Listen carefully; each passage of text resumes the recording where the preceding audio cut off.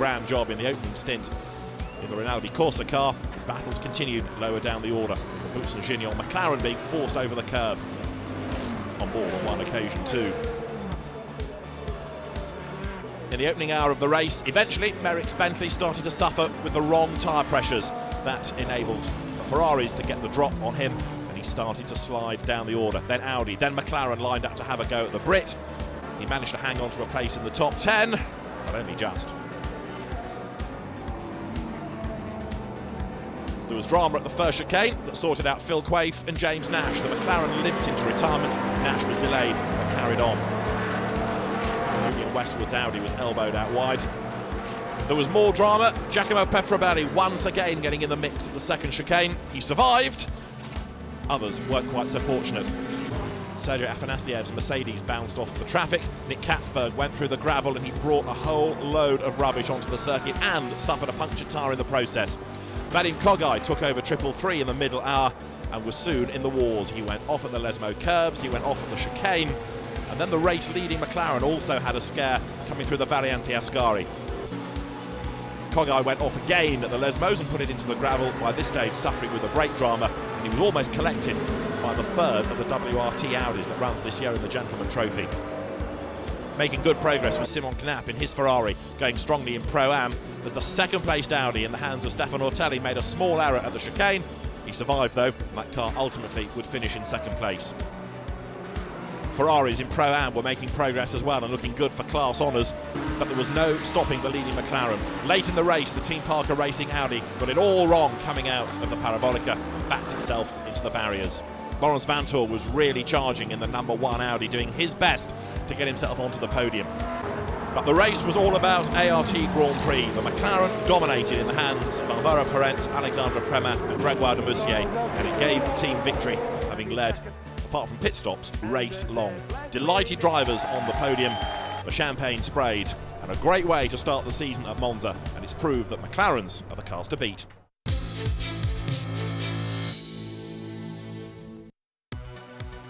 One of the top teams in the Blancpain Endurance Series is the Belgian Audi Club Team WRT. Two cars again in the Pro Cup this weekend.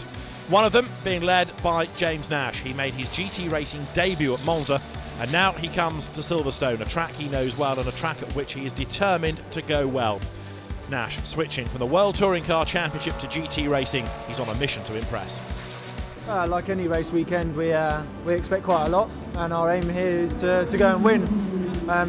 It's a great experience to be racing at home, and hopefully we'll see some home crowds. I think it's going to be changeable conditions, and it's going to be challenging for us, but everybody as well at the same time. This weekend is still going to be another learning phase for me, but every time I get in the car I learn a bit more and I can carry that forward to the next event, so hopefully we can get on the podium. The Bentleys made their Blancpain Endurance Series debut at Monza as well. It's a new car, the Continental GT3, with limited testing pre-season. Both cars shone in Italy. Number 7 in the hands of Andy Merrick was impressive in the first stint, and Stephen Kane is the man behind the wheel here, and he is looking very strong indeed around Silverstone. There's no doubt in Stephen Kane's pace. We're very, very confident. It's great to be back in British soil. Obviously, it's a home race for us, so we're going to push as hard as we can to obviously get a great result, and I think the car will be really suited to Silverstone high-speed circuit. Fast corners and the few slow corners that we have are really, really suited to what we've got here with the Bentley GT. With the way the car's performing, we're hoping to get onto the podium and possibly a win. Anything's possible this weekend.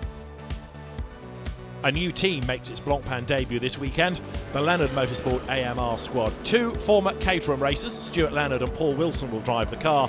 But the gun for hire, who is going to be the undoubted hero behind the wheel, is Johnny Adam. He's been a race winner in British GT. He's one of the quickest drivers around in an Aston Martin. And with him behind the wheel, this is a car that should fly. Aston Martin's home circuit, and the GT3 Aston's very good round here. So yeah, hopefully the Leonard car will be straight up the front in the class. Pro class is quite difficult.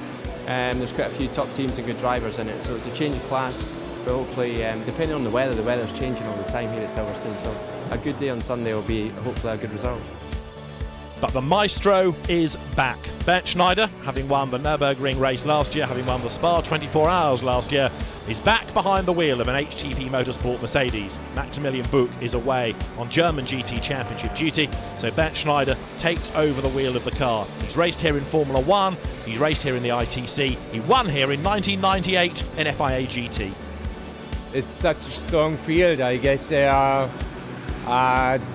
probably 10, 12, 15 cars who are able to win the race, and depends also a little bit which car going to find the right setup, because the weather forecast is not straightforward for the weekend. We will see how it goes, and I'm really looking forward now. The car to beat at Monza, though, was the ART Grand Prix McLaren MP4 12C. And with Alvaro Parent behind the wheel, the McLaren test driver, there was absolutely no touching the car. He was dominant in the first stint in Italy. He's looked mighty impressive in qualifying here as well, although he couldn't quite wrestle pole position away from Franck Pereira. But Parent, once more, will be very hard to beat at McLaren's home circuit. Definitely a great start in Monza. We did all three, big results, which is the pole, fastest lap, and win the race. So, perfect start. Everyone's focused for Silverstone now this weekend. Everything looks okay. The cars are ready, drivers are ready. Now it all depends what's going to happen with our pace, wet and dry. See where we can qualifying, and it would be great to have another big result like we had in Monza, and we're all ready for that. There was big disappointment in Italy for the Insight Racing with Flexbox crew. Dennis Anderson and Martin Jensen's Ferrari crashed in qualifying. It did enough damage to render it out for the rest of the weekend. They're back, but with a new car. It's a replacement Ferrari 458 Italia, and Martin Jensen is determined to avenge all of the dramas of Monza and perhaps get on the podium at Silverstone. Well, we are for sure looking forward to start racing here at Silverstone. Such a great history track, such a great place to be. I think it's a very strong championship, and it seems to be just getting stronger and stronger by year. We have a couple of good, strong competitors in Pro-Am, so whoever raffles the biggest number at the end of the season can call themselves a winner of the championship. Eugenio Amos has been in the championship in the past, in Lamborghinis, in Ferraris, and this year he switches to a BMW, a class winner in the Pro-Am category. At Monza, Eugenio Amos now turns his attention to Silverstone, a circuit that's traditionally very good indeed for the Z4, and he's looking strong, perhaps for a second victory of the season in the Pro-Am category. We were a little bit afraid about the weather in Silverstone, of course, so we didn't know if it was going to be rainy or dry. I'm quite happy about our situation now. At a certain point under the water we were 11th overall, so we are quite happy. For a number of seasons now, the Nissan GT PlayStation Academy process has taken a whole generation of racers from couch to cockpit. Every year they look impressive, and this year's Blancpain Endurance Series promises to be no exception as a new wave of drivers tackle some new venues. Nick McMillan, the American winner from last year, looked really good at Monza, and Silverstone is a circuit he knows pretty well from all the driver evaluation. Me and all the boys here have tons of experience with Silverstone. This is kind of I'd say our home race, just because our training starts here from the beginning. The GTR here is supposed to be pretty quick. It won last year, so obviously it's got something good going on. Pereira, the pole position winning Porsche. Laps on Grand Prix with this car, so we'll see if it helps or not.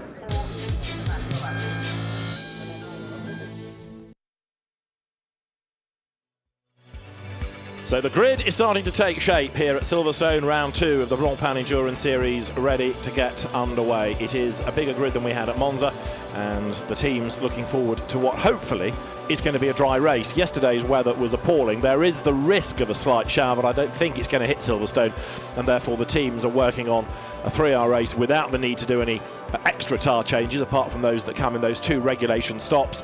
As ever, the teams are going to try and hit the cars as close to the hour mark as they can, so you're looking at around 29 to 30 laps before we get to the first round of pit stops.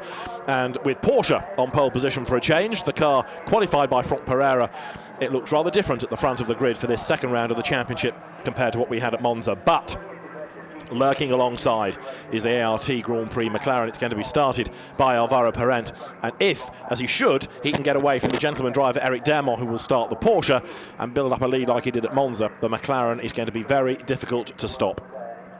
So there is the field stretching its way Back around Woodcote Corner, the McLaren of the Bouton-Gignon team up on its stilts towards the rear of the grid. That's the car that's going to be started by Alex Demergen. And further back, look right, you'll see the car that Karim Auger is going to start. David Addison trackside, Jack Nicholls will be in the pits, but down on the grid, ready to talk to some of the drivers, is John Watson. Frank, congratulations, pole position, but more importantly for me, in a Porsche. Yes, it's good. It's good result for the team and for Porsche, you know. And it's always been a difficult circuit here. And last year we are already pretty good. We're a P5, you know, so we work a lot, and it's pretty good for all the team to be in the pole here. And I think we have a good car for all the race. And my teammate improved a lot since last year, you know. So we are pretty confident. But we are here to learning. We are the target, you know, for Le Mans in the future. So it's good to be here. Frank, you're the pro, Eric's the AM. You're actually on pole position as a pro-am team. That's not very usual. No, yeah, I know, but that's the nice of the Blancpain. You know, you have the Pro Cut and the Pro-Am, so it's good with the mixed, and I think that's why they are beautiful races, you know. So I think the guys will show again that it's a very nice series. With the limitation on how much one driver can drive at one stint, how are you going to split the driving over the 3 hours? I'm going to do the second hour, you know, because we're only two. That's Eric, he decided to be only him and me. So he do the start, I do the second, and we will finish the race. Enjoy it. Yeah. Congratulations. Thank you. Franck Pereira, the man that qualified that car for pole position, and as we know, a very fast single-seater driver, now turning his attention to GT racing. In a sense, it's a shame he's not in the Pro Cup, because inevitably that car gets forgotten about a little bit with the slightly slower Eric Dermont at the wheel of it. There is the very busy grid that you can see with all the teams, the VIPs, the media down there. And let's have a look through the grid, starting around about midway. To the right is the Emile Frey Jaguar. To the left is the Team Parker Racing Audi. For the Rinaldi Course team, or GT Course by Rinaldi, their two cars drew attention to themselves at Monza, the bright green Ferraris, and expect them to be in the action again, particularly when 333 in the last hour is driven by Marco Seefried. He started at Monza, he will finish, I think the plan is, at Silverstone, and he should go extremely strongly as well. But we still expect McLaren to be the car to beat around here. Let's hear from Alvaro Parent. Let's rejoin John. Alvaro Parent, front row of the grid. Can you make it a 2 after Monza? That would be nice. For sure, we're going to try. It's going to be difficult, but we're on it today. You're under pressure. Get in your car. You've got a job to do. Thanks. Thumbs up from the Portuguese driver, the ART Grand Prix team with a great track record in single-seater racing, now doing the same in sports car racing and GT racing. And of course Alvaro knows his way around one of these cars inside out. McLaren factory driver, he's done a huge amount of testing on these cars, and who better perhaps to drive for your team. He's joined by Gregoire de Moustier, who gets stronger all the time, and Alexandre Premat, back from his sojourn in Australia racing in the V8 Supercars Championship, and he also looked pretty good at Monza when he brought the car home as the winner. What about Bentley's chances? Well, let's find out. Stephen Kane starts fourth on the grid. Stephen, second row of the grid. Could have been better other than the red flag in qualifying. Yes, it was. Qualifying was really good for us. The car was there, it was quick.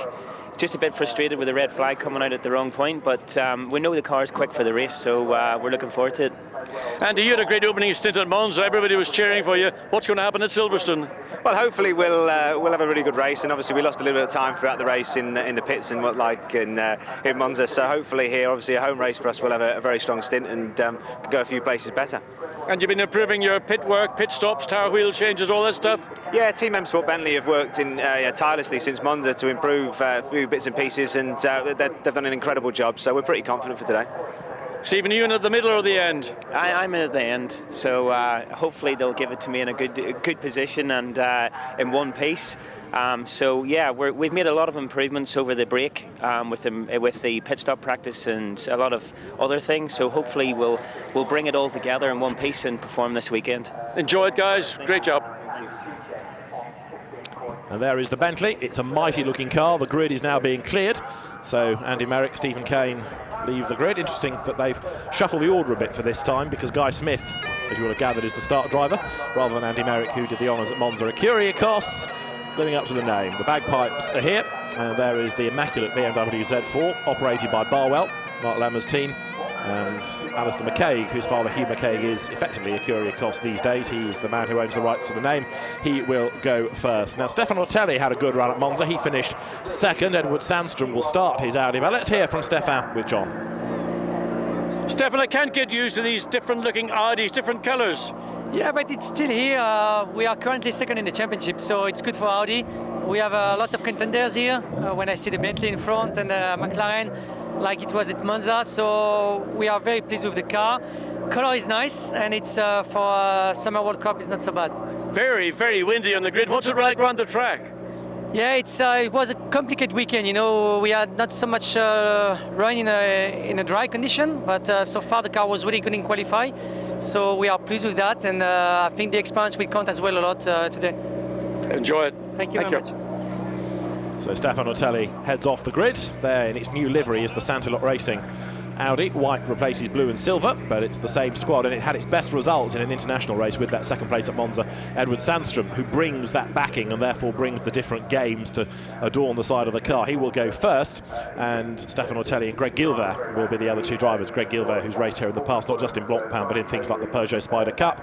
Stefano Telli has been racing here for many, many, many years, largely in GT cars. So look down the grid. The Brothers Racing Team Purple Audi is ready to go. The Oman Racing Team Aston Martin is there ready to go. The Curiacos BMW lined up ahead. A number of extra teams in the race this weekend, because here next week there is the British GT equivalent, a 3-hour race, and so one or two teams getting in a bit of extra track time, a bit more practice in advance of what will happen here on the same circuit, the full Grand Prix circuit, in a week's time. The pace car leaves the grid, and the grid is gradually being cleared of all the extra personnel. Just leave the engineers to fire up the engines, and then one warming up lap in the race to get underway. So there, looking down onto the front row, is the Porsche on the inside on pole position. Eric Dermont will start. Alvaro Parent will line up alongside, and the Porsche that is operated by the Pro GT by Almera team. It's the 997 Type 911 GT3R that runs in the Pro-Am category. And as Frank Pereira leaves the grid, Eric Dermont is strapped in. If I say expect the car to go backwards at the start, I don't mean it rudely, but generally with so many pro drivers around an Am, he's not going to be able to match their pace. But what is important for Eric Dermont is that he stays ahead in the class. And that's going to be easier said than done, because the next Pro-Am class car is right behind him on the grid, because starting third is Alex Buncombe. Now, the thought of Alex Buncombe taking the battle to Alvaro Parent over the first few laps, McLaren versus Nissan, is quite a mouth-watering one. Alex is a lot better than people give him credit for. For some reason, there's still this unfashionableness about Alex, and people don't give him the credit he deserves. And whether it's in a modern GT car or in historic sports cars, he is very, very good indeed. And I wouldn't be at all surprised if he didn't hustle that Nissan right onto the back, maybe even ahead of Parent in that first stint. Going back through the grid on the left, as you look, was the TDS BMW. The number 8 Bentley is there ready to go, which is going to be started for the opening stint by Jerome D'Ambrosio. Mercedes, BMW, Aston Martin, Ferrari, Nissan, Audi, all the best brands are here. An extra Bentley for this race, because we'll come to it on the left as you look now. It's the Generation Bentley team, with Steve Tandy, James Appleby and Jody Fannin as the drivers, the car for the British Championship. And looking further back on the grid, new Aston this weekend, new BMW, Triple 80 Ian Harrison's crack squad here with Lee Mole, one of the co-owners of the team behind the wheel of the car. Marco Siegfried's Ferrari we've talked about. There's the unique Jaguar there of the Emil Frey Racing team. Keep going back, more Audis, Mercedes, Ferrari, and then to round out the grid, two McLarens, the Brooks&Gignon team, having had a pretty miserable time in qualifying, with dramas, with damage, with reliability. So the grid is formed. Everybody that we're anticipating is there. The green flag is waved to release the cars onto this warming up lap. 3 hours of racing ahead of us. You know the format by now. If you can get to the hour mark on fuel, you're doing well. If you can go over the hour, you're doing extremely well. And round here, are we going to expect safety cars? Well, there's so much runoff, there's so many different access roads, John. Safety cars pretty unusual these days in long races. Well, they are, but we have seen during the 2 days of practice and then qualifying this morning a lot of incident. Now, that was partly because the track was wet, going to damp, going to dry, and drivers were all trying to get onto the slick tire as soon as possible. Now track conditions are perfect, with the exception there's a wind out there that is blowing right across. Here we are just on the start-finish straight. It's growing diagonally to that straight, so at some parts of the circuit, particularly here, coming through the Beckett's complex, it'll be into their face, but as they turn direction and then go back out onto Hanger Straight where they are now, the wind will be blowing against the side of the cars, and entering into Stowe, it'll hit the front of the car as they turn into Stowe. So it's going to be interesting to see on these opening laps just how the field, particularly those in the front 4 or 5 rows, deal with it. But further back, as everybody's trying not to trip over everybody else, well, hopefully we'll get a clean start and an opening few laps. And there is the grid as it scrolls through, and you can see this amazing entry. If you look at the cars pouring through Stowe, still there are some heading up towards the Beckett's S's. I think one of the Ferraris was a bit slow away off the grid, but everybody's away now and working their way to get some warmth into the tyres. So again, this fascination, some teams running a quick driver first, some teams making sure they keep the fastest of the drivers ready for the final stint of the race. And as the cars then now work their way through Stowe, there is the Emil Frey Jaguar. Now that's dropped a long way back off the pack, hasn't it? So that's very slow away. It's got going now, so I think that was the car that was late off the grid. So the Jaguar, which is going to be started by Gabriele Gardel, former FIA GT champion, that's going to have to start at the very back of the grid then, having been last away. And if everybody goes past you, the rule is you must start at the very back of the grid. Right, past the wing they come. Quick look at the grid as it scrolls through, with 31st lining up Dennis Anderson to start in the so-called Danish Ferrari, the Insight racing car. Just 2 drivers for 458 this weekend, Frank Schmickler and Alexander Maxwell, no Pierre Arret, but they were the winners of the class at Monza. The Jaguar should have been 35th, it will now start right at the very back, and better fortune hoped for this weekend for number 4 Audi, the Blancpain started car, because that had all sorts of woes, mechanical, and then gravel got in the way over the course of the opening round of the championship. And in Triple One, Marcus May, the New Zealander, will do the middle stint. He's new to Blancpain. McLaren's at the back of the grid, as I mentioned, and then the Emil Frey Jaguar trying to play catch-up in this car that has no luck at all, seemingly, as it tries to develop in a rather public environment. A little puff of blue smoke coming from the rear of one of the cars as they exit out of the village curve, and they make their way down the Wellington Straight slowly. The Porsche controlling, I have to say it again, the Porsche controlling the field. I love the sound of that. I hate to suggest that it won't be that way for long, but we will see. I still feel that Eric Dermot is going to end up losing places. The fascination for me is this car, as to whether or not we can see Alex Buncombe take the battle to Alvaro Parente over the early laps. They're very confident. They said, like a number of people after qualifying this morning who were out on that last lap when the red flag came out, that they thought they had 0.2 of a second up, and that was at the first sector. So Bentley could say the same thing. Here they come. The pace car as it is, Bales for the pit lane. That is the view from on board with Guy Smith in the Bentley that will start 4th on the grid. So Eric Dermot in the Porsche versus Alvaro Parente in the McLaren. But Alex Buncombe starting 3rd in the Nissan is going to be on his toes, you can rest assured, as they come then up towards the timing line. 3 hours of racing. Round 2 of the Blancpain Endurance Series is underway. Now the lights go green. The cars thunder off down towards Cops Corner. There's an Audi already, the Chinese car running onto the curb. On the inside line, Alex Buncombe tries to go through, but he gets, in the end, muscled down the order, because Guy Smith comes around on the outside. Parent leads the way, and I think Buncombe got held up by the Porsche, and others went streaming around the outside. So Parent leads. It's Guy Smith in the Bentley in 2nd place. Great start for Guy Smith, starting in the 2nd row of the grid. Oh, and contact the Aston into the first part of Beckett's, into the gravel. And that is one of the new teams for the weekend. It's the Paul Bailey Andy Schultz car. By the look of it, Andy Schultz at the wheel of it has gone off at Beckett's, and he may have done that with an assist as the cars work their way onto the Hanger Straight for the first time. Is that going to be a safety car intervention? Not even a lap down. Let's see. There's plenty of access roads, they can get to it from there. Dermot is losing places, but actually he is putting up a pretty good defence. Well, according to Frank Pereira, he reckons that Eric Dermot has made lots of improvements in his driving, but of course starting on pole position and being bullied literally by all those competitors' drivers behind you, he needs a couple of 3 laps to settle down, and then once he can find his own natural rhythm and pace, try to consolidate as best he can that pole position. Nico Verdonk behind him, and another spin. It's the number 19 Mercedes that goes around. That's Andres Simonsen, who has lost it at Club at the end of Vale. There is Eric Dermot holding up Nico Verdonk. Then behind there's Edward Sandstrom, and then you've got the MP Motorsport Aston as number 1 gains ground. Mark Basseng up on the inside line there, going through Abbey.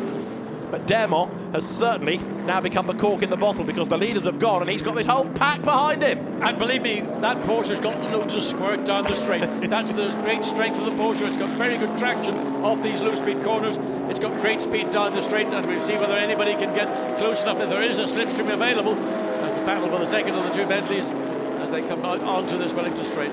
Guy Smith busy defending, isn't he, as he works his way down through Brooklands, because right on his tail there is Kevin S. This is a fascinating battle. Young GT Hot Shoe versus former Le Mans winner, and Kevin S. tries the inside line. Guy Smith isn't going to like that, is he, as he works his way up towards the end of the lap, and the Bentley hangs onto the place. And look at the acceleration. Again, the Bentley, really good traction off low-speed corners, pulls about a couple of car lengths on the McLaren as they come out of Woodcut. Kevin Estre has a look, sticks the nose out in the air. I can't get far enough alongside as I go into Copse. Got to fall back. Well, there is Edward Sandstrom working his way up past Eric Dermont, diving through Copse corner. Nico Verdonk in the Mercedes, he's next in the queue as the leaders then go through Beckett's. I think that Aston Martin is pretty much stuck. Well, they're going to have to do something to get that car removed, and that means putting out a tractor of some description to pull the car to safety. And there is a waved yellow flag in that sector. You wouldn't realise it with the speed these cars are going at. They are meant to slow down. Well, it's all relative. Slow down to their previous fastest lap. They've only been past there once. Edward Sandstrom comes onto the hanger straight, getting away from Eric Dermont. Then it's Nico Verdonk. Behind him is the Mark Poole Aston Martin that is started by Richard Abra, and as the cars work their way now through Stowe Corner, Richard Abra in turn has got Christopher Mees and then Mark Basseng up behind him. So the black and red Aston is one to watch. Here's the leading group. Alex Buncombe for the moment is still stuck on the tail of Kevin Est. So it's Parent who leads the way. Guy Smith is second, third is Estre, and then fourth is Buncombe, fifth is Sandstrom, and Eric Dermont is sixth, with everybody else seventh, all stacked up behind him. What a glorious sight coming out of Club Corner. Cars all over the place. Aston defending, going into Abbey. Not quite flat out in this early stage of the race. Probably will never be flat out unless you've got a brand new set of tyres and no fuel on board. And a challenge is made on the outside there. Look by Daniel Lloyd as he dives up towards Village in 107. It's the first race he's had in this car. Dan Lloyd out of the Carrera Cup GB last year. He was in the Blancpain sprint races at Brands Hatch, and the other Bentley gets mugged there. Jerome D'Ambrosier gets turned sideways. 85 went into the side. That was Sergei Afanasiev, and there's more drama there. The Bentley gets well muscled out of the way, and that was courtesy of Stefano Comodini. He didn't even know the Bentley was on his, he was looking left, the Bentley was on his outside, and the Bentley had to go off the track. The BMW clumped the side of the car. It's just very busy right now, but we're on the third lap, finishing the second lap, so settle down. Well, I was waiting for you to say it. Settle Normally down. you say this is a 3-hour race, everybody. Calm down. Calm down, dear. Dear old Michael. The leaders have gone by with 3.5 seconds then between Parent and Guy Smith. Kevin Estre is still third. Now there, number one, Mark Basseng has lost track position to his teammate. Double wave yellows this time up at Beckett, so hopefully now the 128 Aston is being clicked out of the way. Eric Dermont in the Porsche, still running pretty strongly because he's in 8th place, but he's got Daniel Lloyd in his first race in the ice cream back, the Beach Dean Aston up with him. There's the Bentley's first drama. Yes, he got whacked in the rear by the Mercedes coming through the loop at Village, and then the BMW didn't even know the Bentley was on the outside of the corner. And thank goodness we've got wide open spaces here at Silverstone, as well as it being tarmac, because the Bentley actually benefited out of that. BMW really struggled to get moving again. Not a lot could dislodge a Bentley. We saw that at Monza. No matter what you do to them, remember how many times Andy Merritt was hit from behind?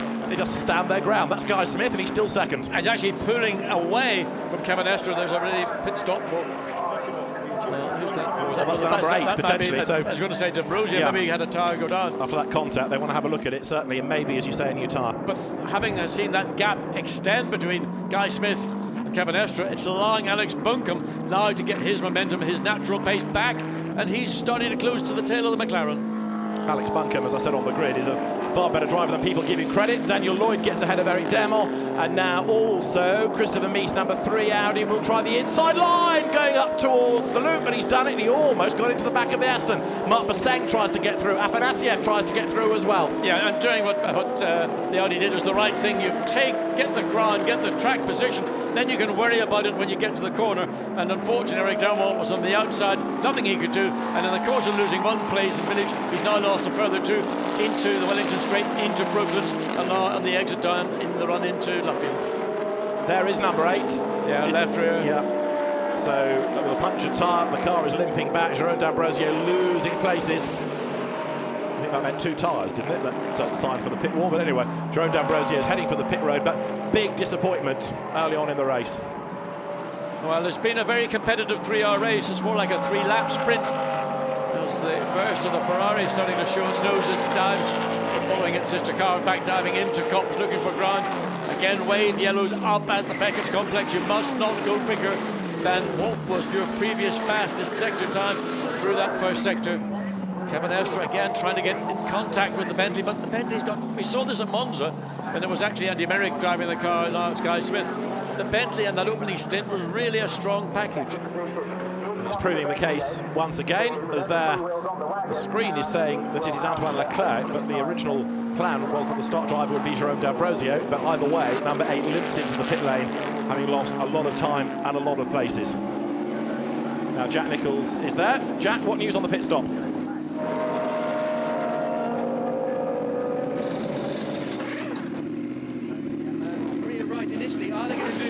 It looks like they're going to do all 4 of the tyres actually, because I suppose whilst they're doing one, they may as well do them all.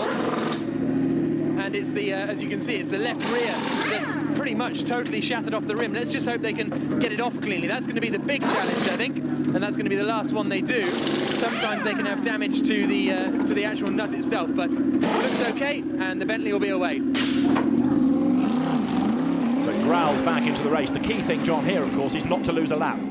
Not to go a lap down. It's not very short of going a lap down because lead cars are all the way. Well, Alvaro Parente's on to pit straight coming through Woodcut, so it's probable that we will see the Bentley go a lap down simply because there's the pace of Alvaro Parente. He's on his way up to Copse. We don't know quite where the Bentley is in the pit lane, whether it's made pit lane exit or not. When we get a view as the cars as they exit out of Copse to see whether that is the case or whether Jerome D'Ambrosio, who got clobbered by the BMW royally on the exit of Aintree coming onto the Wellington Straight. So the cars pour through Copse Corner.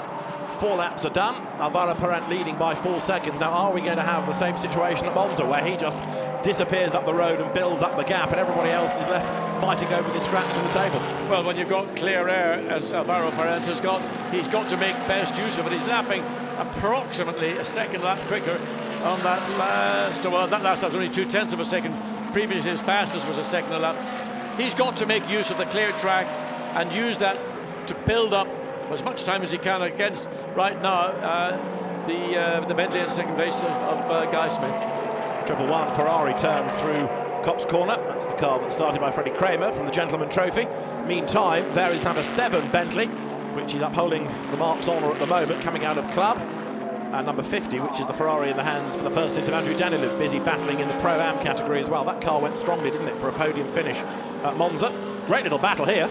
Well, this is what GT racing's all about, especially enduro racing. So evenly matched, and particularly where you get down to the bottom end of the grid where you've got the Pro-Am and then the Gentleman Cup, the Gentleman Trophy drivers. They're all mixing and matching, and they're probably all fairly similarly matched in terms of performance, with the exception of Eric Dermot in the Porsche, the pole position setting Porsche. Dermot has dropped all the way down now to 12th place in the space of, this is the 5th lap of this 3-hour race. Is he going to lose another place? Because now coming up to attack is Stephen Jelly in the Oman Racing Aston Martin. But Eric Dermot now is getting a bit more confident in defending. He makes life hard for Stephen Jelly, but through he goes on the inside, or does he? Yes, he's got the inside line. Go on, Stephen. He's going to make it stick coming out of Aintree. He's done it. Yeah, and Dermot did the right thing, because Stephen Jelly clearly is going to be quicker than Eric Dermot, and he gave him room on the turn into Village Corner, and it's so easy to make a mistake by being just too aggressive, trying to block a car, make the contact. So that's sensible driving from the amateur of that Pro-Am team. Andreas Simonsen, we saw spin early on. He's now being warned about exceeding the track limits in his attempt to recover ground. He's back up into 31st place as across the timing line goes the number 12 BMW. Henry Hassid at the wheel of it. Interestingly, the lead on that last lap, lap 5, between the McLaren of Alvaro Parente and the Bentley of Guy Smith is less than 4 seconds. It had been about 4.1, 4.2. It's actually down to 3.8. And you can't say that Alvaro Parente met traffic. No, exactly. No, that's right. So the lead is coming down a little bit as now Eric Dermot is under more pressure. Kazumasa Chio is the Nissan driver, and that, I'm afraid, is the 888 BMW of Ryan Ratcliffe, the British GT4 champion of last year in the gravel. That's at Copse Corner. How did he get there? One wonders. You assume that that's going to be a contact of some description. We didn't get to see the incident. We saw the outcome of it, but it's in the gravel again. Probably not in such a precarious position as the opening lap when the Aston went off. Let's have a look and see. Is this... well, it could be... Was that a Russian-driven Ferrari getting contact, or was that just me?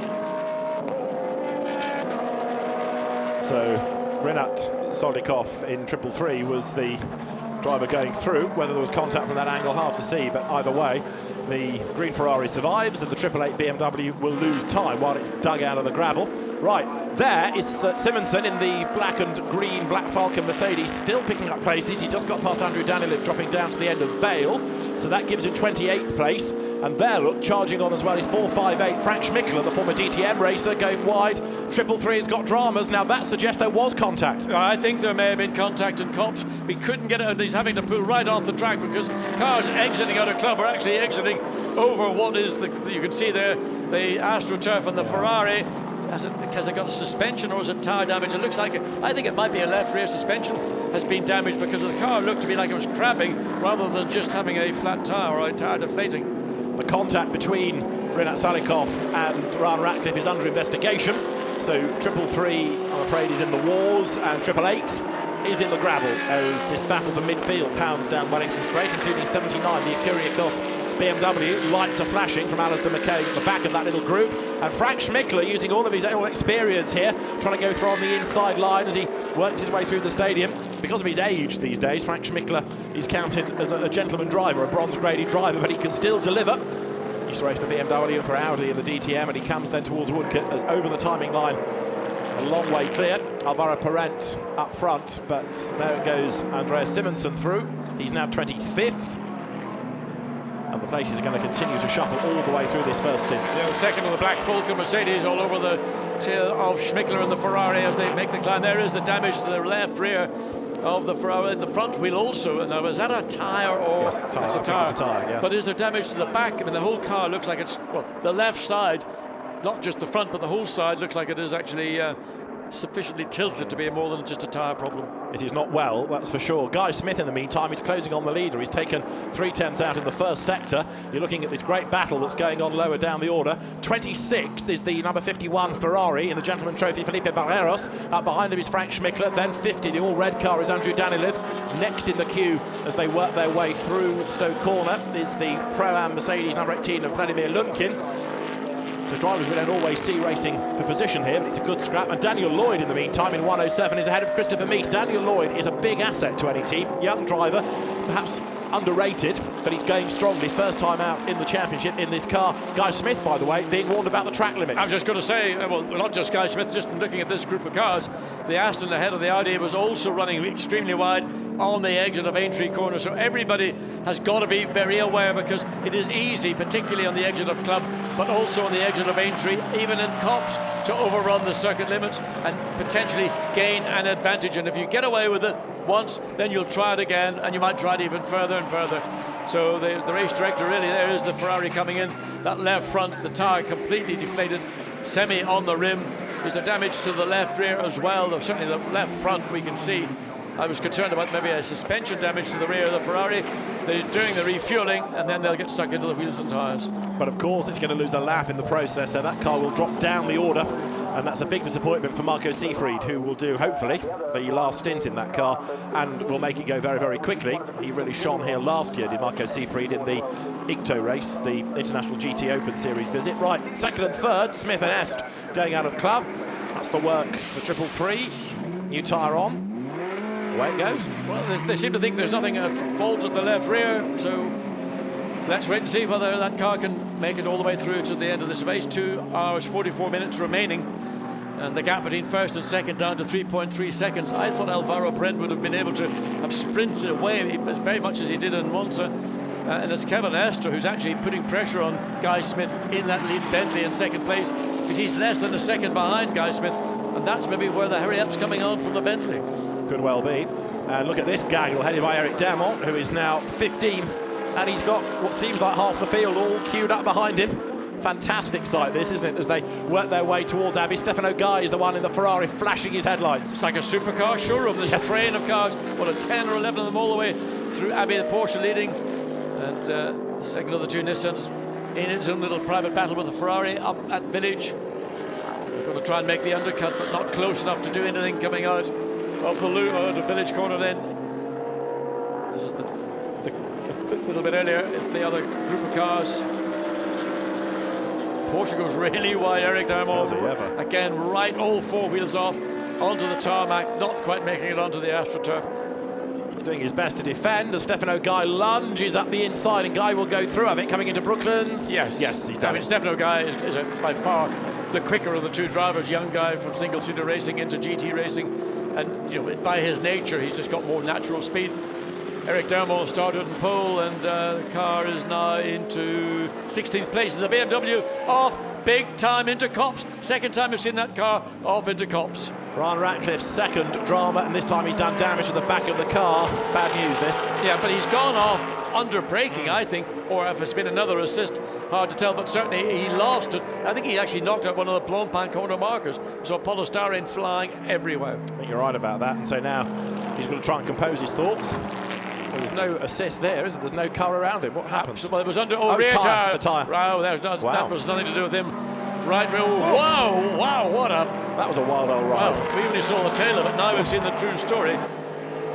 Was that something to do with the impact that occurred with the 333 Ferrari, the Russian-driven Ferrari? Because that was the right rear, and it was the right rear that might have been damaged when the Ferrari hit it. It was left, front, right rear. All stacks up, a rather shaken Ryan Ratcliffe. And a limp. Yeah. So his left, right leg's got rattled around the foot box as he's made contact with the barriers. And, well... An unusual accident at that part of the circuit, but a big one. Yeah, but simply because that tyre, the right rear tyre, I suspect had been damaged in that earlier lap contact. And then just simply, what happens to the tyre usually is deflating slowly. The driver may not necessarily feel it, but as it deflates, it superheats. And eventually it gets to the point where the tyre just gives up. And to me, that was a case of the tyre giving up, probably because of damage earlier in the maybe a couple of laps earlier, and finally just it had to say, I can't do anymore.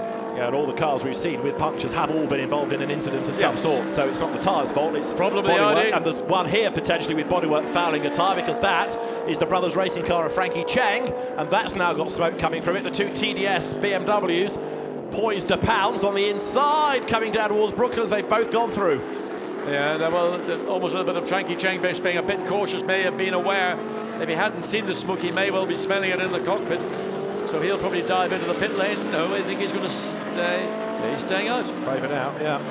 Through goes number 12, Henry Hassid, then in his BMW. 20th at the start of the lap, into a yellow flag zone at Copse Corner. And he is now 18th, Henry Hassid, but I don't think that car's going to go any further in the race, is it? I mean, that was a hairy, scary ride for Ryan Ratcliffe.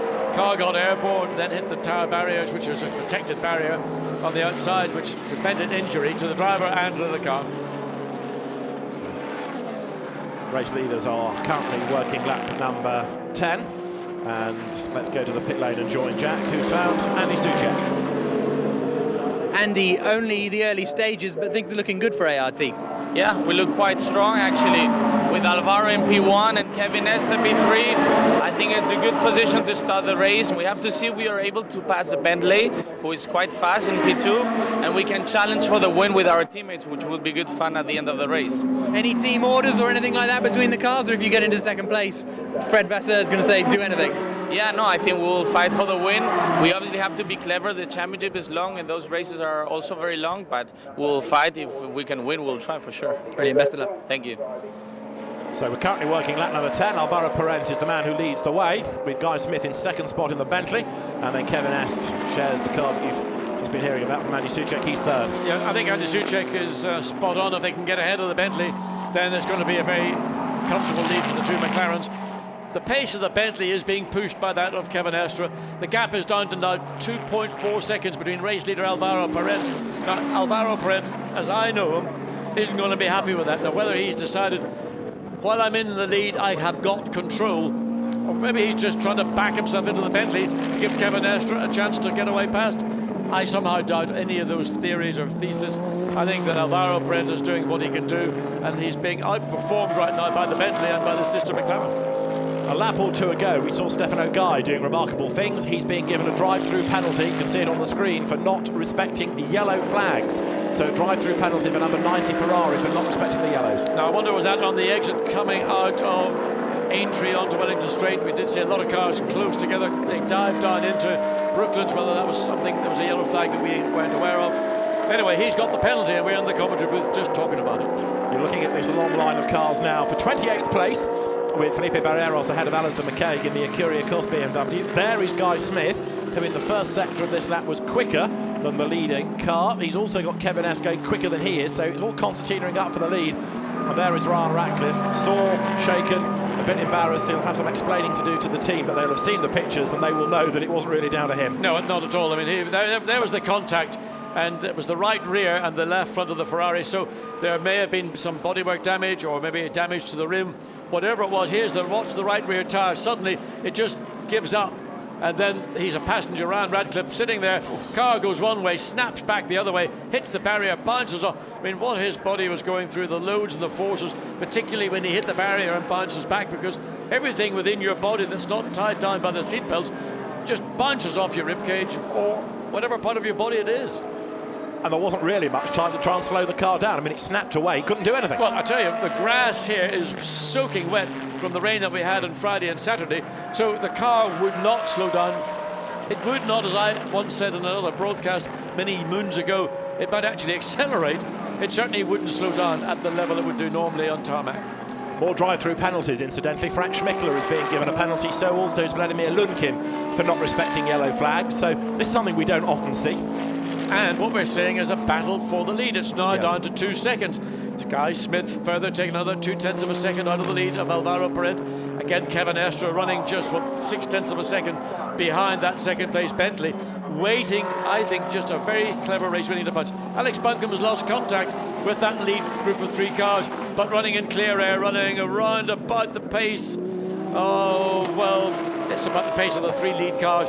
Can't make any impression on those 3 cars. How about this for a great fight? The 2 Aston Martins have got themselves together now. Richard Abra just ahead of Daniel Lloyd, and then Christopher Mies only 9th in the Team WRT Belgian Audi Club car. Only 9th. His teammate Mark Baseng is only 10th, and these are cars you normally expect to find at the pointy end. Wait until we get to not the pointy end, the end. We're to see what happens after 3 hours. Always a different story. Remember, these are not sprint races, and they've got such great depth and strength in the WRT team. So they may not be at the front of the field right now. We've still got just, 2 hours, 35 minutes to go.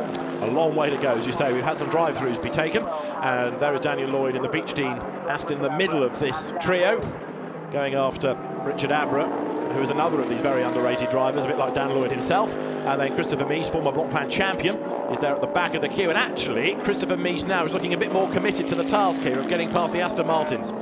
Yes, it's going to be difficult. The Aston Martin, we know, is a great car, in particular at Silverstone. They won this race last year. So for Christopher Mies, he's going to have to find somewhere on the racetrack the Audis show some advantage.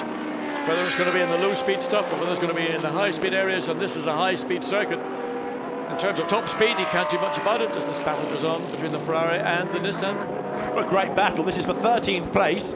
Michael Brozniewski in the black Ferrari, just ahead of Katsumasa Chio in the Nissan. He's not raced here before. Brozniewski, I think, has been here once before in the Ferrari Challenge, but they're absolutely nose to tail. And the Nissan is looking to... You can barely see the Nissan behind the back of the Ferrari. All he's got to do is commit, and he's made it. Lovely, lovely payment. Good motor racing, clean motor racing between these 2 car driver combinations. The Nissan normally looks enormous. Heaven knows how it can hide, but it did, didn't it? Coming down to Wellington Straits End at Brooklands. And Katsumasa Chio has gone back ahead, so he's back up into 13th place, but he's being caught as well by the Aston Martin behind. Well, that's good, clean motor racing. That's what I enjoy watching, and I'm sure both drivers, while Ferrari driver may not be overly happy about it, but that's motor racing. These things happen. Johnny Adam is the Aston driver behind. There's Eric Dermott in the Porsche, now being hustled by Andreas Simonsen in the Mercedes over the timing line. 21st and 22nd they are. Eric Dermott, in fact, has now become the 2nd Porsche. There you've got one of the Audis. That's the Claude-Yves Gosselin car that stopped out on the road, but dropping down therefore is Eric Dermott. Up ahead of him is the other Porsche of Eric Trier now. Now this is Jaguar versus Ferrari versus BMW. Alistair McCaig in the Acuria Cost Z4 tries to get up the inside of the Danish Ferrari, which has got Dennis Anderson doing the first stint, and Gabriele Gardal in the Jaguar stays ahead of the pair. Again, the Jaguar V8 engine, got a lot of horsepower, gets off Luffield corner well, gives a good drive in. The Ferrari unable to do anything about the straight line speed. There is the Ferrari back in again. I think there's more. Well, that's the different. That's another one. It's the drive-through penalty. I think that was the 333 car, which was the one with the damage to the left front. Somebody off at Luffield there. There are yellow flags being waved, but there's a car in the gravel at Luffield. We saw a car pulling off. We couldn't identify where it was. And now look, Kevin Estre closing right down, less than half a second. And the gap between first and second is 1.5 seconds. So these three cars, a race of their own, and it's being driven by this car, 99 Kevin Estre, forcing Guy Smith, and he's pushing him all the way up, and that is an Audi again. That's a WRT Audi, isn't it? And that must be number 4, the Gentleman Trophy car, because the other two have gone through, and therefore number 4, which will be Jean-Luc Blancpain, is off. There is 25 rejoining, and that is Cody Gosselin. And that's coming out of Club Corner, so if something went wrong, I suspect, in the middle of or entering Vale into the first part of Club. The Jaguar has slowed right down. It's all happening. I was going to say, it is all happening. Don't know what the problem with the Jaguar is. It looked healthy and plenty of speed as this battle for second place.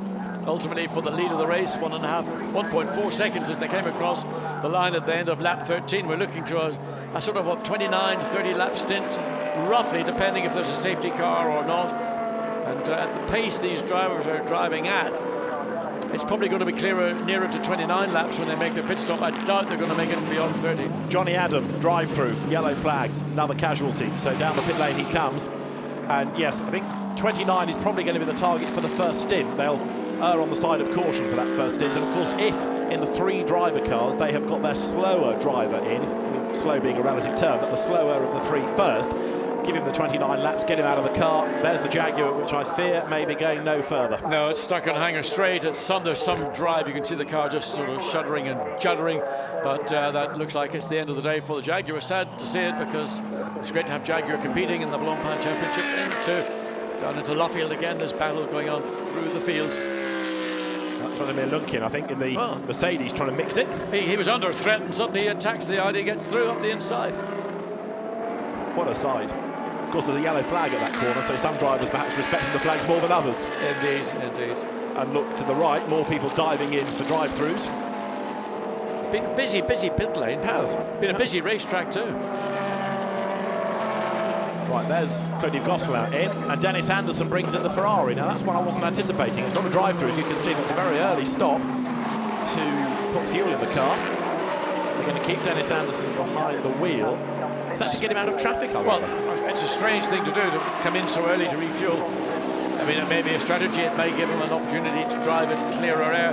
As we look at the race leader, who's managed to actually increase the gap now that he's getting into the tail end of these cars and he's beginning to lap. So Alvaro Perez has opened up half a second on that last lap. Kevin Estre watched the McLaren trying to use the slipstream, not only just at the Bentley but also the Audi ahead. He's going to have a thought about looking to go the long way around, and Stowe thinks the better of it, but wait and see if Estre's going to make a dive down the inside. Clearly Guy Smith would like to do that himself. Up the inside of the Team Parker Racing Audi at the end of Vale. Guy Smith puts a lap on Ian Loggy, but Kevin Estre is right there behind. But as we saw at Monza so graphically, you can't easily get past a Bentley, and they're also big, heavy cars. They're difficult to dislodge. So now Parent, even on the grass though, as he sighed through the traffic, he's getting away, and he's really on his toes here. He's not hanging around for a second. He's trying to use the traffic to his advantage to increase the gap, which he did do on the previous lap, up to 1.9 seconds. Looking for the Bentley. The Bentley is probably losing out. And of course, Kevin Estre's got past. He's gone round the outside. That must happened in Abbey. Something happened in Abbey. We didn't get that view. We'll hopefully have a replay. But Kevin Estre has got past into second place. Guy Smith probably got wrong-footed by the back markers they were having to catch and overtake.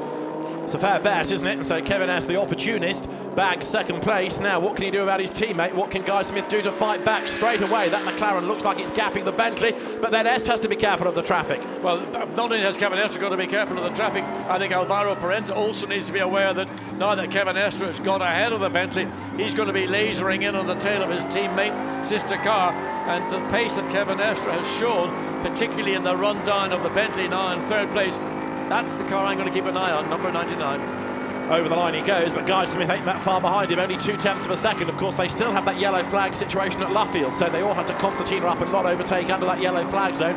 Now we'll see if Estre can get away, and here is the replay. This is where the place was lost. Just to well, Estre came the long way around. Guy Smith went up the inside, going past the Ferrari, and Kevin Estre took the opportunity to take the longer route, but turned out to be the more productive of the two. And Guy Smith is no dummy, is he? But he was wrong-footed there by the traffic and by Kevin absolutely. Estre. I mean, normally going down the inside, you think that you're going to block the car that's to your left. He didn't appreciate Kevin Estre taking the biggest punt of the day to date and go down the outside, the long way around the loop before you get into village. And once he'd gotten ahead, than his pace. The gap between first and second currently just under 2.5 seconds, and just under 0.3 of a second between second and third. We'll wait to see what happens when they come across the line at the end of this lap. Alex Buncombe, you were riding with there in 4th place, so my suggestion that he might be able to take the lead battle to Alvaro Parente was wrong, but what he is doing is leading the Pro-Am class quite happily, and I'm afraid to say that this new Ferrari, to replace the one damaged at Monza, is now in its garage. Dennis Anderson we saw pit early, and it wasn't strategic. It's because there is problems yet again for Insight Racing. Really disappointing as Alex Buncombe in the Nissan booms through the traffic, goes ahead of Jean-Marc Bachelier's Ferrari. There's Kevin Est. He's not getting away from Guy Smith. Well, Guy Smith's last lap was 2 minutes and 8 seconds, and the gap between him and then that's where the time was all lost 1 lap ago. Kevin Est at 2.4 seconds. You can see the lead car just ahead of the lime green Ferrari coming down Wellington Straight on the brakes into Brooklands. Much better corner now than the previous configuration where you came out of Priory and then a much tighter entry into Brooklands corner. So you can carry an enormous amount of speed into the corner and at the same time still take or keep control even though you may have a challenge.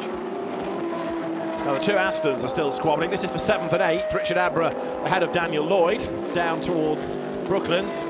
Daniel Lloyd in Andrew Howard's Beechdean car, Richard Abra in Mark Poole's example. Alvaro Parente leading the way by 2.9 seconds. He's extended it slightly, but principally that's due to the way the traffic has ebbed and flowed for everybody. So actually, the true gap is going to be around about 2.8, 2.9 seconds. Just with traffic, you're going to hit patches of traffic at different parts of the racetrack. The key as a race driver is to recognise the traffic ahead of you and to try and cherry pick one car at a time and at best not lose momentum. So Alvaro Parente it is, the man leading the way. This little squabble going on has Edward Sandstrom and Nico Verdonk, and they have just switched over. In fact, Nico Verdonk has gone 5th at the expense of Sandstrom, possibly because of traffic there, tucked up behind Ian Loggie's Team Parker Racing run Audi, and Edward Sandstrom tries to fight back. Nico Verdonk hangs onto the place going into Stowe. But you've got to feel that Edward Sandstrom and the Audi was wrong-footed just in traffic. But the Mercedes is a big car, it's got a lot of squirt out of a corner. So Sandstrom's going to have to do his homework and use that Audi strengths on the other parts of the circuit where he can get close to the back of the Mercedes. But of course, having lost a position to a car, it's very difficult to get it back. You always assume that once you've gone one place down, the car that's taken that place away from you has dismissed you from his thoughts. So Nico Verdonk, winner in this championship in the very first year of the series, when he won Ferrari mounted at Navarra, heads up towards Village in the traffic, working his way past the Kessel Racing Ferrari, and Edward Sandstrom tries to lunge up the inside as well because he knows he can't afford to sit behind a back marker for a split second longer than he needs to. Comes around the outside, he's got to try and stay with Nico Verdonk, but that Mercedes is just edging away a little bit. Well, it still has to get past the Ferrari ahead. He'll make it down the Wellington Straight down into Luffield, but I think that in fact Verdonk maybe has lost a little bit of time. But of course now then it's going to go back to Edward Sandstrom, who's got the same process to fulfill, and that's get past the Ferrari as the Mercedes now into Luffield. A variety of different lines, wide entry, tight exit. Some people like to hug the curb all the way around Luffield. Whatever really suits the driver and suits the car. So Sandstrom through, down a place, Nico Verdonk up to 5th. Now, that could be a dark horse as the race wears on, because Nico Verdonk is the man behind the wheel of it at the moment. There's Harold Primat and Bert Schneider as the drivers. Bert Schneider here to replace Maximilian Buch, who is in the GT Masters, the ADAC German Championship, and indeed won a race yesterday. And we know how good Schneider is. So that car only 16 seconds off the leader. Extrapolate this over 3 hours, it's worth watching. Well, of course, when you get Bert Schneider in the car, he'll take the car to victory. It's a given. It's a given, yeah. And the guy wins everything, 24 hours, 6 hours, 1,000 kilometres, 48 hours if it existed. A little bit. Was that a contact there between Alvaro Parente coming down into, or was he just sort of making sure that the Ferrari he was overtaking knew that he was coming through to... Now the Insight Racing Ferrari that we have seen in the pit box was hit from behind and suffered some damage. That's why it's had a lengthy pit stop, but we are reliably informed that the car is going to be able to rejoin the race, albeit many laps lost, but it'll be good to have the car back out on track. Well, this, again, Group 4 cars, there's the fact that the car is being repaired. Mustn't have been too serious, could have been even around the exhaust system in the car, because the diffusers at the bottom of the bodywork are very incremental in the way the venturis in these cars work and generate downforce. So 2 hours 23 minutes to go. And this little train of cars has got at the back of it Johnny Adam, 24th, after his drive-through penalty. So Eric Dermont, 21st. Behind him is the hard-charging Ferrari of Gilles Vannelet. And then you've got Stefano Guy, who's also served a drive-through. So those are people trying to play catch-up. We've had a switch around between the Astons, have we not? Because Daniel Lloyd has gone past Richard Abra, and Christopher Mies, still only 9th, is the next man to try and find a way past Richard Abra. Not easy. Struggled to get past the other Aston Martin. And the Audi is a great race package, but it doesn't have one single great strength, and that's going to be its issue here.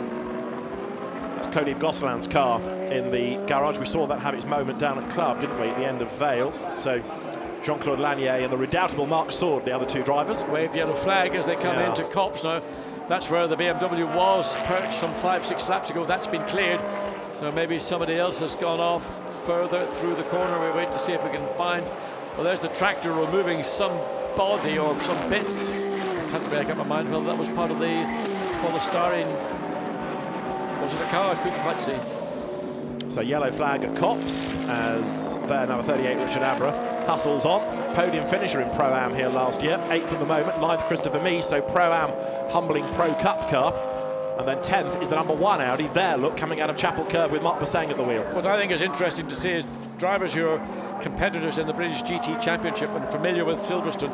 They know this place like the back of their hand, and they know their car and the racetrack so well. So what is going on there? And that is the Audi getting work carried out on it back in the garage. But these British GT drivers who race in all the national circuits around Great Britain come to the Grand Prix circuit at Silverstone and really, really love it, and makes life difficult for the international GT drivers such as Christopher Mies and the Audi, because while he's a professional driver, it's not his home race. That's right, so it's another circuit to remind himself about, as working his way through the traffic here is Daniel Lloyd, belying the fact that he's new to that car, and he goes up on the inside and he takes more traffic and therefore gets away from Christopher Mies, who at last has got past Richard Abra. So Christopher Mies gains 1 spot, and that means the MP Motorsport Aston is just starting to drop down the order a touch. Again, I suspect that was a good run through Abbey. Christopher Mies got on the tail of Richard Abra coming up into Village Corner and got on the inside, and then once it got up to the loop, then it was all done. The Aston just a little bit of a wobble going into Brooklands, but settles down again. And there's happy families. Stefano Telly, not Stefano Telly with the baby, the child, Gregory Gilbert. Everybody watching on, ear defenders, the little ones. Right, the race leader is currently on lap 20, and it remains number 98 Alvaro Parent ahead of Kevin Est. In 3rd place is Guy Smith, in 4th place Alex Buncombe, 5th is Nico Verdonk, and 6th is Edward Sandstrom. Interestingly, on the 20th lap, they're now on the 20th lap, Guy Smith has got fastest first sector time. That's in a set of tyres that's on its 20th lap. Yeah. Getting clear of a lot of this lap traffic. They've been sort of ebbing and flowing with the traffic as they've been catching it. Now that they've got clear air, Guy Smith again 1.5 seconds roughly behind Kevin Est in 2nd place, who's 3 seconds behind race leader Alvaro Parent. So Guy Smith's not giving up. He knows that this car, this Bentley Continental, has got performance. It's interesting as well, isn't it, that late in the stint, as you make the point, it's going quicker, whereas at Monza it was struggling on tyre pressure, so they've clearly got around that issue, and as the car is lighter on fuel, so the pace is there.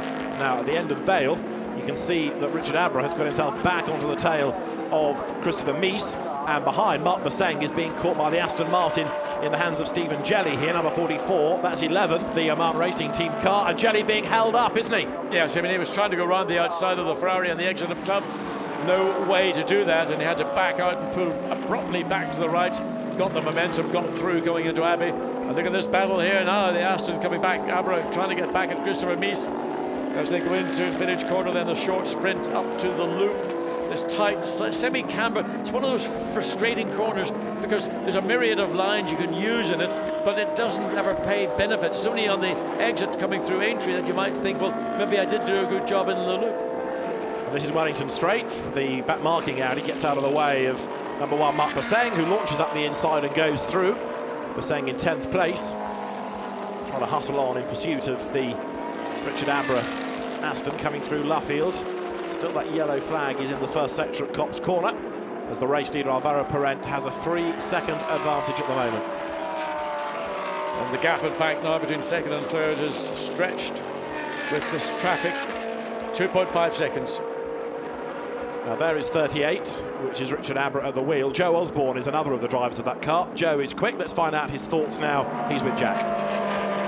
Joe, an awful lot of battles going on in these early stages. Yeah, I think everyone's finding their rightful place on the grid. Obviously, with qualifying, you don't have to start with the driver that did that time. So there's a few guys out of position. So that's why I think there's so much jostling going out there. But some good, clean racing at the moment, which is good. We like. And running third in Pro-Am at the moment must be pleasing. What's your ultimate target? The win in Pro-Am?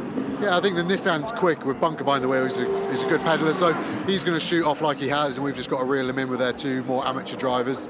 Lloyd's just jumped us for second. We're just running quite a conservative fuel map at the moment. We're just trying to stretch out Richard and I's stint as long as possible, so we've got as much seat time, which ultimately knows that the quicker race run, just sometimes lap times hurt a little. Thank you. No worries, thank you.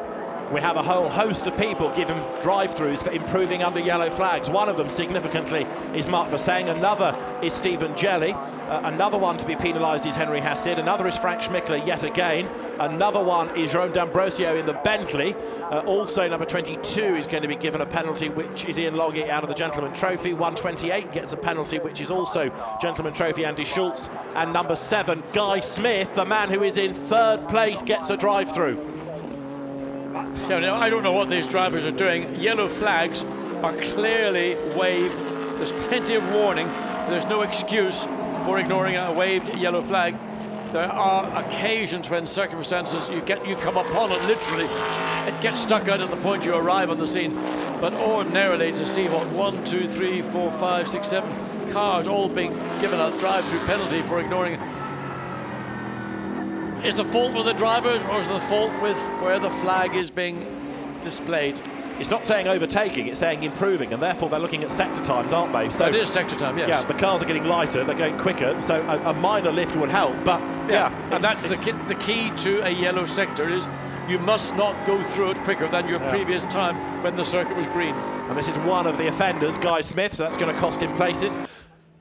So down they come. Both Bentleys, as I say, have got the penalties. I mentioned the fact that D'Ambrosio had got one, so has Guy Smith. He's the more relevant one because he's on the lead lap in third place, whereas we know that number 8 is down in 31st. Still being shown as Antoine Leclerc, but we were told it was going to be Jerome D'Ambrosio to start, but 31st place the car is. But Guy Smith is going to have to give up that third position. Well, that's a great disappointment to the team, but those are the rules and regulations. And I suppose if you're in that type of battle where you're catching back markers, you're only focusing really on how can I make as much time as possible.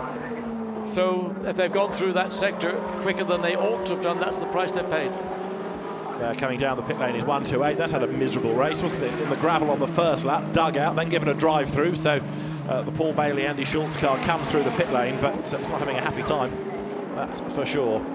There at the end of Wellington Straight is number 7. That's Guy Smith. So Alex Bunkum's going to benefit out of this. Absolutely, Alex Bunkum's going to be absolutely delighted to get that position again, leading the Pro-Am category right now. There is Guy Smith making his entry into the pit lane for that drive-through, and he'll have to slow the car down to 50 kilometres per hour there.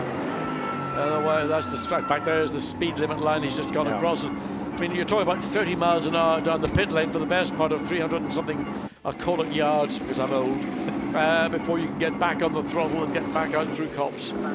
Headlights flashing. Now, you can't make a pit stop at the same time. No, we'll do the drive-through. The lights flashing because he's on the limiter, and he comes down. Then they will go off as he releases it, and he'll accelerate out of the pit lane when he crosses the line. No.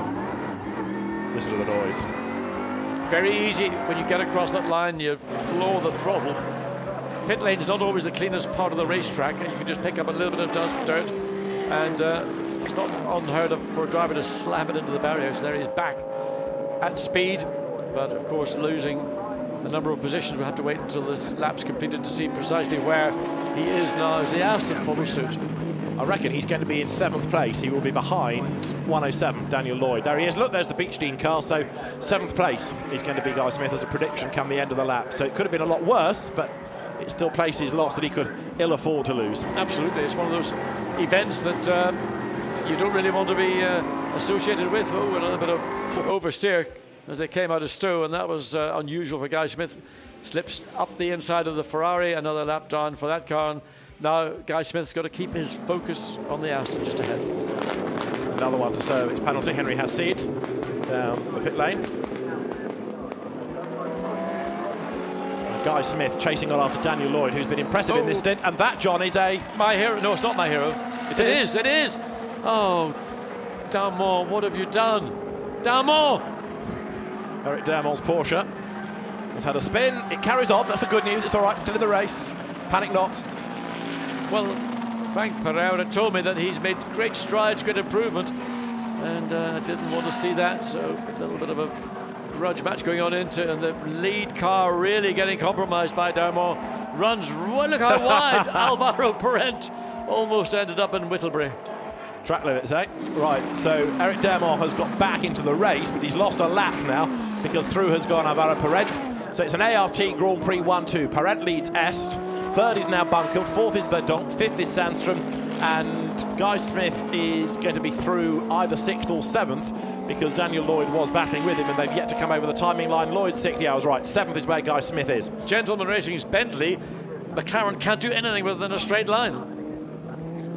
Let's find out a bit more about Bentley's life because it's been a fairly busy first 50 minutes. Jack is in the pits with Malcolm Wilson. Malcolm, the drive-through must be very frustrating for you. Yeah, it certainly is, and Guy is definitely very frustrated. He can't understand it. Obviously, we'll have to get to the bottom of it. What's he said over the radio then? Does he say that he didn't improve? It just says basically that, you know, if he's got a drive-through, then the people in front of him should have a drive-through. So, I don't know. We'll have to get to the bottom of it. Thank you. Thank you.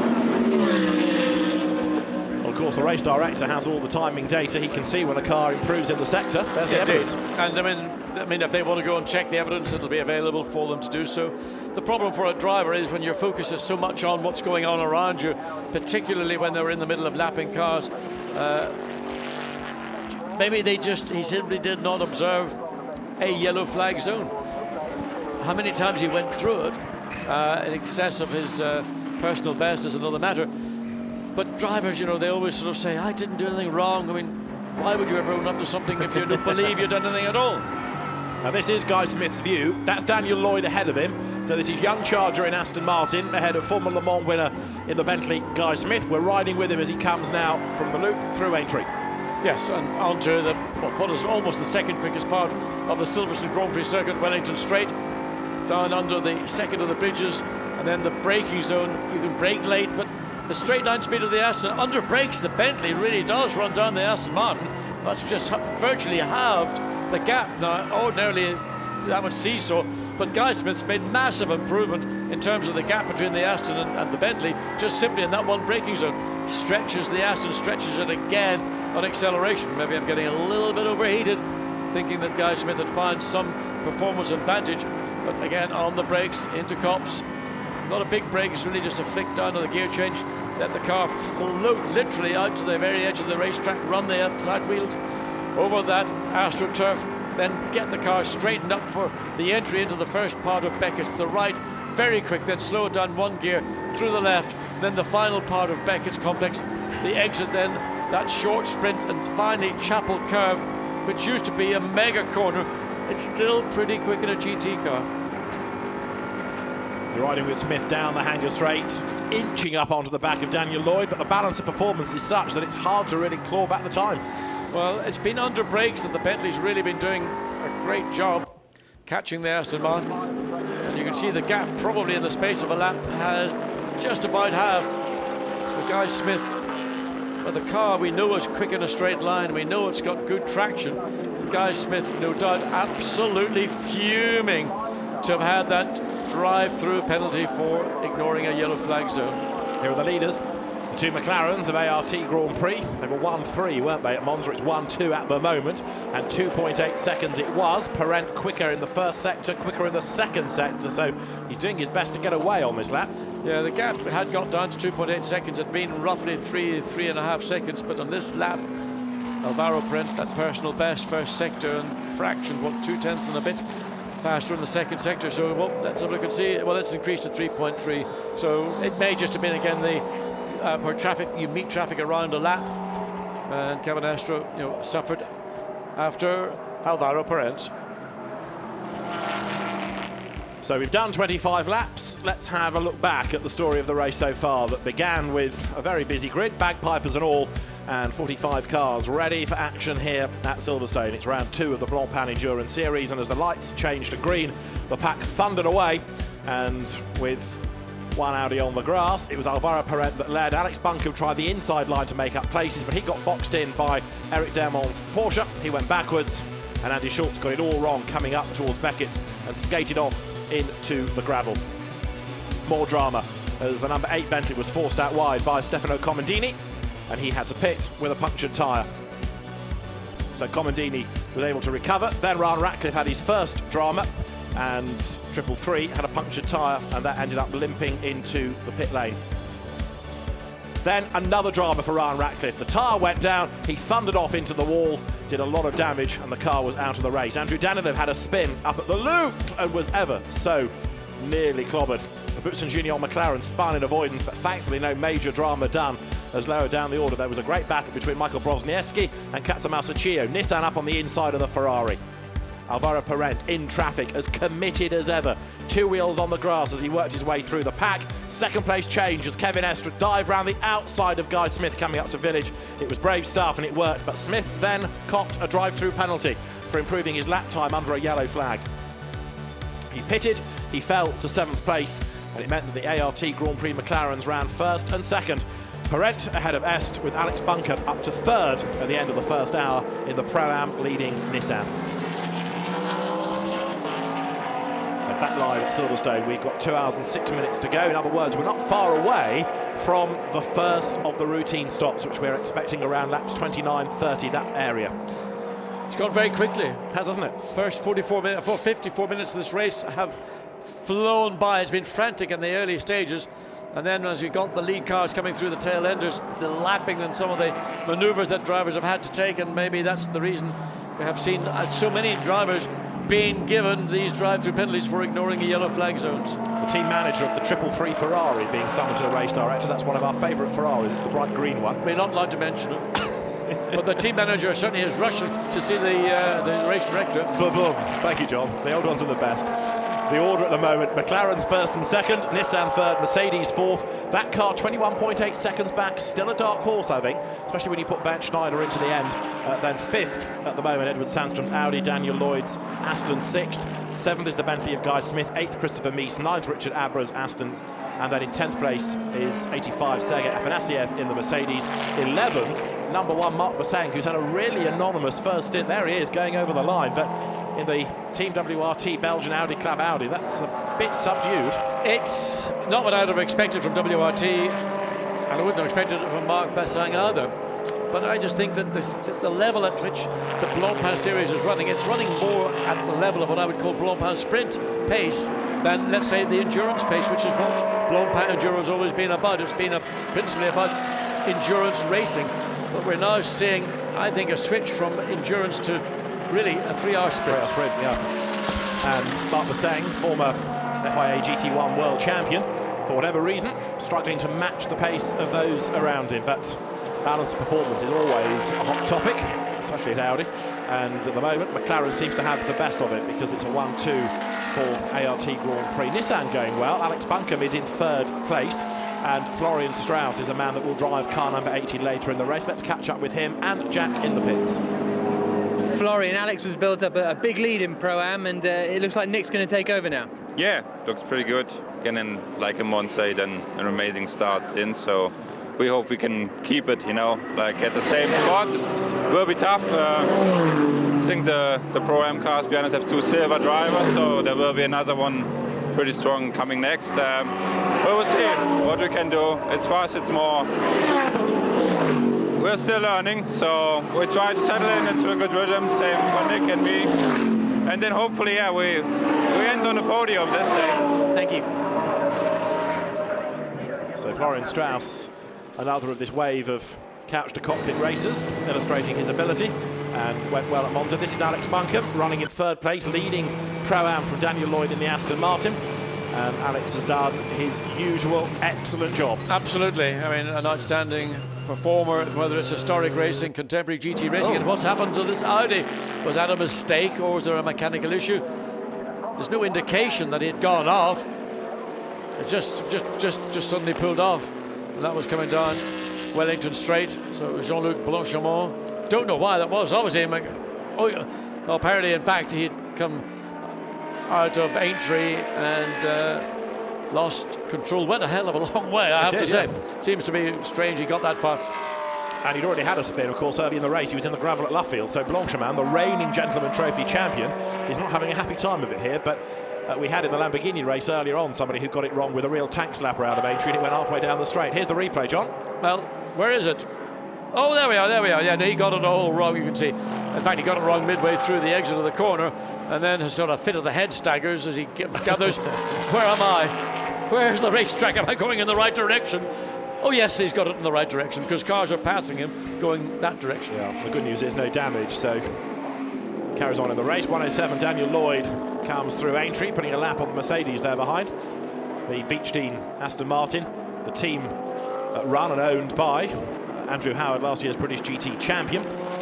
No ice creams. No ice cream ice creams this year. They were giving out ice creams last year. Mind you, on a day like we've had, who wants an ice cream? You need a hammer to break it, probably. It has not been a warm weekend here. Andrew Howard's car hustled on by Daniel Lloyd. Alex McDowell is another driver of it this weekend, World Touring Car racer. So it's an interesting mix of drivers, this. A little bit further up the field, just looking at Alex Buncombe, keeping an eye on the Nissan. Well, there would be two amateurs getting into that car, and it would be amazing to think they could continue the work that Buncombe's been doing. He's just 16.5 seconds behind the two lead McLarens. Alvaro Parent, we see, just coming down into Vale. He's currently got a 2.5 second advantage over his teammate Kevin Estre. I suspect that the ART team are controlling, orchestrating, whatever. You remember that drive-through penalty that Jerome D'Ambrosio had for improving under a yellow? He's got another for overtaking under a yellow flag now. So another penalty for D'Ambrosio, and also number 50, Andrew Danilov, has got a drive-through for overtaking under a yellow flag. There is the 85 Mercedes pit stop. That's interesting. It's done 28 laps. Afanasiev gives way. Yeah, that's an early pit stop, but maybe by coming in early, getting it done, pit lane clear. There's nobody so far. No, the bulk of the field have not decided yet to come in. They're on their 29th lap now, so we may see a more significant number of cars decide this is the time to make that first pit stop. But that Mercedes-Benz doing it one lap earlier. They probably still have a residue of fuel in the car. They wouldn't have run out at the pace they're running at. And Alvaro Parent all over the back of lap traffic, trying to maximise his acceleration off Luffield. Gets behind the Ferrari coming through Woodcut. He'll have a look down the inside as they come into the braking or the gear shift zone, certainly, into Copse. He's not close enough. No, he's not able to do it. 29 laps done by both the leading McLarens. So, relatively speaking, it was early for Afanasiev, and also Mark Basseng came in after 28 laps. There is the 200 Bentley with Steve Tandy at the wheel of it. Steve, very successful historic racer, has turned his attention back to modern GT racing as well of late. Interestingly, just talking about Alex Buncombe as we are, he's managed to reduce the gap to the second place by about a second. Probably due, once again, to the ebb and flow of traffic. Nevertheless, it's an improvement rather than going the other direction. Tyres getting ready at ART, so after 30 laps you can anticipate at least one car in. Which one? Well, good question. Well, I'm the person to answer. I suspect it will be the second place car, Kevin Estre. Drivers ready. But ordinarily in these situations, teams normally offer that up to the car that's leading, and the two cars that are leading. It would be the choice of Alvaro Parent if he wants to come in now or maintain his momentum again. Really flirting with getting a penalty for running so wide coming out of the Exeter Club corner. So will it be Kevin Estre in the second place McLaren, 3.7 seconds behind in lap 29, or will it be race leader Alvaro Parent? For me, both drivers, Estre and Parent, have done a stunning job, and I would like to keep them in as long as I can, but the limiting factor is going to be they need to be sure they don't run out of fuel. Okay, well there is the Nissan team ready to receive 35, which is Katsumasa Chiyo, who brings the car in. He's had a bit of an eye-opener this weekend. He's gone well, though. He's gone well in this race. He's done well, but he's really found it daunting. Coming out of Super GT in Japan, where you're a mega, he suddenly realised that there's a lot more megas in the world than the race in Super GT in Japan, and the race in British GT, the race in Blancpain. It's going to be S, doesn't it? Parent goes through. Yeah. And Kevin S. Oh, unfortunate. Look pits. at that. Well, that was just misfortune, just having the Ferrari coming in, deciding a late cut to drive in. It'll make little difference because they're limited by pit lane speed limit from now on. But the McLaren, first pit stop in the pit lane. So they can get some practice by running 99 through, and then it's the race leading car perhaps in a lap's time. But if Perret gets to lap 31, that'll have been a good effort with no safety car. 29 was the expectation. 33 is what some people think they could go to, but that would be really marginal on fuel. But we'll see how good people are. 26 is just in, by the way. Edward Sandstrom has come in, so he's gone 30 laps as well. Good effort, but others are going longer. And what's happening for the Nissan? It was a safe release as opposed to a unsafe release. So the team did a very good job. They saw the car coming down the pit lane. They weren't sure if the Nissan would make it out before being maybe penalised for an unsafe release. Lost a couple of seconds in doing it, but it also avoided the potential of an unsafe release penalty. So fuel, tyres and a driver change. 2 mechanics only to do the tyre changes, so it's pretty gruelling work for the guys to do this. 128 Aston back in the background. Front left on, tightened up. Work done. Car dropped down. Mechanic says good to go. So 99 blasts back down the pit lane. Well, that will put Alex Buncombe up into second place in the Nissan, 19.5 seconds behind race leader Alvaro Parent. And you have to believe that the Nissan is going to be in very shortly, no doubt, as Alvaro Parent. So they'll probably, ART will do their cars consecutive laps. Sandstrom's car being cycled through. Strange colour. I don't identify an Audi white with different flashes all over it. So good job by the team to get that car back out. There is the race leader, and he's coming in this lap. So 31 laps done for Parent. Good effort, that. He also, on the way in, booted it and left a big black line in the direction he pointed that McLaren. So the AR team ready to bring Alvaro Parent in. And this, if he stays out, will give Alex Buncombe the lead overall, won't it? It will do, unless Buncombe comes in this lap as well. They haven't seen him come in the pit lane, and there's no red mark. Oh, I think he might have just come in right now. In fact, just maybe caught him. No, he stayed out, in fact.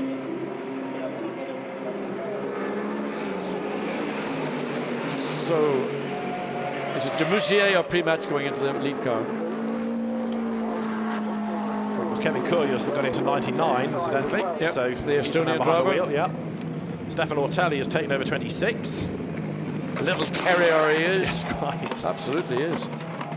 Loves motor racing. Daniel Lloyd is in. Christopher Meese is in as well.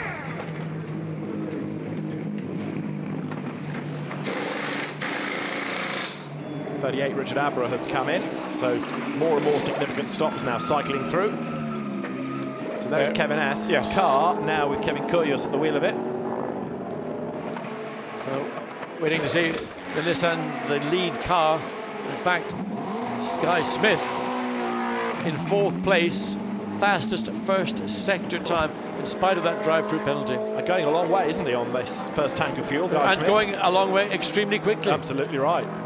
Because he has to make up some lost time after serving that drive-through. Now, are we going to get a switch between the ART Grand Prix McLarens here on the pit stop? Let's see, because over the timing line comes 99 Kevin Kyrgios. Gregoire de Mustier takes over 98 and should be able to hang on to the lead. But let's just check as the cars work their way now up towards Beckett's. Well, they are together. Yep. So it's status quo from what we could tell. De Mustier just ahead of the sister car. Kevin Kyrgios. Estonian. The man in second spot, there's Andy Suchek. Drink in hand. Yeah, Kevin Astra. Little chat between the two drivers, and good stint by Kevin Astra. Did a very good job indeed. Kept Alvaro Parent, who is effectively the star of that team, part of the McLaren organisation, and probably has done more miles in an MP412C than anybody else on this planet. So Kevin Estre earning his spurs by being invited to join this team. In comes Alex Buncombe. Jack is down there. Yeah, Alex Buncombe falls nicely into his slot and then gets out. What could be interesting is that Black Falcon are preparing right behind me. In fact, I've just been told off by one of the mechanics there because he's trying to get ready. So that could be interesting. If they come in before the Nissan is finished, it may cost them some time. It hasn't been too bad this season in Blancpain, but certainly last year, remember in Monza, we had all sorts of traffic jams. But it all looks to be going okay at the moment. Of course, they can't change the tyres before the drivers and everything are in. So that's the reason that the pause is happening. But now Nick McMillan is strapped in, and now the refueling can be done and the tyres can get to work. So it'll be interesting to see whether the Black Falcon Mercedes comes in before this pit stop is done. Back to you, Addis. Thanks, Jack. So, yes, the tightness of a pit lane is relevant, and especially here, if you're at the end where Santilot was, just before the bridge, there's more space, so you've got a bit more play in what you can do. I was just going to say the two ART McLarens are getting very close indeed. Kevin Kuyus is being pressurised by Gregoire de Moussier, so that gap, we saw them both come out of the pits within, 2 seconds or so, and that gap has decreased, and it's Gregoire de Moussier who's going to chase the car that actually at one point led this, actually the car that was in second place behind Alvaro Parente. There they are, a brief shot of them together. Two McLarens absolutely together now. Oh yeah, de Moussier all over the back of Kevin Kujus, and there's going to be de Moussier taking the lead of this race, the car that ran in second place, and all over the back of what was Gregoire de Moussier. So Kuyus goes to the inside, and he's going to pick off de Moussier. So there's the change. Yes. 99, the second place car as was, goes ahead of 98. So Gregoire de Moussier, who proves, I'm afraid, that he's not as quick as Kevin Kuyus, loses early in his stint the lead that Alvaro Parente had built up. Absolutely. So there are the drivers looking at it. They'll be taking all that on board. Of course, Andy Soucek, when he gets into that car, will be absolutely on it. Top line race driver in all forms of single-seater racing, now in GT racing. Back with the Bentley, and in comes Guy Smith. Having got himself back up into second place. Nico Verdonk has pitted as well, and he was the leader. Not pitted very well, Guy. Slightly off, I would like to say. It's not really what you'd call quality parking. Andy Merrick gets on board, and Stephen Kane, we know from the grid interviews, will go last. But yes, it's kind of abandoned in the pits more than parked, isn't it? That? Yeah, sometimes, if you've got a car just in the bay before you, it's a very difficult cut, and of course that makes life slightly more awkward for the guys doing the wheel tyre change. And the American just feeling. One of the things you do as a driver getting into a car you've been handed over is you put your foot in the brake to make sure there's a brake pedal. You might be told, yeah, everything's perfect, mate, don't worry, get on, get in. And actually you might find the steering wheel's off centre, there's a long sloppy brake pedal, and the seat, the worst thing of all is the seat is soaking wet. Well, this is only the second stint. Poor old Stephen Kane's got to go and do the third stint. It'll be even less likely to be a pleasant car to get in. Somebody else being warned about track limits, incidentally, is it one of the leading cars? It's Henry Hassett again. He's been given all sorts of warnings, I think, thus far in the race. Right, we're into the second hour, and still we've got a few people that have yet to pit. Away goes number 7 then. So Andy Merrick blasts down the pit lane. Andy Merrick was certainly outstanding in Monza for the first race for the Bentley Continentals, and he will want to do at least the same job Guy Smith did, and hopefully do it without incurring the wrath of the stewards. So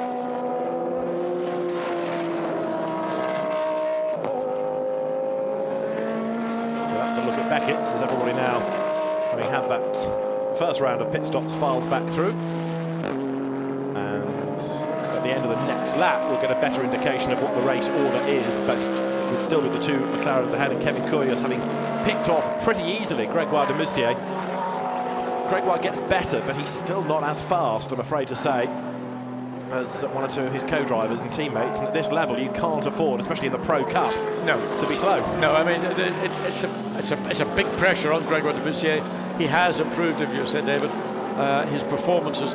But when you get into a group of cars, Jerome D'Ambrosio explaining to John Wickham and others on the pit lane that session, and John, well, he's been there, done it, written the book. In fact, he's written the subsequent book to the book. And there we see The Bentley now being driven by Andy Merrick, waiting to see what his first flying lap will be. He's on his out lap at the present time, followed by the sister car.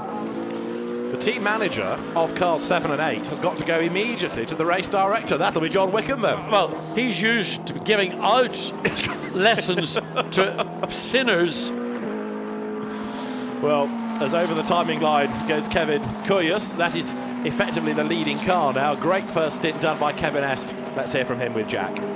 Kevin, good stint. Now you're into the lead.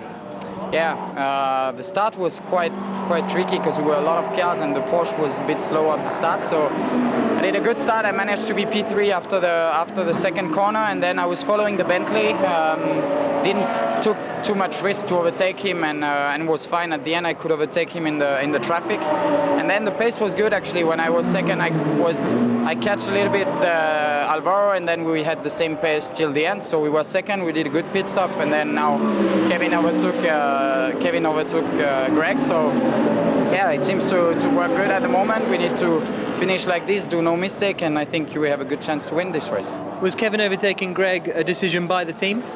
I don't know. I was not on the radio at this time, but I think Kevin is a bit quicker than Greg here. So he saw that he was quicker. He pulled out, and then Greg just let him by. But yeah, I think it's kind of a team play. But we'll see. It depends which driver is in the car.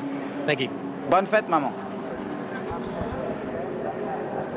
Happy Kevin Est wishes well to his mum and can afford to smile because his car is leading. And of course now there are 47 minutes that this car will do before the next pit stop. This means that Kevin Kuyus should be able to build up a really big lead over Gregoire de Musquier. Yes, and of course then when Andy Soucek gets into that lead car, it's only going to extend its advantage, you would think, because, you know, can Harold Alexander Primat match the pace of Andy Soucek? It's probably even Stevens. I would shade it slightly towards Andy Soucek as we see the lead car, Kevin Kuyus, doing a very good job indeed, as he did do in Monza just in the end of April in fact. So McLaren's and ART have really sorted this MP412C out, and they've got not only a strong car mechanical package, they've got a strong driver package to go along with it. And last lap was 204.7. Best lap so far 2:02 for that particular car, as the Gregoire de Musquier car in second place. Its best lap was basically 9/10 of a second quicker. That was Alvaro Parent, who did it relatively early in the race. Henry Hassett has been warned about track limits. Eric Dermont has been warned about track limits, and now the race director has put on the timing screen last warning, cars 12 and 93. So if they carry on offending, penalties are going to fly. I want to know what John Wickham has been dragged into the race director's office immediately for his two Bentley drivers. Well, both have had drive-throughs, haven't they, for yellow flag infringements, be it improved sector times or overtaking. So might be to do with that. We shall find out, I'm sure, especially if a penalty comes. That will come up on the screen. So we'll send Jack in that direction as well. Now, Stefan Ortelli. Exactly. I'm just going to point out, is that an overlap or is that actually a pace, performance and position? It's third position and it's on merit, isn't it? That the order now is Kuyus, de Musquier, Ortelli, Nick McMillan fourth, leading Pro-Am, Andy Merrick fifth, James Nash sixth in number 3 Audi, getting up there, seventh Harold Primat, eighth shown as Joe Osborne, but it might be Mark Poole because you never know with their transponder. 9th is 85 Lucas Volve, who took over early from Sergio Afanasiev, and 10th now, number 1 Audi of Cesar Ramos. So it's a rather different look compared to what we had in the first hour. I mean, the number 1 Audi, Cesar Ramos, Mark Pessang, Laurens van Thor, 10th place. It doesn't equate. There's something not happening. And have WRT just not dialed this car in? A lot of wet practice, very restricted running when the track was dry, not the usual track knowledge. But I mean, that's the best organised, oiled machine, probably now with the exception of ART, in GT endurance racing. But the relative pace of a Marc Bosseng, as an example, against a Parent or an Est, I put my money on the two McLaren drivers for being quicker. So all these things have to be factored in. He's quick in his own right, but there are others that are quicker, and you magnify that over an hour and you will lose a chunk of time, won't you? maybe Audi are just placing so much emphasis and faith in Laurens van Voor to literally magic a lap time. But he can only do one stint. He can't do more than that. Exactly. So he's going to be a long way back because the car... Ramos is not slow. He was a race winner in a Ferrari last year. He has his occasional moments of red mist, but Cesar Ramos is worth watching. Up front, Kyrgios getting ahead of de Moustier, now 5.5 seconds. Stefan Ortelli, we said, was in third. Now he's 26.3 seconds back from de Moustier, but he's lapping quicker. He's lapping quicker. He's I mean, if he can get to the end of the stint and maybe reduce that 26.3 second deficit to down around 10 seconds, that's a great performance by Stefan Ortelli. I mean, to bring that Audi up into contention, albeit maybe 10 or 12 seconds behind the second place McLaren. Well, Stefan Ortelli, I mean, what can you say that hasn't been said? Well, he's been there. He's bought the T-shirt. We know done it repeatedly. Yeah. Won Le Mans. Won most GT races going, most championships going. He's won the Porsche Super Cup. He's a great bloke. The man from Caen, now listed as a Monegasque, is in third place, lapping quicker. He's got 26.3 seconds to make up. Let's see how he fares. And Joe Osborne also is just up to 7th place, so he's going to be looking pleased with that performance. Yeah, Joe, another quick young British driver who's adapted well to GT racing. Now, their 85 is Lucas Wolf, the former single-seater racer in the Lukoil car that he's taken over from Sergio Afanasiev. That is running currently 9th. And have a look behind. If you spot an Audi, it's Cesar Ramos. There he is in 10th spot. And therefore, there's a battle for position developing here. But in the middle of it is Martin Jensen, who is many laps down in the Ferrari. So this car needs to get a hurry on and catch that Mercedes. Well, the Mercedes got held up in traffic badly in the last lap. And Cesar Ramos has got the momentum. He's got past the Ferrari going into Abbey. So there you can see his objective. It's the gap between these two cars has telescoped very rapidly indeed. Now, Guy Smith's car, Andy Merrick at the wheel, running in 5th place. Let's find out a bit more about all these penalties that flew for Guy. He is in the pit lane ready to explain all to Jack. Guy, did you go too fast under the yellows? No, I mean, we obviously... I got passed in traffic by the second ART car, and I was following him, and there was a lot of waved yellows, and we were following each other, and he was kind of backing off, I was backing off, and kind of like half throttle, and I didn't pass anybody, I didn't get any places, so I'm absolutely mystified. In all the years I've been racing, I've never known a penalty like that, so we've got to accept it. But I honestly don't really know what it was for. I'm absolutely, shocked. But it seems a lot of people got them.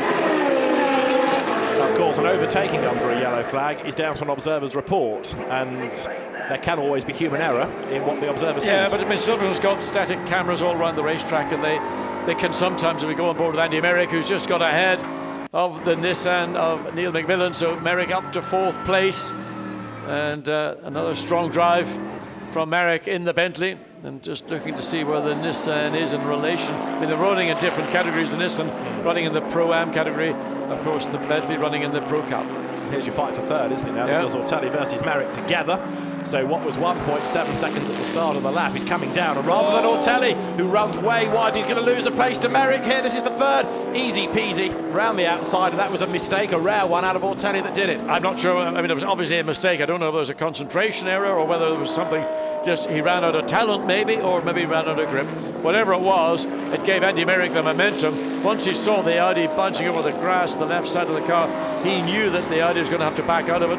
There is the view from Andy Merrick, or from our view of Andy Merrick in his office, with that dinky little sort of steering wheel. Let's look again and see what went wrong into Abbey. The pace of the Bentley forcing an error from Stefan Ortelli, and that was a rare position. Ortelli, momentum was lost. Bentley swept around the outside as they came through Farm Curve and then took the track position. So whereas 2 laps ago we were suggesting Ortelli was the man to watch to catch de Moustier, now this is the man, Andy Merrick. So he starts 27 seconds back from number 98 McLaren. Let's see what he can do. His last lap was quicker than the 2 lead cars. In fact, it was the quickest lap of anybody, a 2:03.883. Where's the pace coming from? Is it Andy? Is it the Bentley? Is it a combination? a drive-through is about 20 seconds. So if you were to take 20 seconds for Guy Smith's penalty out of that margin, he'd be a heck of a lot closer to the McLarens. This is still an excellent performance given the drive-through. Absolutely, and I mean the drive-through has spoilt the day in some respect. But Guy Smith recovered the position as best he was able to do. Andy Merrick again backing that up with a superb run so far in the middle, but we're coming up close to what will be halfway through the second stint. We're coming up in 8 minutes time to halfway through this 3-hour race. At Monza we talked about how well the Bentleys were going and could we get a podium finish out of one at Silverstone. On this evidence it is a real possibility. Now Alex Buncombe has done his usual wonderful job in his opening stint. He's in the pits. Jan Mardenborough's here to cheer him on as well, but let's hear from Alex. He's with Jack. Alex, another great first stint from you, and you've handed over to Nick with a healthy lead. Thank you. Yeah, it was a really good stint for me, and unfortunately at the start what I thought was going to happen did. The Porsche in front of me was a bit slow around cops and got passed by the I think it was Estre and the McLaren around the outside, so I think I got past the Porsche into Stowe in the end, and yeah, just wanted to try and hold on to the McLaren for as long as I could, and they were a few tenths a lap faster, but yeah, I just wanted to get my head down and continue the stint, and yeah, at the end of the day we're P1 in the class, which is the main thing. And Jan, you were part of this series last season, and you've learned to move on and now doing Le Mans and GP3. What is the process like for these young guys? What sort of an opportunity is it for the likes of Nick McMillan? It's a great opportunity for these guys. I think, yeah, of course, I started here 2 years ago, and yeah, I mean, Nick is pushing a lot in the car, and these guys behind me, they're all going to be pushing as well. And yeah, I'm just here to support them and just give them some advice. And I've got a really good mentor here with Alex, and they've got a lot of mentors behind us as well. So hopefully they can get a lot better in the car and improve, so they can race maybe in the future at Le Mans. Brilliant, thanks guys. Thank you. Well, there we are on board with Andy Merrick coming through Chapel Curve down the famous hangar straight where there used to be hangars. This used to be a satellite Second World War bomber base, and all those hangars have now long gone into Stowe Corner. Still a great corner, carry a lot of speed up to the apex and then drop down. Easy to get it wrong in the exit, and if you do get it wrong, there's a barrier on the right hand side just waiting to welcome you into its rubbery grasp. Although so far we've not had too much damage, have we? We've had quite a lot of incident, we've had a lot of drama, but apart from Ryan Ratcliffe's big off. Well, we had quite a lot in practice, free practice, then qualifying practice, then of course qualifying itself, but then track conditions were way inferior to those that we are enjoying this afternoon. It's a beautiful afternoon here at Silverstone, middle teens Celsius, winds blowing, taking a little bit of the temperature away if you're in the exposed areas, but if you get out of them, it's glorious. The incident early on, incidentally, between Renat Salikov and Ryan Ratcliffe, when they touched at Copse, no further action is being taken against those cars. Look at this in the traffic. Andrew Smith in the Akuriakos BMW up on the inside. Joe Osborne, who is a lap ahead, is on the outside, wriggling his way through traffic. It's like a giant arcade game, this, isn't it? You're having to weave your way past cars all the time. Well, that's the beauty of Village Corner and Loop. It gives you flexibility to do whatever you want, and because the track is very wide in the entry, it offers up those opportunities. As we see the two lead McLarens, the gap between them.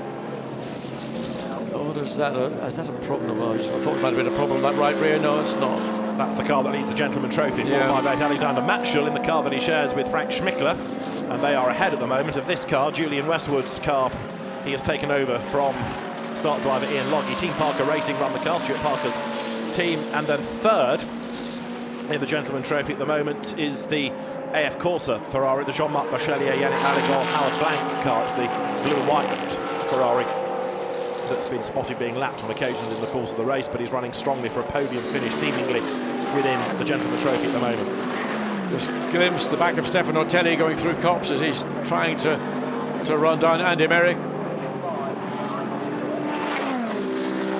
There is the third place car in the Gentleman Trophy. That is the now Howard Blank driven Ferrari.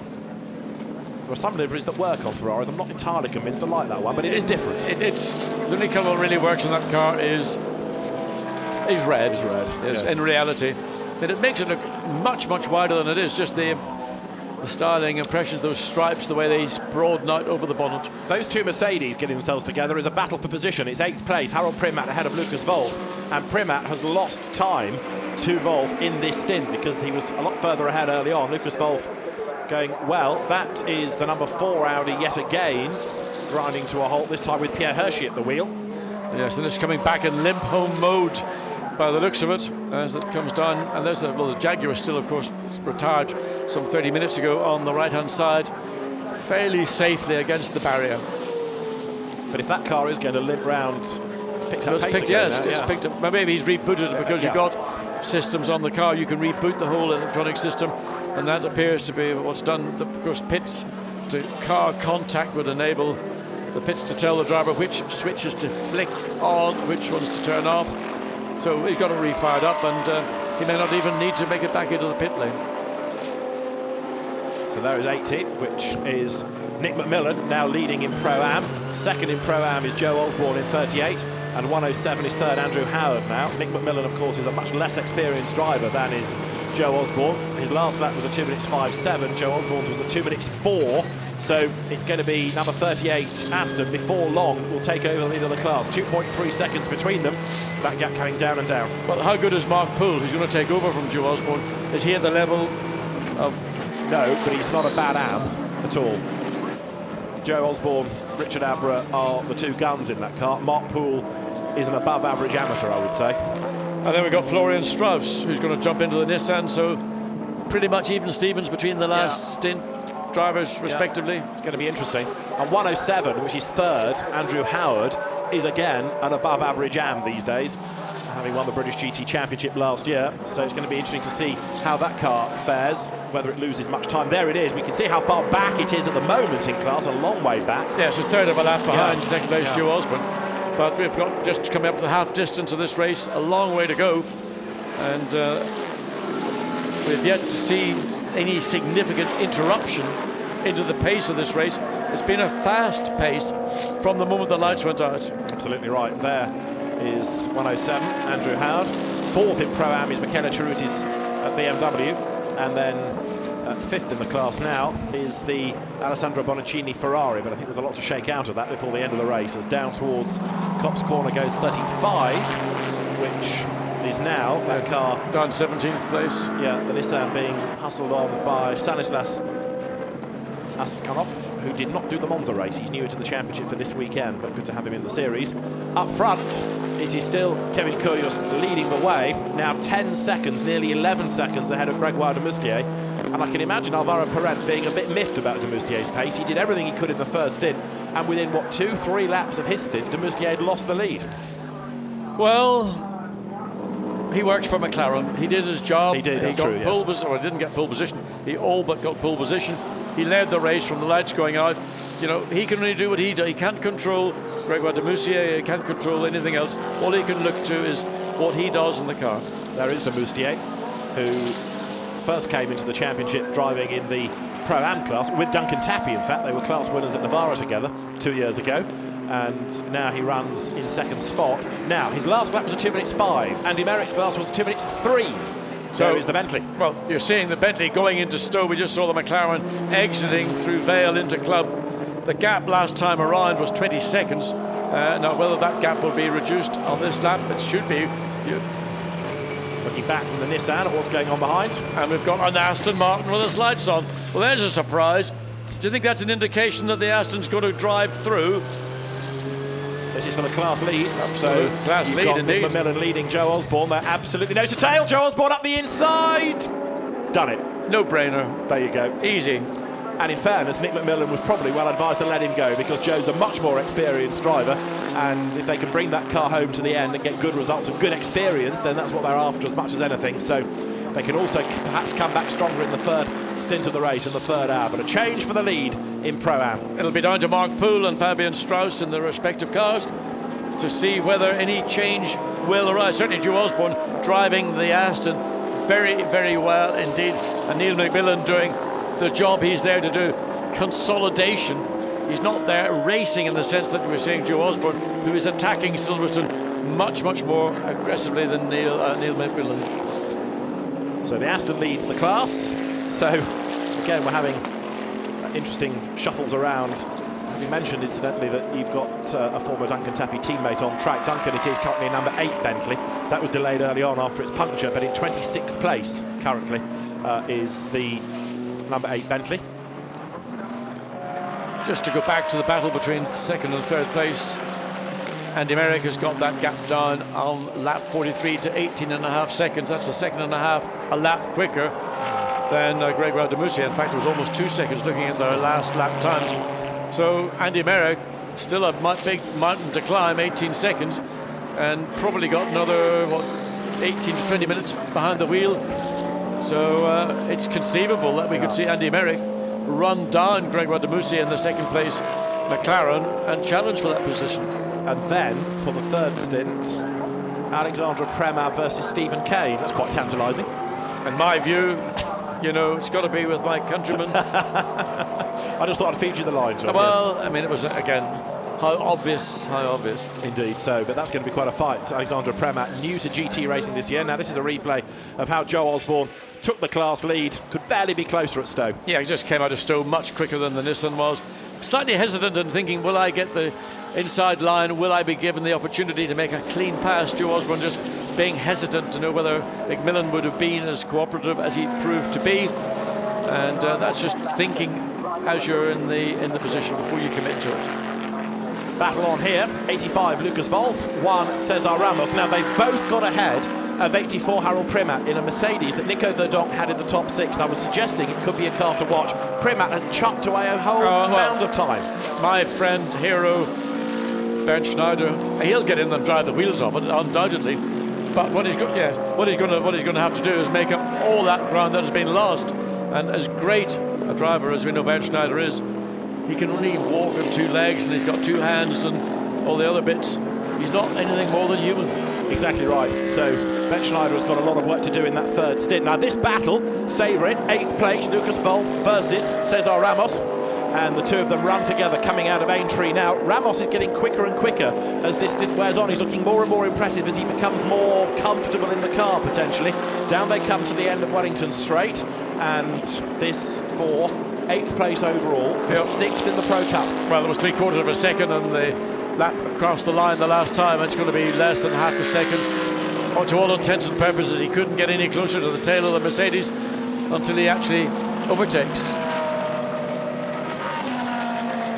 Over the timing line goes now the Mercedes. That lap from Lucas Wolf was a 2 minutes 4.9, a couple of tenths quicker, Cesar Ramos. But we've seen this in the past in the championship, haven't we? The drivers can battle on, they can catch, and then when they get close to the car ahead, the balance of performance is such that they really struggle to find a way through. And if he's not careful, Lucas Wolf is going to get entangled with the Boutsen-Gignon McLaren that's doing rather acrobatic curb hopping. Yes, and that's all manner to heaven for Cesar Ramos, because he's seeing the difficulty that Wolf is having in the Mercedes, and now we're cutting back to what's going on here down at Vale. This is for 5th, and that's James Nash versus Joe Osborne, and this is at Stowe, and it is Lucas Wolf versus Cesar Ramos. Both of the Team WRT cars are in a fight. Yeah, and Cesar Ramos lost out.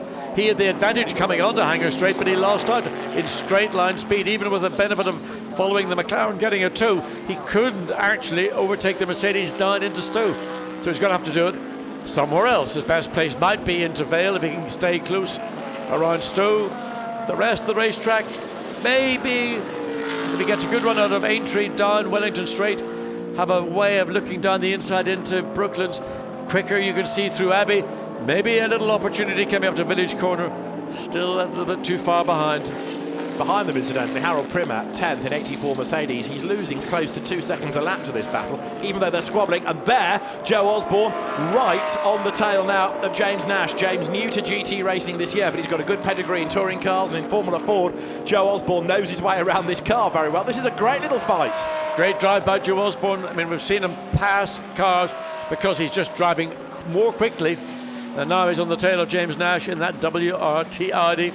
This has not been their weekend so far. Still, what, an hour and 24 minutes to go. But nevertheless, there's the battle that's going on for Cesar Ramos. Getting sort of bogged down at the pace of the Mercedes-Benz, loses the momentum, and consequently is going to find it a bit of a struggle.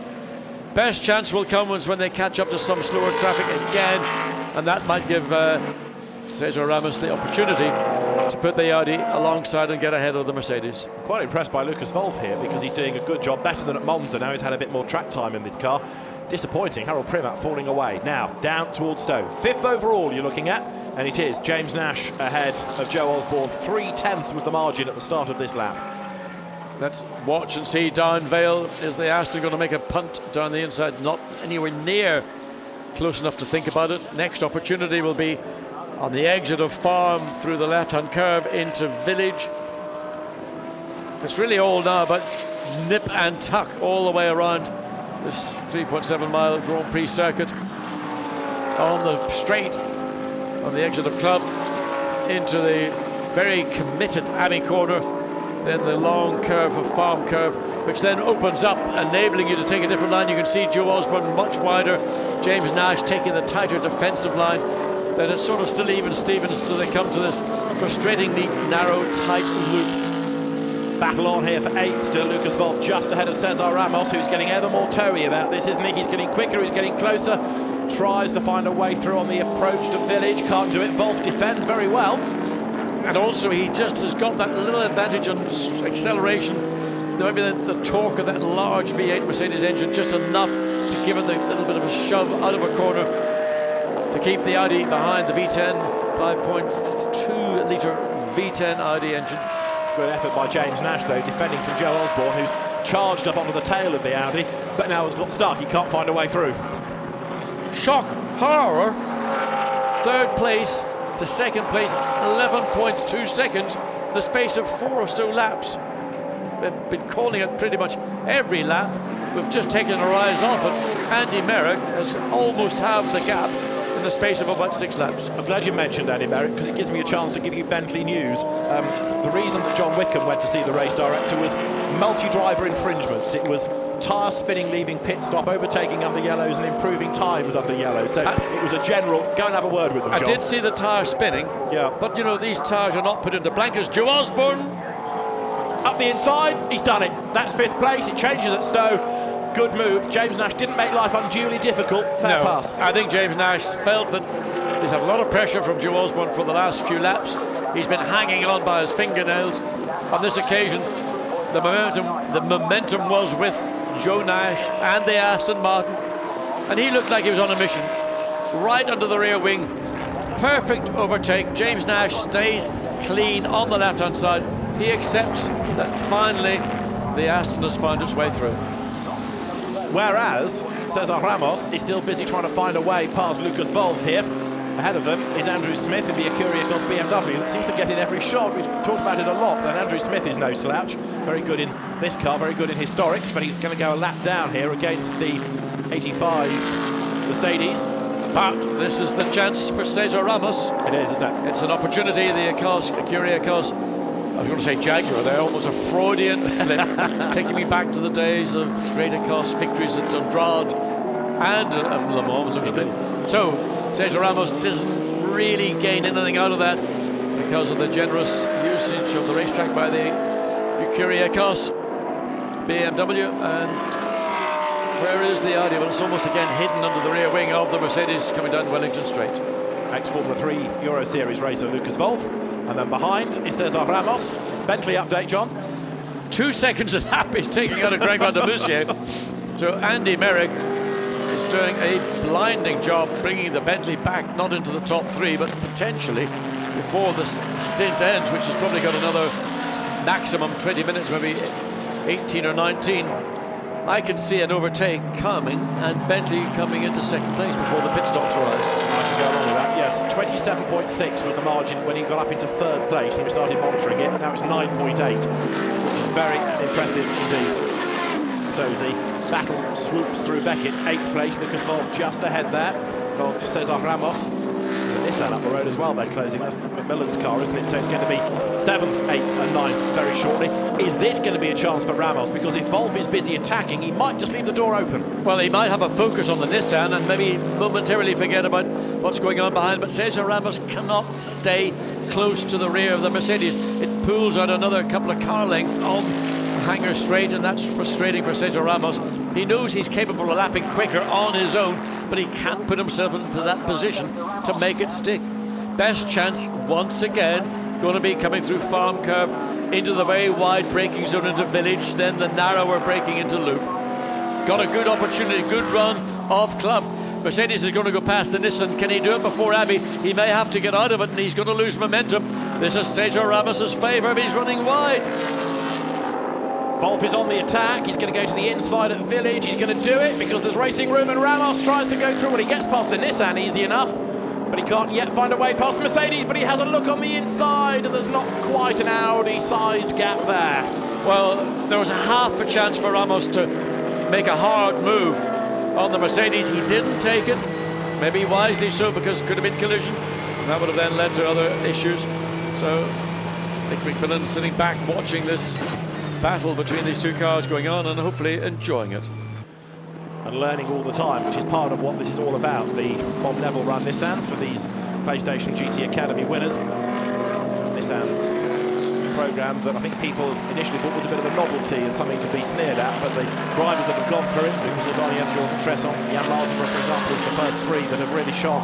Lucas Ordonez and Jan Mardenborough particularly, very, very talented indeed. Well, I think it's the innovation that the Nissan company has brought to motorsport, and we learned about their programs for future motorsport commitments to Le Mans in particular, but also I'm waiting to see a one-race series for Nissan Leafs. Or Leaves. Leaves. Yes. Got a one-make championship for most things. I'm sure it's on the cards. Britain needs another one-make championship like it needs a hole in the head, I would have thought, but it's something quirky. Now, back to the plot. There's 85 Wolf, Juan Ramos behind. McMillan is dropping away slightly. And Andy Merrick is 8.6 seconds behind Gregoire de Moustier. And lower down the order, we've also got Nick Katzberg trying to pound up the order. He's closing on Michele Cerruti. BMW battle developing, that would be for 4th place in Pro-Am. Nick McMillan being overtaken by Martin Jensen there, look, in the 37th placed Ferrari. Yes, and Nick McMillan doing a good job for the Nissan team, down in 9th place. Back to this battle between Cesar Ramos, still trying all he can to take that 7th place away. Race leaders in the meantime on lap 50. And Kevin Kuyus leads Gregoire de Moustier by 19 seconds, and Ramos is still on his toes to try and get past Wolf. I mean, it's getting closer and closer up the inside, using the curb. And there's an element of frustration now coming into Cesar Ramos's driving. He's losing time all the time. He's behind the Mercedes, and he needs to get ahead. He needs to get that Audi up into 7th place. Another drive-through has just been issued, and it's to a Porsche. Eric Trullier's car has got a drive-through for not respecting track limits. As meantime, up towards the timing line comes Lucas Wolf.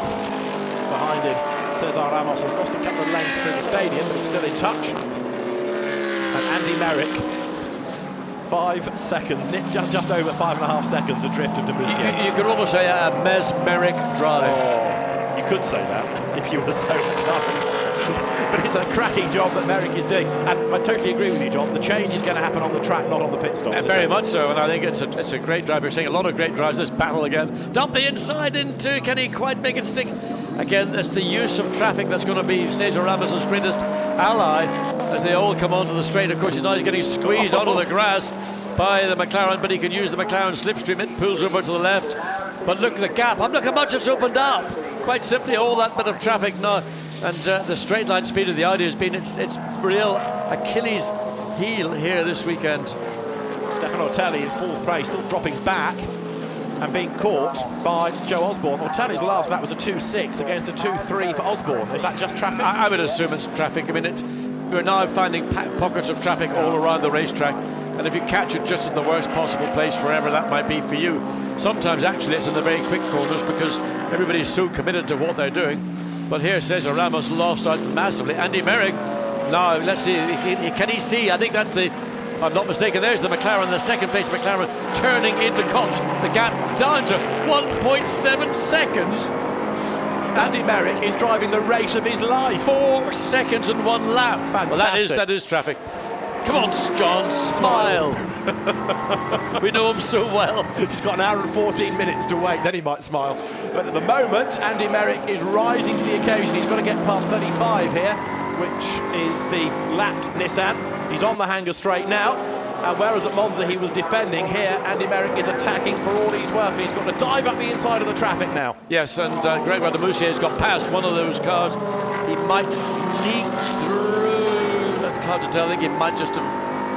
Well, he hasn't. It's hard to tell just looking forward. The BMW directly. Merrick's going to go down the inside. And there is de Moussier trying to pass the Ferrari. And they're sort of tripping over each other as they go into Vale. Ferrari now holds up the Bentley. Andy Merrick's going to have to get up the inside on the exit of Club. So as he gets a good run down into Abbey. Ferrari, of course, quick in a straight line as well. Merrick on the lights. The Ferrari not yielding. It should do as a lapping car. So he should let the Bentley go through, which he does. And now there is the battle for second place. And Gregoire de Moussier will hope that the Bentley passes as quickly as possible to mitigate any embarrassment he may feel. The green Ferrari is being driven by Vadim Kogai, and that's the only time we've had cause to mention him in the entire race. So doing a really good job. Absolutely, an absolute outstanding job and consistent job than Monza. Indeed, so. Sorry, I didn't mention the M word. Meantime, the other M word, Merrick, is on the charge still. In the first sector, he was 9/10 quicker. In the second sector, 2/10 quicker. It's game on. Well, he's caught Gregoire de Moussier. Now, let's see how long it takes the Englishman to pass the Frenchman. A little bit of chop on the steering wheel just to settle the Bentley into the long Luffield corner. So he's run down the McLaren in the space of 20 laps, and impressively so now on the run past the pits, the start-finish line. Gregoire de Moussier, as is often the case, is almost stalling out the Bentley as John Wickham again, half a second, less than half a second in fact. He's looking at himself on camera. Thinking, I don't smile. This is the problem Merrick's got. His pace has vanished because he's caught up to the back of the McLaren. He's having to wait for de Moussier to get on the throttle. The same old story about momentum. But he's going to get him at the end of Hanger Straight this time. He's got the position, he's got the pace, he's got the slipstream. And now all he's going to do is hope that de Moussier goes left. But de Moussier is staying on the inside line. What's he going to do? He didn't manage it. It's strange. The pace of the Bentley catching up to the back of the McLaren was outstanding. Now he's behind him. He's beginning to struggle. Has Gregoire de Moussier realised that this is a battle for position? And he's got to do something to salvage this, because for 11.5 minutes he needs to be behind the wheel of this car. Can he defend for another effectively 5 laps? The last thing that the team needs is for a car that led to arrive in the pits third because of one driver's relative pace. Andy Merrick sticks the nose of the Bentley into the mirror of the McLaren as they go through Abbey, and right in perfect position, de Moussier trying to use the car to its full effect. Merrick's going to have to go the long way around. He might get the cutback as de Moussier does he run wide. Merrick gets alongside, but again de Moussier on the inside. Merrick's trying to stick, but he's going to be forced wide, has to get out of the throttle. So de Moussier may not be quick, but he's clever. He's got wide elbows, very sharp elbows. He knows how to defend. Andy Merrick right on his tail. Andy Soucek getting ready for his stint in the McLaren. As down Wellington Straight comes Andy Merrick to go to the inside. Is there room? Yes, he's done it! But there might be a slick of white paint down the outside of the McLaren, but it was inevitable, and it was a hard move. Sometimes you've got to do these things to get the job done. Is that the drive of the race so far? That's absolutely. But look, de Moussier's trying to come back. Suddenly he realises that, well, maybe I am a racing driver, maybe I've been keeping it all in reserve, but whatever the situation for de Moussier has been, he's been run down by Andy Merrick in the Bentley by the best part of 21 seconds in this stint. Suddenly now he's back at the races. Well, I have a feeling that by the end of this lap, the gap will have widened again. He's kind of, as you say, been stung into action, but Andy Merrick has got better pace. Look, the gap's widening now. And so Gregoire de Moussier tried to retaliate, but Merrick got it. It was one of these cases of, is he going to let me through, is he not? Will I or won't I? And they just, well, actually, maybe there wasn't any contact. I'm looking to see if I can see any McLaren paint down the side of the Bentley. I don't think there is. I think it was very close, but no contact. So this puts the pressure on. Stephen Kane's getting ready as 2 thumbs up. This puts the pressure on Alexander Premat, doesn't it? Because he now is going to take over a car that did lead and has been dumped down into 3rd place. There's number 3, which is James Nash. The car behind is the Bentley, which is currently being hustled on in 22nd place by Jody Fannin, who's never raced this car before, so he's not doing a bad job. So the order is Kevin Kyrgios ahead of Andy Merrick by 27 seconds. Third is Gregoire Musquier, fourth is Stefan Ortelli, fifth is Joe Osborne, sixth is the Audi there being unlapped by the Bentley James Nash, seventh is Lucas Wolff, eighth Cesar Ramos, they're still not changed, ninth is Nick McMillan, and 10th is a rather subdued Harold Primat. Well, the battle I'm going to keep an eye on is that for fourth place. Right now there's an 8.5 second gap between Ortelli and fourth, Joe Osborne, and fifth in the Aston Martin. But that gap is closing down. We've seen the fastest personal best time for Osborne in that first sector. So the Brit in the Aston is chasing again an Audi, this time driven by the redoubtable Stefan Ortelli, who will be harder to overtake. Still got quite a few laps to go before we need to worry about the next round of pit stops. Ramos still can't do anything about Lucas Wolff, who I reckon is doing a good job here. He never really shone in Formula 3, but he's doing okay. He's doing a very good job because he's been pressurised for quite a long time, and it's been close for Ramos getting up alongside and passing the Mercedes, but again, use of the traffic for Ramos. He's got to find a way to make that traffic work, but he's being slightly cautious because the Ferrari is also trying to race, which it doesn't need to do. And in fact, unfortunately, Cesar Ramos finds himself having to go the long way around, losing time around the exit of entry, and that's really not necessary. The Ferrari should have got out of it, let these two cars battling for position, putting a lap on the Ferrari, should have let them go, and he's interfered in a battle which was a battle for position, which was in fact 7th place. Coming through the stadium then, so the Audi, James Nash, who is over a minute away from the leaders, and number 1 Cesar Ramos even further back, so WRT has a mountain to climb. It needs a safety car in the last stint to salvage anything out of this, really. And Wolff getting away from Ramos now by 2 seconds. Don't know if I want to see a safety car. I mean, it would certainly bring the field closer together, and sort of like it's a reset on your machine. It's a race again. Well, now here's my car of the century, the Porsche 911. In 50 years of manufacture, it has won every race that's worth winning. Sadly, Frank Pereira not partnered by somebody who is capable of doing the car justice, but that's the difference between running in Pro Cup and Pro Am. Into the tight village corner, and then the little squirt up to the loop. So the traction of the Porsche against the mid-engine BMW Z4. That is a quick car, albeit they had the benefit of qualifying where changeable conditions and the red flag, but the history book doesn't tell you that. The Porsche was on pole. Ben Schneider in with 66 minutes to go. The car 10th. It's out of touch for a win, I'm afraid to say, because Harold Primat has lost a lot of time, but it could salvage some more places back before the end. So Ben Schneider gets 66 minutes behind the wheel. Absolutely mesmeric. He will be just... I've never seen a driver in a GT car that is just so unbelievable. And I mean, he's not a spring chicken. He's in his early 50s. He should be retired. He should be retired in his lederhosen back in Germany, slapping his thighs and singing. Well, that's during the week. At weekend, he goes racing. Keeps him young, you know. So down the pit lane goes Ben Schneider. That car just on the cusp of the top 10. 35 Nissan has just come banging down the pit lane. And that is there. Ferrari also in for the tyre change and fuel. As far as the leaders are concerned, I reckon they've got another 6 laps potentially to go before we need to worry about the ART cars. So that's an off going off. Yeah, the second of the 2 Nissans. So let's see where Neil McMillan, who took over from Alex Buncombe. Alex Buncombe doing, as usual, a great job. So we've got Neil McMillan down in 9th place. This is the sister car in the pits, having its driver change, tyre change. And McMillan just ahead of Primat in rounding up the top 10. Yeah, Miguel Fascia will take over this car, having crashed on his outlap in the wet in the bronze test on Friday. And it was at the start of the session, lights went green, everybody drove out, we got as far as Beckett's, and off it went into the wall. Well, actually, he got to Chapel. Oh, he said Beckett's. And he wouldn't know what Beckett's was from Chapel.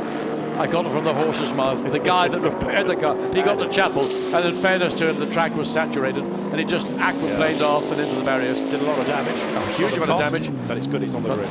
Bob Neville and the Nissan GTR team did a great job at getting that car repaired, took it back to their base, and got it straightened out. Damaged one of the chassis legs, which is a major feature of the Nissan, because all the front of the car hangs on those chassis legs. Now, 4.5 minutes we are away from the end of the middle hour, and that's the target on fuel to try and get to the hour mark. 44 is in, which was Ahmad Al-Hafi, and it's going to be the garrulous Michael Caine who will take over for the last stint. Just looking at what Gregoire de Moussier has done, we're sort of being maybe unkind to him a little bit as the Bentley comes in. Merrick's in, and it's going to be Stephen Caine in. Great drive by Merrick. But de Moussier had kept that gap between second and third to 2.5 seconds, so he had actually sort of rebooted himself. And then when he hands that car over to Andy Soucek, sorry, beg your pardon, it'll be sorry, Alexander Premack. I'm getting confused with the two cars. Alexander Premack will take over from Gregoire de Moussier, and it will then be Andy Soucek who takes over from Kevin Kudus. That's going to be the lead car just steaming away. Now, Caine has got into the car. He has got 64 minutes effectively to do. 63.5, I suppose, now, as he sits there ready for the pit stop to end. Tyres go on, but that car pitting relatively early before the hour mark. Stephen Caine gets in. Interesting strategy. Yeah, McLaren still pound on. I mean, the team know exactly the amount of fuel this car has been using. We know that Andy Merrick has driven the wheels off it on his stint. But take it out easy, Stephen. Don't spin up the wheels. Oh, he stalled it, didn't he? He did. It just about caught it, and but he got it going again. But not spinning the wheels is the key. This Ramos, Cesar Ramos has come in. Yeah. He's got tired of sitting behind the Wolf and the Mercedes-Benz. There is the number 7 Bentley making its way down the pit lane at 30 miles an hour, 50 kilometres. Now he can accelerate out the long right-hand curve that leads you up from the exit of Copse Corner. What's the problem with the Ferrari? Very slow Ferrari, the Valet Lemeray Albert car crawling through the Beckett's S's. Right, the race-leading car is that, 99. So Kevin Kudus, it is the Estonian, who's former Renault Euro Cup champion, GP3 racer, leading the way. Driving standards flag for 200 Jody Fannin now for track limits as the tyres go on to the number 1. Now Laurens Vanthoor, Audi. Right, magic wand in hand, Laurens Vanthoor. You've got to do something here. Well, if anybody's going to do it in an Audi WRT, would expect Laurens Vanthoor to do it. But it just looks to me that Audi this weekend have not found the sweet spot of their car. Where they appear to be losing most, to me, is just simply their straight line speed. Cannot match others around them. They may be quicker in a lap, but if they can't use that performance because they're being basically stalled out in the straight, maybe the decision to go with the setup was maybe based on weather more than track conditions as they are right now.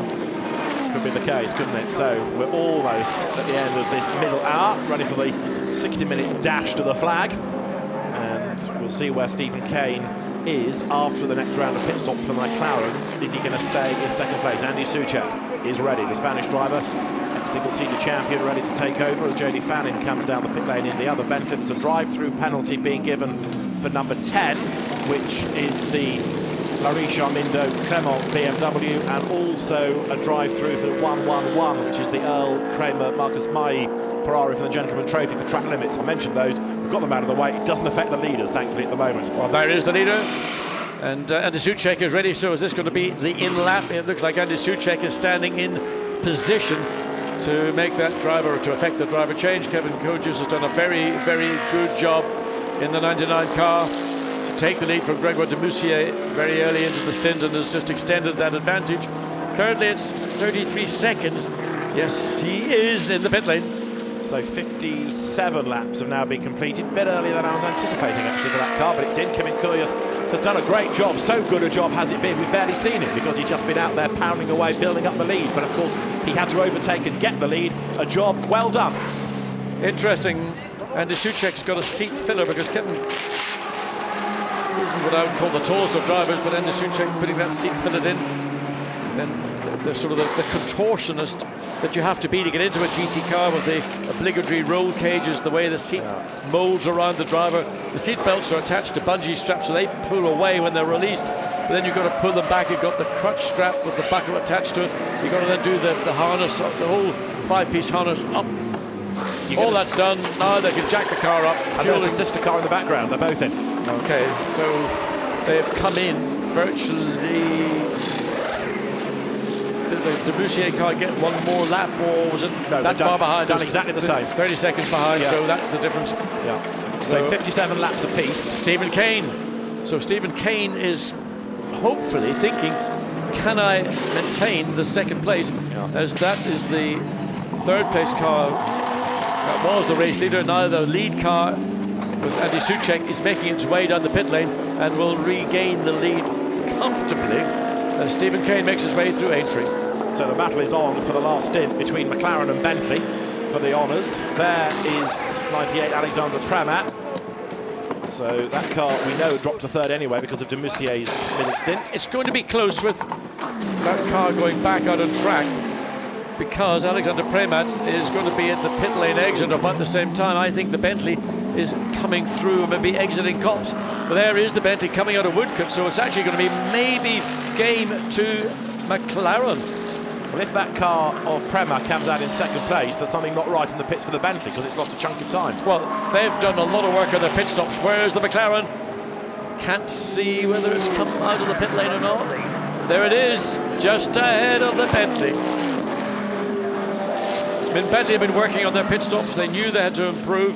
They've done a great deal of improvement, but maybe quite not enough. There it is. Bentley's second. There it is. That's 19. Okay. There's another 8 car, similar so car. that is Alexandre Pramat. So the order is as you were.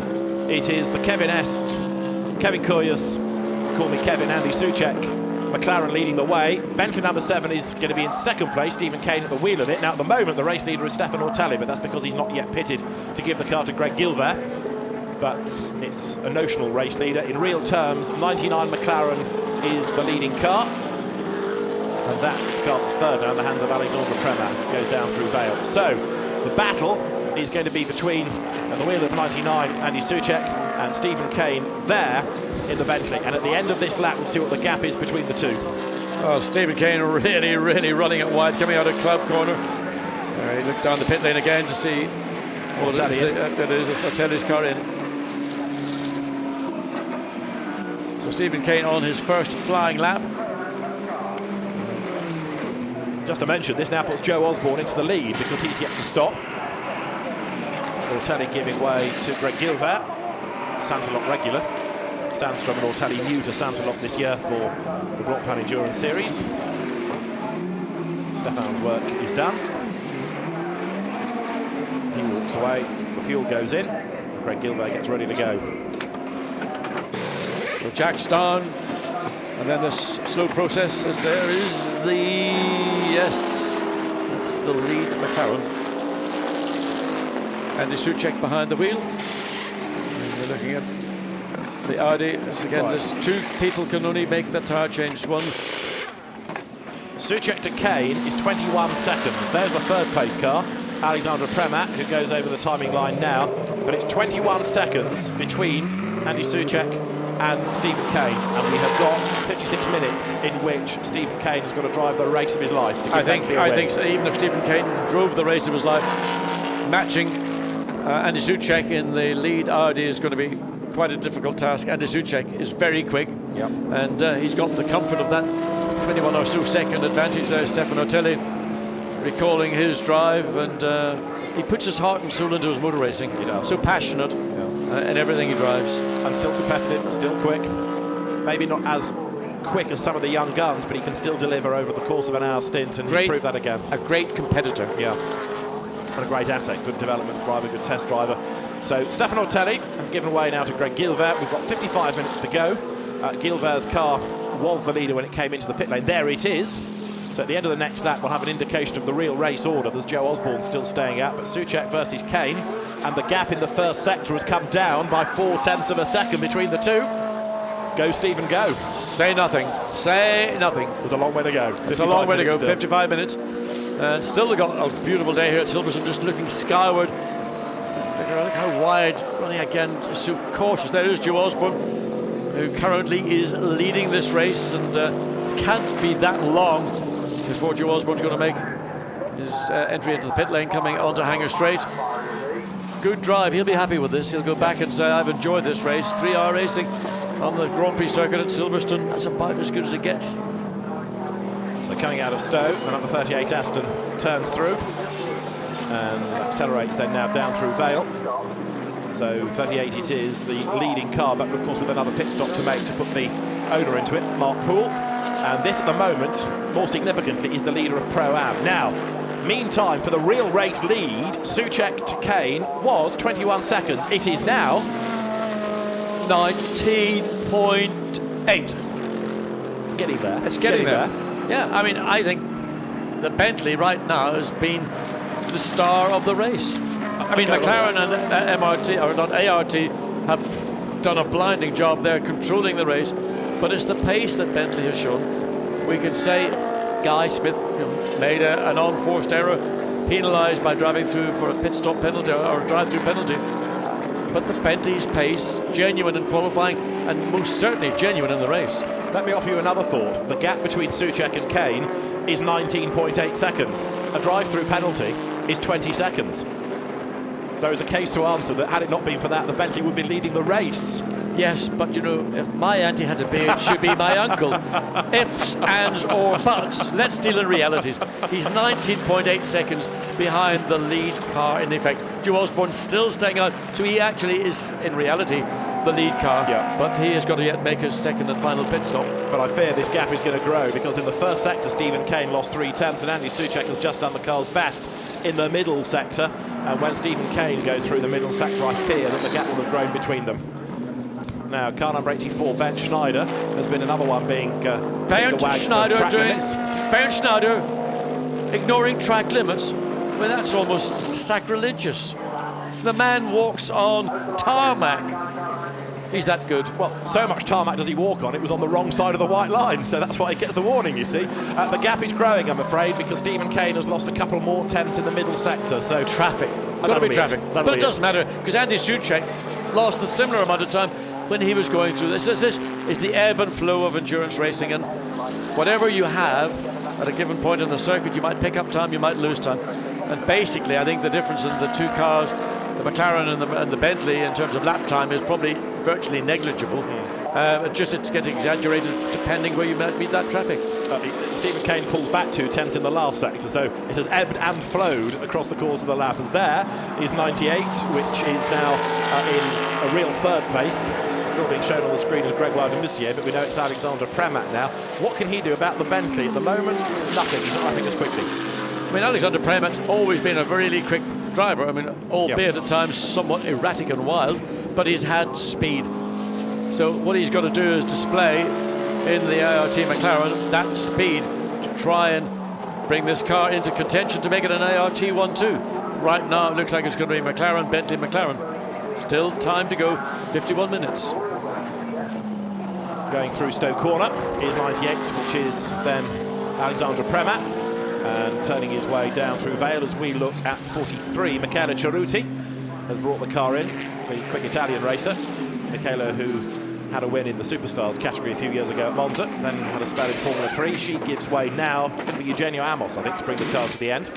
Just, I mean, the McLaren in a net third place is under a challenge from Nicky Katzberg, only 1.2 seconds behind. So Katzberg has made his 2 stops. The car he's driving has made his 2 stops. So let's watch and see. That's where it goes wrong. The wheel is not locating on the hub. Oh, that is frustration. Fortunately, it looks like it has done so. And but that's the difference between a hot hub and a cold wheel. Still not, it doesn't feel right. The wheel, the nut doesn't feel like it's seated. It's been a disastrous stop for the BMW team. And let's hope the rear hubs are not so problematic. But that left front certainly did lose time for the team. Now it's the right rear. And the guys struggling for space with the refueling rig. The car comes off the jacks and off it goes. And that's wheel spin. Oh, maybe it'll be a little, you know. We saw it. And I know the race director listens to every word we say. 50 minutes to go. 43 back in the race. When Joe Osborne has pitted, Pro-Am is going to be quite fascinating to the end, isn't it? Because Nick Katzberg has crept up the order in number 12. So there's a lot to shake out of that, not only for the race for the overall situation, but Pro-Am as well. I'll tell you another car that's lost a massive chunk of time. Number 3 Audi, Frank Stippler, has taken over from James Nash. Now that car was 5th. It's now down in 16th place. I mean, that's not down to Frank Stippler, I can assure you. There may have been a problem in the pits that we don't know, or maybe it had been an issue on track, but certainly to lose that position, that's not a natural position. So we're just going to have a little look through our timing and scoring to see if we can work out the reasons, but there's nothing that's showing immediately to suggest that was either a driver error than the car had gone off track. or whether it was probably during a pit stop when they may have also struggled with an issue. One of the big issues, of course, is when the wheels on the car, when they come in for a pit stop, the hubs, the wheels, everything is steaming hot, and you're putting on a cold wheel, and that difference in metal in terms of the expansion can sometimes be problematic, as we saw with the left front and the BMW just a moment ago. We'll send Jack in the direction of number 3, I think, see what he can find out. He's had a good lunch, so he's now fueled, ready to go and investigate further. 16th is not where you anticipate that car to be. 8th is where Lawrence Vantour is. Now, Lawrence has done the car's best first sector. His next target is Greg Gilbert, but he's 15.5 seconds back, so they've certainly made life difficult for Vantour, haven't they? Because his 2 co-drivers have not really sparkled. No, Lawrence Vantour doing his fastest lap 2:02, which is very much in the zone of the fastest laps of anybody here so far. And we're now into the 3rd hour of this 3-hour event. So track conditions remaining really, really good, very consistent. Now that we've got rid of all that horrible weather we had on Friday and on Saturday, and more rubber going down on the track to replace that was washed off. So in theory, track conditions improving, which of course suits the tyre. Yes, a wet Silverstone is something you don't often find. You lied. As I said earlier on, number 38 has yet to pit, and when it does, this is going to really spice up Pro-Am. You're looking at the moment at number 26, which is Greg Gilbert, being held up a little bit by the Mercedes, but that car is in a genuine 6th place. Hubert Haupt in number 19. He's about to lose the place to Greg Gilbert, but after Andreas Simonsen spinning on the first lap of the race, that green and black Mercedes for Black Falcon has come back into the game. And he may not have given up that position, because the Audi took the inside line and had to run wide and lost momentum, so the Mercedes back in contention. So let's see what happens on the straight. We know the Audis have not had the best straight line speed here at Silverstone this weekend. Little flinch from the Audi coming through the final bit of Beckett, and the Mercedes has had better straight line speed. Pick up the slipstream, get under the rear wing, try and use that. Watch for the Audi to see what's going on with the Aston, watching every move from behind. Going one way, then no, nothing can be done. Aston Martin sits and watches the battle between the Audi and the Mercedes, and surprise, Mercedes wasn't in the position to take advantage of the toe down Hanger Straight, to put himself in position to try and take that corner away. Joe Osborne still out on track, and we've got 46 minutes of this race remaining, leading the race. Last lap, 2 minutes 03.339. I mean, is that car maybe the next future of fuel conservation? Because it's seemingly making fuel, not burning it. There we are, getting ready now. So it will be in at the end of this lap. Great drive by Joe Osborne. Great job by the Aston team. Marathon stint. It's going to be one very empty tank of fuel, isn't it, that? Just going back to the Hubert Haupt Mercedes, that's yet to make a second stop. So although it's competitive, it's in a kind of phony position. It's yet to make a second stop. But this car, likewise, still, I think, could be on for a Pro-Am win. And that would be a mega result, wouldn't it, for the team? At the minute, if Joe Osborne, replacement driver, is going to drive at this pace, they're going to win that Pro-Am Cup without any problem whatsoever. Well, the other car that's going to be again, so just pitted, number 12, Nick Katzberg, has come in. He's got to give number 12 BMW back to Henry Hessid. They were the Monza winners, weren't they? So let's see whether or not it should be an Aston Martin versus BMW fight, this. Well, Mark Poole will be getting behind the wheel of this Aston Martin, as it's, I mean, it really has been driven the wheels off it. Joe Osborne sliding the car coming out of the loop and then through Aintree down this there's not Hanger Straight, Wellington Straight, under the bridge into the braking zones, as I have a little break myself, and then that long reasonable corner, and then Joe Osborne will cut across back in to the pit lane to make his pit stop and hand over to Mark Poole. We understand number 3, the James Nash car, had electrical gremlins on the pit stop. That's why it lost all the time. So very, very disappointing that, because this is now down in 14th place. We're getting a drive-through penalty for number 19, Hubert Haupt, for causing a collision. So that Mercedes we've just been talking about, of Hubert Haupt, drive-through. Who was the collision with? Don't know. Don't know. Haven't seen. So pass on that one. Right. Joe Osborne, Joe Airborne, as he was known when he started. He had 2 rather spectacular Formula BMW crashes in his very early days of racing, but he's matured into a very good GT racer. He gives way to Le Patron. Mark Poole gets on board. So is Le Patron up to scratch? He won't be as quick he's adequate. Not as quick as Joe Osborne or Richard Abra, but he will not disgrace himself. I think I said early on, he's a kind of above average am, really, is Mark Poole. We've got two trying to help do the seatbelts up. And you can imagine the stress and panic when you get into the car having had such a fine stint by one of your drivers. And then getting those belts buckled up, getting the crutch strap attached to the main waist part of the seatbelt, then there's two shoulder straps buckled in, and one little bit of panic sets off a whole chain reaction. Still not really finished all the work with the driver change. There may be a drinks bottle somewhere in the car that's getting attached to the driver, and then the radio plugged in, and cars coming off the jacks. It's all set to go, and the driver's set to go as well. Mark Poole drives that Aston Martin out of the pit lane and most likely will retain the lead of the Pro-Am Cup. So 43 minutes to go, and there's still an awful lot happening in this race. So now it is going to be number 99, Andy Soucek, who leads the way, and he is 16.9 seconds ahead of Stephen Kane. Where did we start? 21 seconds. 21, yeah. I mean, it's sort of ebbed and flowed, I think, principally because of traffic, but Stephen Kane has done what Andy Merrick did in his stint. Oh, Aston Martin in trouble on the bow! Now, what was that? That sounded to me like two cars getting together, going backwards into the wall of the barrier, just under the bridge on Hanger Straight. A heavy impact on the right rear. Look to see again, was that something just in isolation? Was it because he ran wide coming out of Chapel, which it could easily be? Remember, the grass at Silverstone is absolutely saturated. There's the lead. Is that the second? Watch up and see. Oh yes, that's what happened. Well, just totally self-induced. And of course the grass is soaking wet, lubricates the tyres, which then have no grip when you come back on the tarmac, and a heavy impact in the right rear. Thank goodness you've got crushable structures on these modern GT cars. That'll have taken most of the impact, but way off. And that's what happened in the Nissan on Friday. Safety car. We have a safety car. You can see now we've got two in the same part of the circuit. I was about to suggest it's a good job the Aston didn't slide further and hit the Jaguar, and the race director thinks, I don't want two cars left there. We'll have a safety car.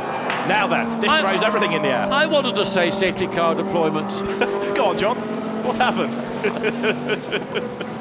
Well, with 42 minutes to go, we get a safety car. Who's going to be the winner out of this one then, would you think?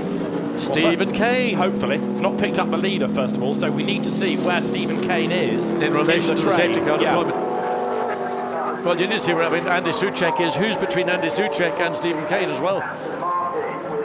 So 1 to 8 of the...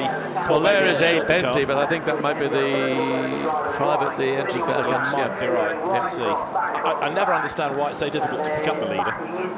And there is a category where, for example, the DTM, the safety car comes out. If it's got green lights, you can go past it, and it lets the traffic go till it gets the leader. Here it's scrambled, doesn't pick up the leader, and so people are going to be compromised as a result. Yeah, absolutely. Well, actually, the whole battle for the lead of this race could be as a consequence. Yeah. And there is the Lamborghini safety car running around at a relatively... It's going to take the best part of, what, 10 minutes before both those cars are removed from the racetrack to the safety behind the barriers. So we've got 41 minutes of the race as it stands behind the safety car. Let's say 8 minutes to clear. We're going to be down to just over 30 minutes. What a cracking final it is going to be to this race. I agree. So let us see if we can. It may have to be when the cars come over the line, actually, where everybody is. The car that has been picked up is in 35th place. So the race leader is in the middle sector, so is the second place car. You might get all four for the lead, maybe bunching up here. As long as they're in a group, that'll be good for the race. When the safety car is withdrawn, it's not going to have first, second and third behind it. There's going to be the lead car, second place car, third place car, all sort of strung together nose to tail, and then a load of much slower traffic ahead, which is a nightmare for Andy Soucek. I mean, you just dread these situations because everybody will be tripping over one another to get clear. They've done it right. Well done, Alan Adam, who is the race director, because he's let the first two cars go, cars 18 and 80, and now the leader is behind the safety car. So it's on the timing screen. They've done it properly. Well done to Alan Adam, the race director, because with two cars to let go past the safety car, he's done it. The instruction has been given. That is the race order. You can see on the screen we've got 39 minutes and change. And where are we? 4 cars between first and second. So for Andy Soucek, he's got the result of the day. For Stephen Kane, he's wondering, what can I do to get past 4 cars and stay in contact? And I reckon it's 7 cars between Kane and Prematt. So Stephen Kane's a little bit safer. Stephen Kane, I think, is comfortable in second, but the opportunity that he felt he might have had to run down Andy Soucek sort of has been dealt a bit of a blow, but ultimately the time between first, where Soucek is, and sort of be 5th place, where Stephen Kane is, it's probably about 6, 7 seconds, 8 seconds under safety car. Let's have a look at how the race has panned out thus far, with the race getting underway, with penalty going on right the way down to Cobb's Corner, with a good start being made by, from the outside of the front of the grid, Alvaro Parent, and he went charging around the outside of the Eric Dermont-driven Porsche. That in turn blocked Alex Bunkers, so he lost places. But 128 was in strife at turn 3 as off the road went Andy Schultz into the gravel, and that's the car that's now brought out the safety car. Other dramas, as Jerome D'Ambrosio was attacked by Stefano Comandini. That punctured the tyre of the Bentley and it had to pit and lost a lap in the process. Drama when Ryan Ratcliffe was hit going into Kopp's Corner by Rinat Salikov. Salikov had a punctured tyre, but Ratcliffe's tyre went down a few laps later and threw him off the road at Kopp's in frightening fashion. Guy Smith had a drive-through penalty for allegedly overtaking under a yellow flag. He reckons he didn't, the observer reckons he did, and at the first round of pit stops, 99 was the leading car. Alvaro Parent gave way to Gregoire de Moustier, but de Moustier could not match the pace of the Spaniard. 98 was given over from Kevin Estre to Kevin Kyrgios, and he was soon in the groove, and he was able to get himself onto the back of the race-leading car and make a move on the inside heading into Stoke Corner that put him through up into the lead.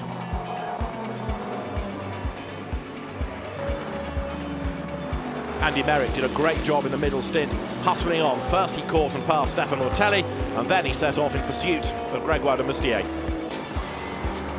Merrick hard at work, driving one of the best races of his career, as he's given Bentley a great chance for a podium finish and maybe even a win.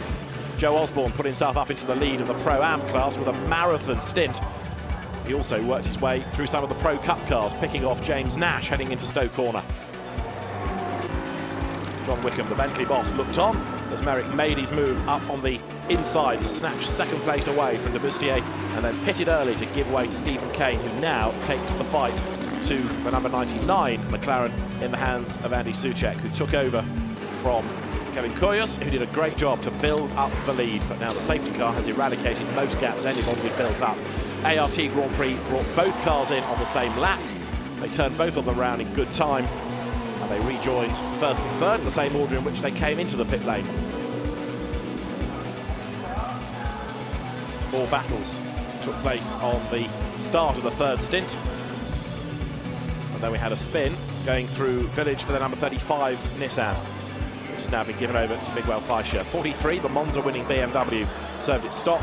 Hubert Haupt had managed to stay out for as long as possible, but lost track position to Greg Gilbert, which put the number 26 Audi up into fourth place. And then number 128 had this accident with Andy Schultz at the wheel. The car ploughed off the road, thumped the wall, just avoided the already parked Jaguar, and that has brought out the safety car, with the first two cars behind it being out of position. They were allowed past, and now the scene on the Hanger Straight is one of retrieval of both cars, which of course takes a bit longer and therefore eats in a little bit to our remaining race time.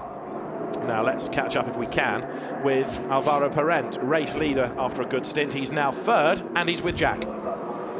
Alvaro, how's the safety car worked out for you? Well, it's a difficult question because Alex didn't get much driving in the dry in this track, so he was just out there for 5 flying laps. He was doing okay, getting in the rhythm, but then we've got an Audi very close, and now closer because of the safety car. So it could be good and it could be bad too.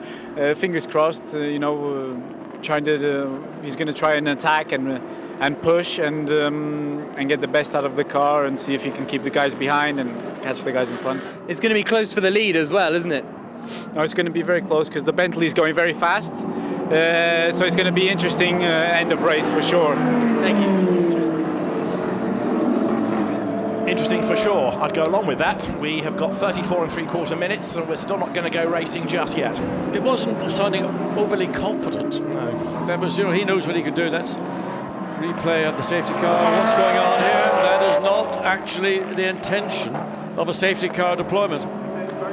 Yeah, I mean, it looked like everybody really sort of got on the anchors going down Wellington Straight, and the Nissan came piling through and had to take diversion reaction off the racetrack, and a little bit of egg or whatever you care to put it on the face. So that's what happens when you get a line of cars.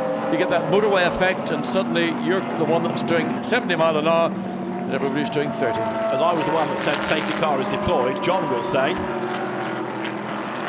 in this lap. Thank you, John. Well said. I didn't say safety car, did I? So we will go racing this time at the end of lap 68. That will give us just over That's half the an hour. car. That white Bentley is the car to keep an eye on, because there are 4 cars between it and the race leading car. And Stephen Kane had worked hard to get the gap, which was over 21 seconds when he took over, to reduce it down to something like 17 or so.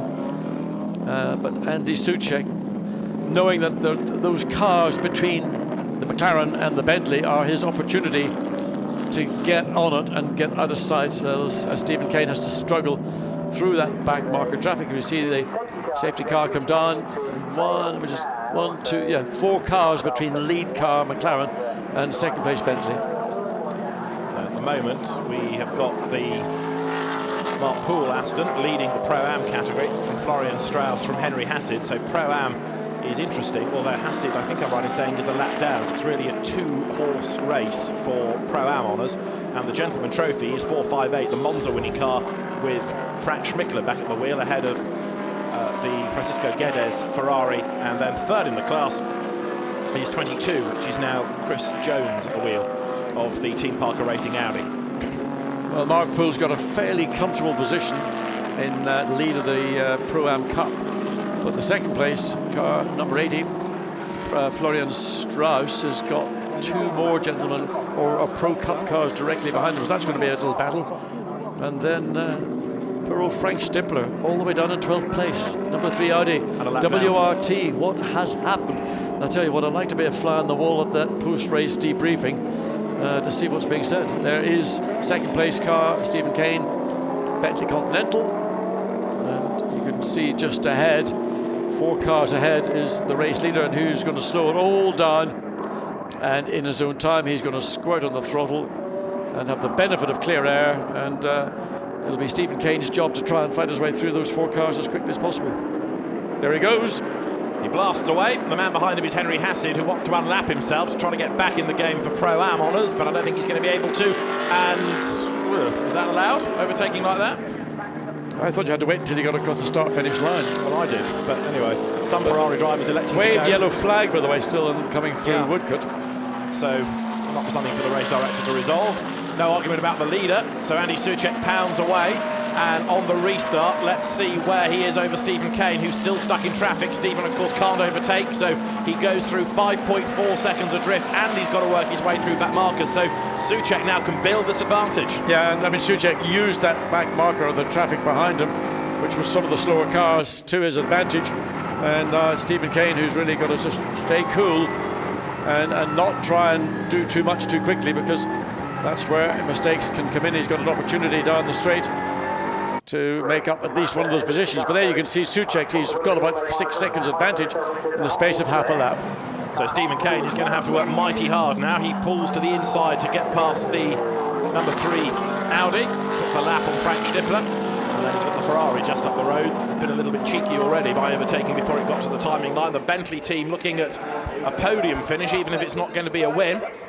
But it could yet be a victory, you never know. Stephen Kane, with 30 minutes to go, is going to really drive his heart out here, isn't he? Yes, and I mean, he's got to get past the Ferrari, and it ain't necessarily going to be anything easy. There's the gap leader going into Abbey as Kane just comes out of club, and that's going to be a minimum of 6 seconds, probably more in reality. And Stephen Kane has got 2 more cars ahead of him to find a way past before he can get close to the back of the McLaren. Something odd has happened on the restart, because Alexandre Premat has dropped back into 5th place. He's been mugged by Greg Gilver and Mark Poole, who have gone 3rd and 4th, and so the second of the ART McLarens that was 3rd has fallen to 5th on the restart. I suspect there's been a bit of skullduggery going on at that part of the field under the restart, and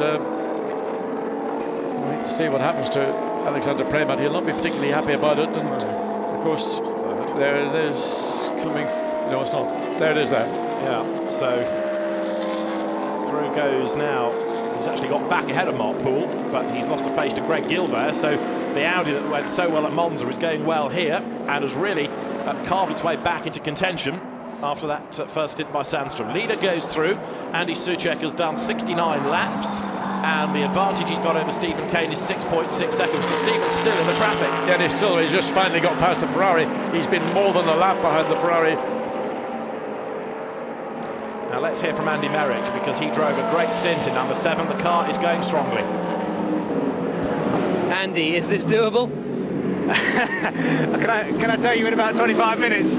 I think it's a bit of a long shot. I mean, obviously Stephen's in the car now, and so far the lap times he's been doing are fantastic, and we saw in my stint that comparatively to the McLaren, I think we're quite good on our tyres. So we'll see. I mean, I know that Kaney's always an aggressive little Irishman in that car, so I'm glad he's in it. He'll be pushing like mad. So let's just keep our fingers crossed. I think either way, it's going to be a good battle. It must be frustrating with the drive-through penalty to know that time difference ultimately would see you in the lead effectively. Yes, I suppose so. But we were dealt with it, so we need to forget about it for now and just carry on as we were. And I think that's the instructions that we were all given after it happened, and just get our head down. And that's exactly what I did from a stint, and it was pretty exciting, to be honest. There was a lot of traffic, a lot of overtaking, some great racing, especially with the McLaren. And I think it was Demustier who was in the McLaren, and he very good hard racing, but it was fair as well. So that was it was good to see. Thank you. Best of luck. Thank you. Interesting comment from Andy Merrick. Yeah. Stephen Kane, an aggressive little Irishman. Well, Andy Merrick, you're lucky you didn't race against me, my friend. Now, in this first sector of the lap, Stephen Kane is fractionally quicker. In the second sector, he's fractionally slower. He's still got, of course, that BMW to get past as well. So Andy Soucek still looking very, very strong indeed. Michael Caine there, looking the Aston Martin, working his way through traffic. Michael currently trying to play catch-up. That car lost a bit of ground early on. And as the replay comes, this shows you how 98 ended up losing places. Oh! What was Alexander Premat doing? That is the 98 McLaren getting it all wrong in Luffield. Clearly, that was the restart. Clearly, the brain and the foot were not connected. And there you see him. That's Joe. That's the Mark Poole in the Aston Martin going around the outside at Woodcote. And, well, I don't know. What can I say? Sometimes I wonder. Kevin Hester sitting in the pit lane, looking and wondering and watching and hoping that this is all going to work out in his favour. And right now you have to think it's going their way. 6.3 seconds is the gap between the Bentley in second place, still behind the BMW, but with a toe coming down Hanger Straight.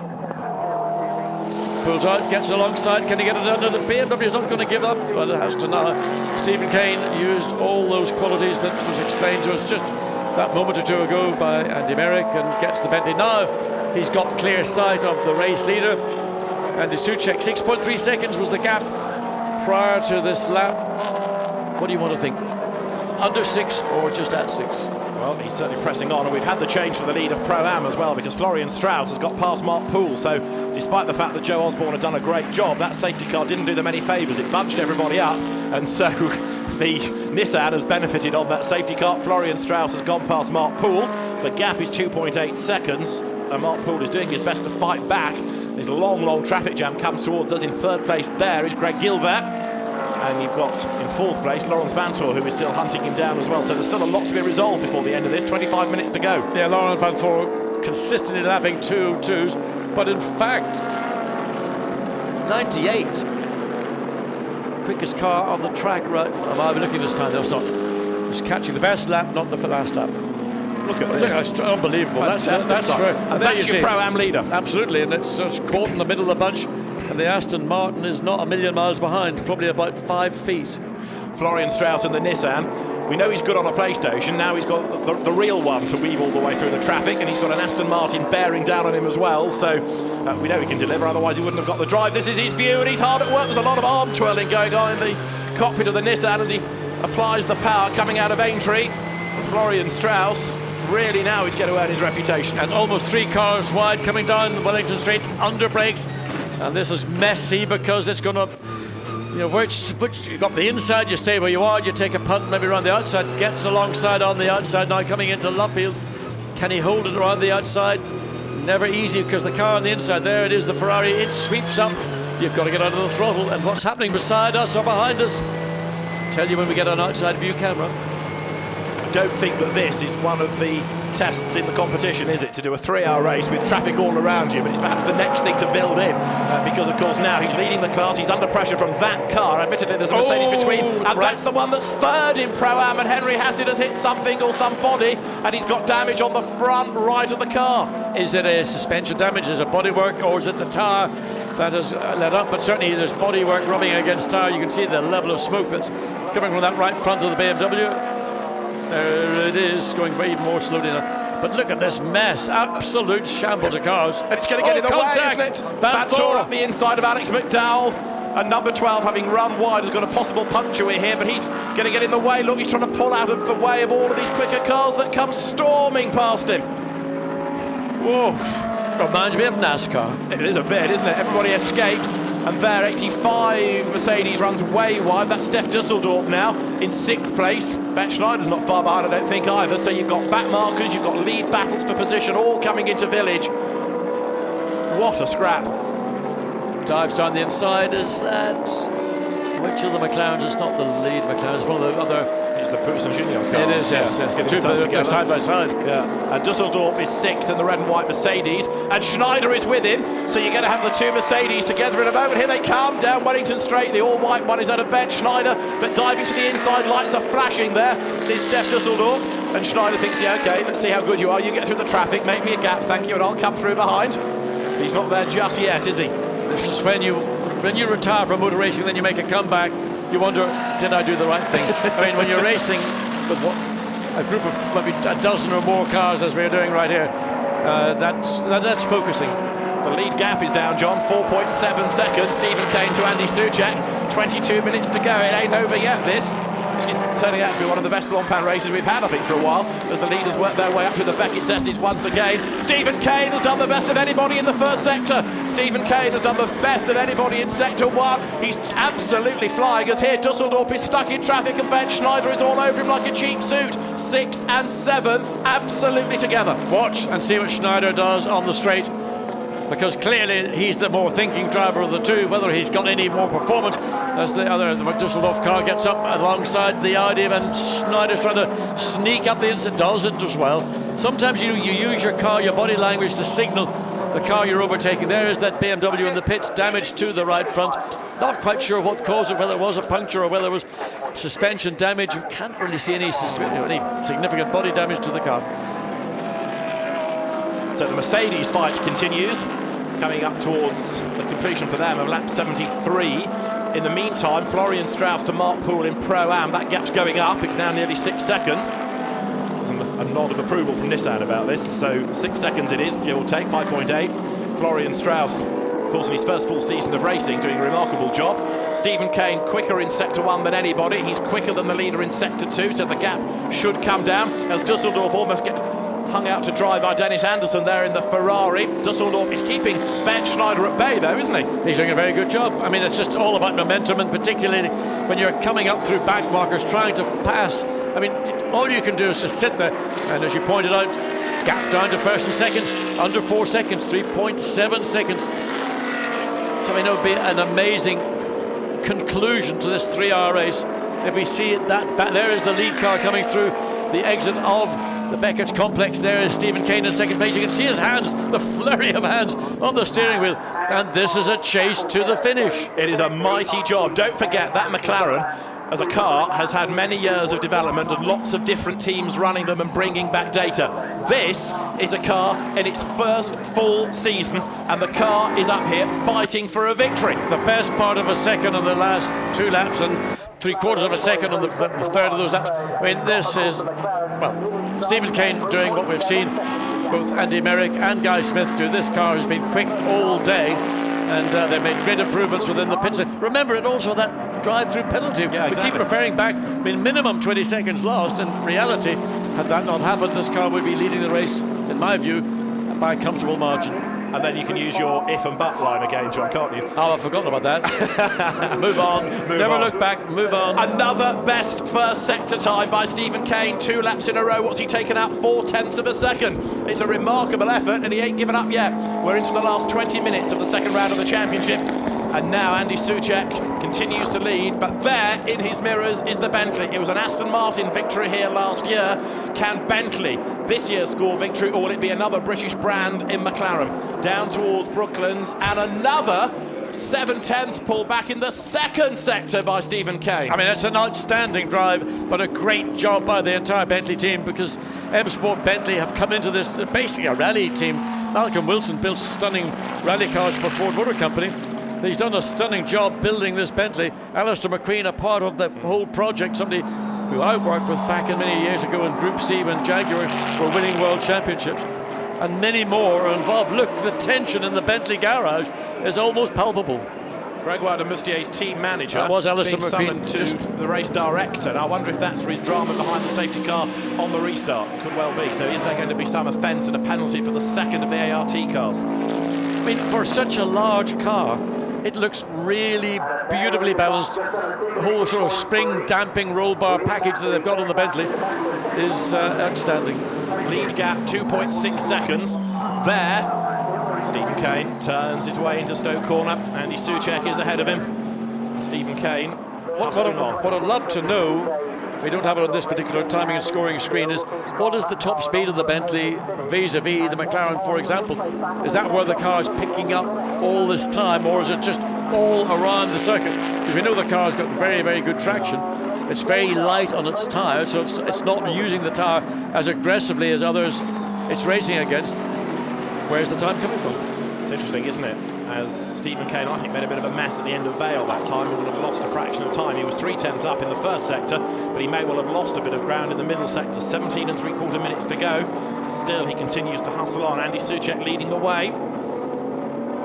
There is Stephen Kane, who makes his way now onto Wellington Straight. We have got 17.5 minutes to go. Malcolm Wilson can smell a podium here. Can he sense a victory, maybe? I think he would love a victory. He's having to be. He's getting beaten up by the VWs in the World Rally Championship, and to have Bentley take a podium here at Silverstone would be a dream, and the potential to stand on the centre podium would be outstanding.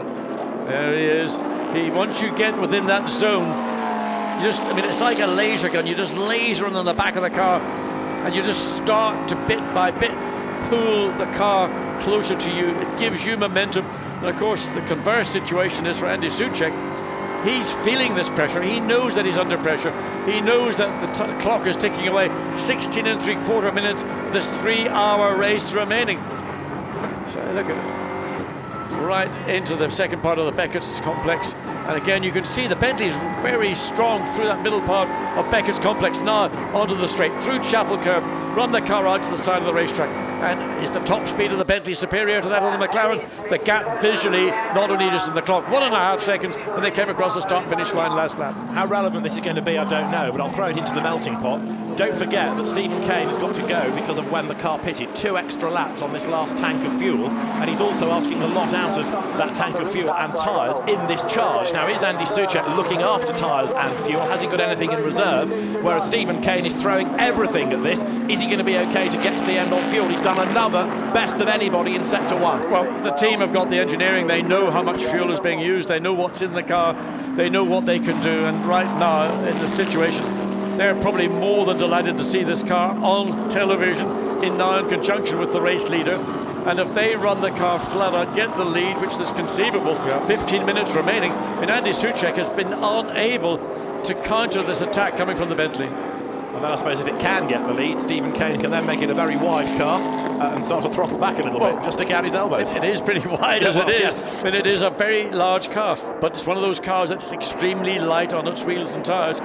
It's coming down Wellington Straight again, the gap down to, well, the best part of a second, maybe just under a second, as they come through Brooklands, and then the short squirt up into this frustrating, a different line from Andy Soucek, whereas Stephen Kane hugs the curb pretty much all the way around. Soucek makes a more clear, defined apex, very late apex, comes across start-finish line, the gap, 0.6 of a second. What a drive. Quicker in all three sectors. Stephen Kane good on the brakes as he throws the car into Copse Corner. 15 minutes of 3 hours remain. Is Andy Soucek on borrowed time, or can he defend for another, what's it going to be, 8 laps? 14 minutes, so yeah, it could be maybe 7 laps, just depending where they are when that gets to the last hour. Stephen Kane has seen that McLaren get bigger and bigger and bigger. The closer and closer and closer he's got. That's one of the Boots and Gignon cars limping down Hanger Straight with dramas. That won't be an issue, I don't think, for the leaders. They'll be able to go charging past easily enough. But if that car continues to limp on, it might get in the way of others. Leaders are safely through first sector. Kane's even quicker. Kane is even closer.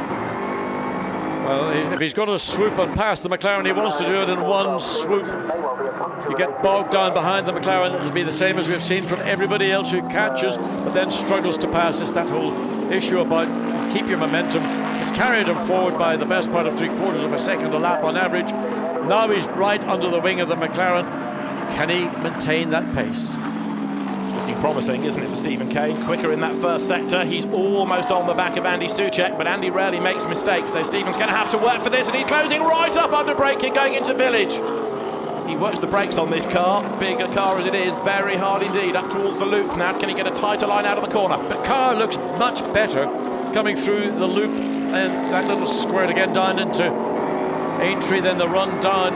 So there's bits of the racetrack clearly, not Andy Soucek, that Stephen Kane has got a performance advantage. Again, sticks the nose of the Bentley into the mirror of the McLaren just to frustrate and annoy Andy Soucek. Again, watch the different lines. Soucek stays wide and up the inside, not quite, but he may be side by side as they come out onto Woodcote. He's going to do it, isn't he, on the inside? He's got the line through Woodcote, he's got the line for Copse Corner. Bentley leads, coming across the timing line. Fantastic! Stephen Kane leads as he crosses the line, and that is on merit. That's not on pit stops, it's not on luck. That is on merit. A new car to the championship goes ahead of the McLaren. Big cheer from the Bentley boys. Big despondency from the ART Grand Prix engineers. 12.5 minutes to go. Stephen Kane leads the way. They can't believe it. ART cannot believe it, bearing in mind that Bentley had a drive through Guy Smith. They can't believe it either. I mean, Andy Merrick. Breathe, Andy, breathe. What a race, what a drive by Stephen Kane. But we're not done yet. We've got 12 minutes to go.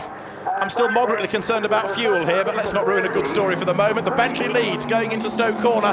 Can Andy Soucek offer anything in retaliation? No, and what Stephen Kane can do is now, if he so chooses, having used the car to get to the lead, he knows that it's probably unlikely, unless something unforeseen should happen, that Andy Soucek has got the performance to come back. So he can now start to back off, particularly on the engine, to all he's got to do is keep the gap where it is. That, a second and a bit gap between first and second.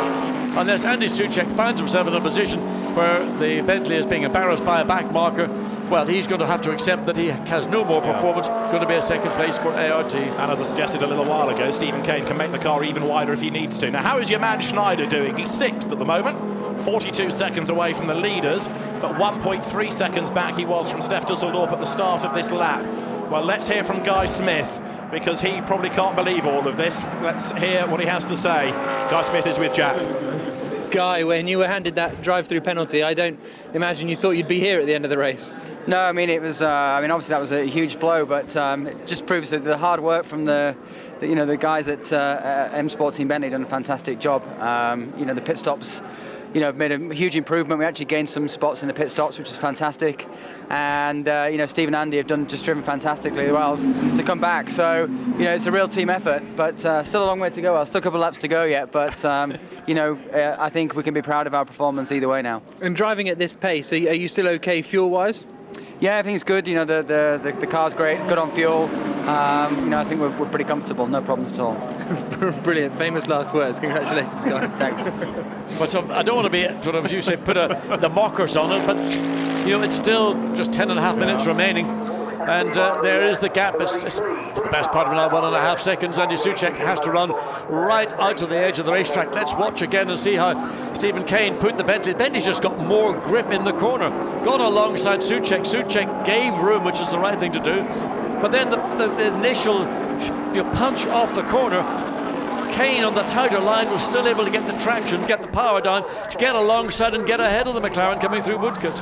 And that's the ideal place for it to happen, isn't it? The Bentley in front of the BRDC clubhouse makes its move. Stephen Kane charges through on the inside in front of the team. Fantastic. I tell you, I don't want to go near the BRDC suite tonight because all the good old boys who may have driven Bentleys in their time, and there is the team, but you know, still 9.5 minutes to go.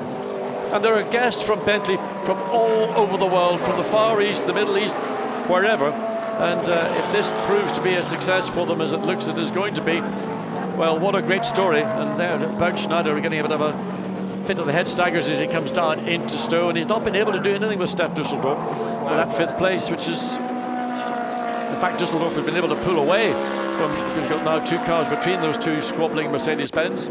Yeah, Schneider's stuck behind Alex McDowell, who is in 16th place. The other Bentley should make a quick reference to the fact that number 8, Antoine Leclerc, is now in 17th position, having lost its lap early on with a punctured tyre, and they've chipped away to try and bring the car up the order, but all the attention is around number 7 in this race, isn't it? Le Mans winner for Bentley, Guy Smith, has done a great job, so too Andy Merrick, and we made the point about that drive-through penalty. Well, hopefully it's not going to be an issue. 1.5 seconds is the margin, and just over 8.5 minutes to go. Well, all Stephen Kane needs to do is control the lead, and part of that control will be maybe just short shifting a little bit, just instead of going to whatever the limit is of the V8 Bentley engine, knock it back 500 RPM, roll the car into a corner, lift off and roll it in, brake less aggressively.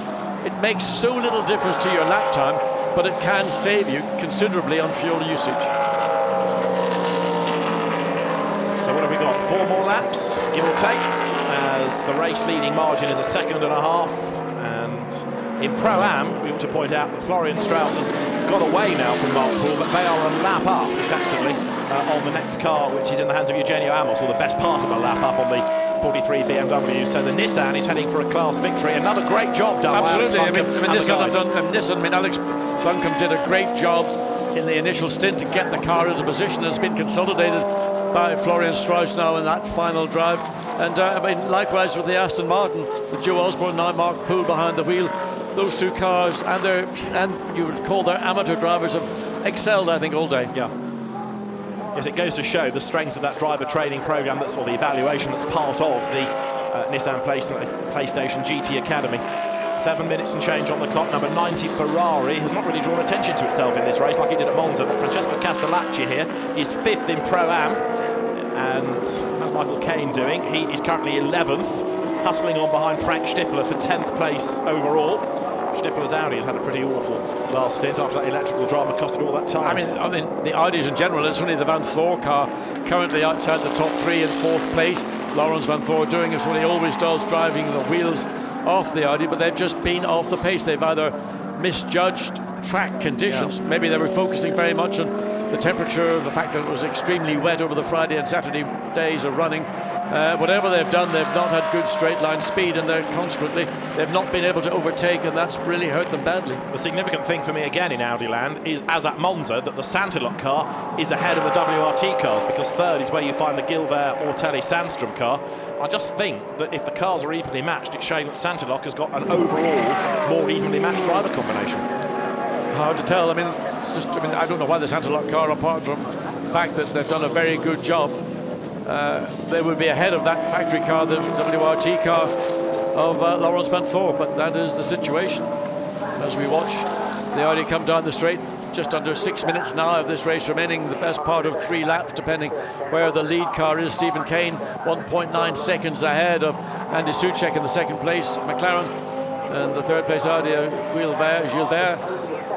Lawrence Van Thor further, well, only 2.8 seconds behind, so the 2 Audis are within fighting distance of one another, but with the clock ticking away, just coming down to 5.5 minutes, it's going to take a massive effort for Lawrence Van Thor to put the WRT car onto the podium. 5 minutes to go. You're looking at Michael Caine hustling on to get ahead of Frank Stippler. A change for 10th would be pretty good. This is the Motorbase run Aston.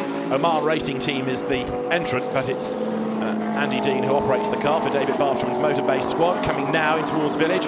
Frank Stippler, we know, is a star in anything he drives.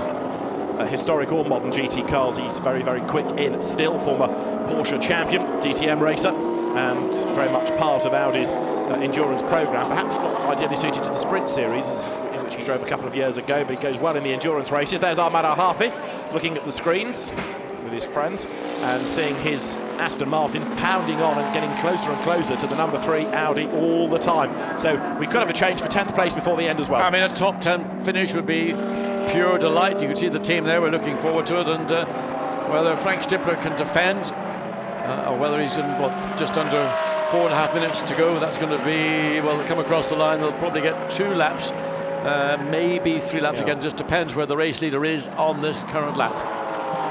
Michael Caine hustling on, winner with Ahmad Al-Hafi at Alton Park in the first round of the British Championship. But it has been a race full of drama. I know we're not finished yet, but it has been a race full of drama, full of talking points.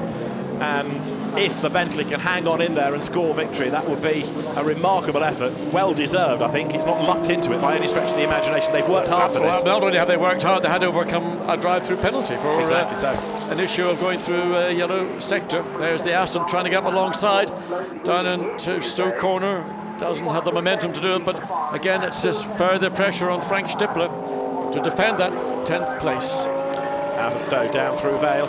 Now Stippler is a class act. Michael Caine is no slouch. Fascinating fight here between the two of them, and Michael Caine closing right up at the end of Vale under braking.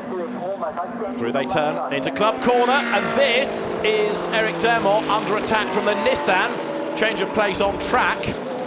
That's the pole-sitting Porsche. And it was Florian Strauss, I think, wasn't it, that went pounding past him there up on the inside. 24th is where you find that Porsche now, having lost a couple of laps over the course of the race. But Florian Strauss taking no prisoners, on target for a class victory.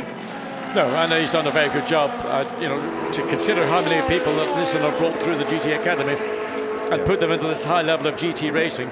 And I mean, Jan Marborough, who's going to have a big future. Let's have a look at the Gentleman Trophy before we go any further. 458 has been the dominant car all day, and Frank Schmickler there leads the way by 20 seconds from the number 51 Ferrari, which has currently got behind the wheel of it Francisco Guedes. But 458 looks like it's going to make it 2 class wins in a row with 2.5 minutes still to run. Down through Vale it comes. In third in the class is 22, which is the Ian Logie, Chris Jones, Julian Westwood Audi. And then the 4th place car is now Yannick Malagol. There it is at the wheel of the stripy Ferrari. But behind it on the track is the 2nd place car in the class, which is 51. That is Guedes, who turns his way now out of Stowe.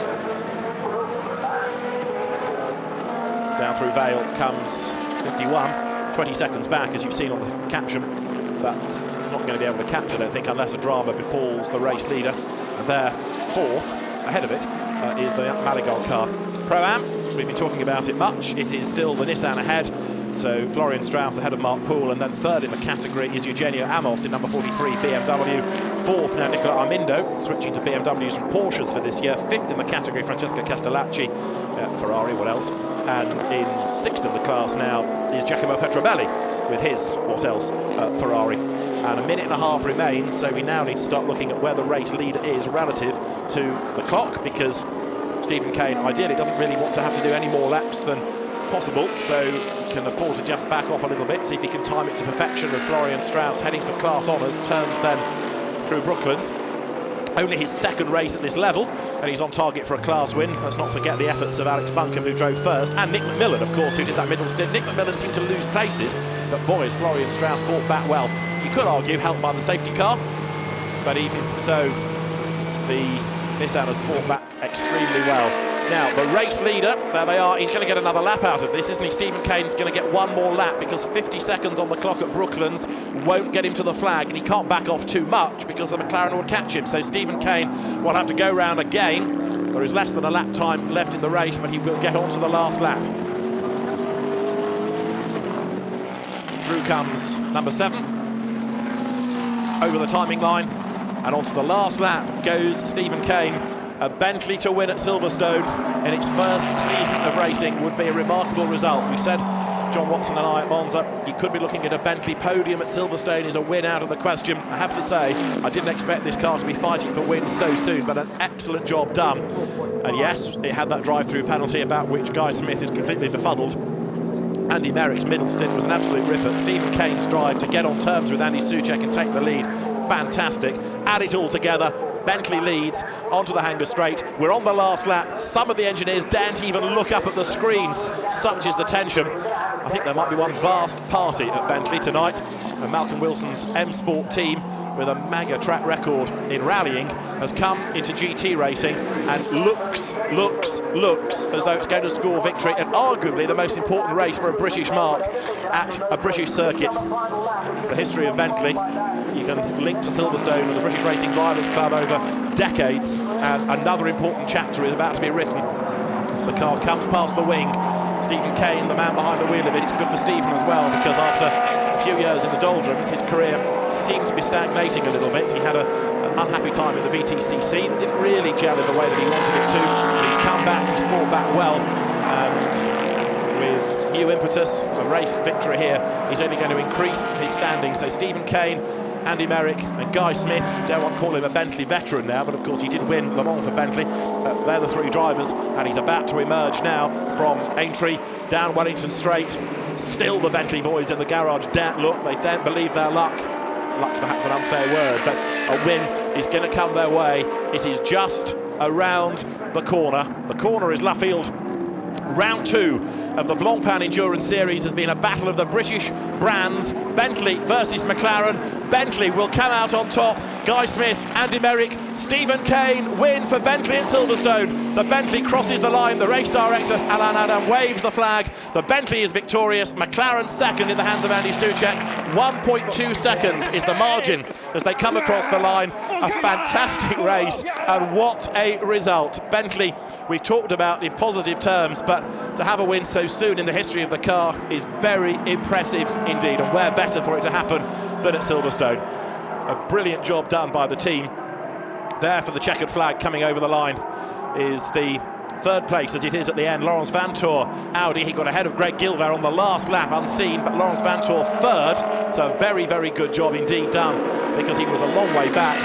And for fourth place it is Gilver, fifth will be Steph Dusseldorp's Mercedes coming over the line, and for sixth spot, Bernd Schneider, who comes through now.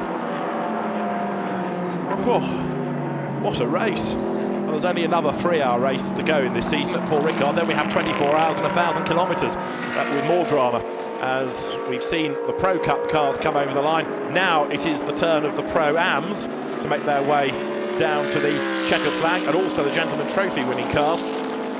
458 is going to win the Gentleman Trophy, which is the Frank Schmickler Alexander Matschall car.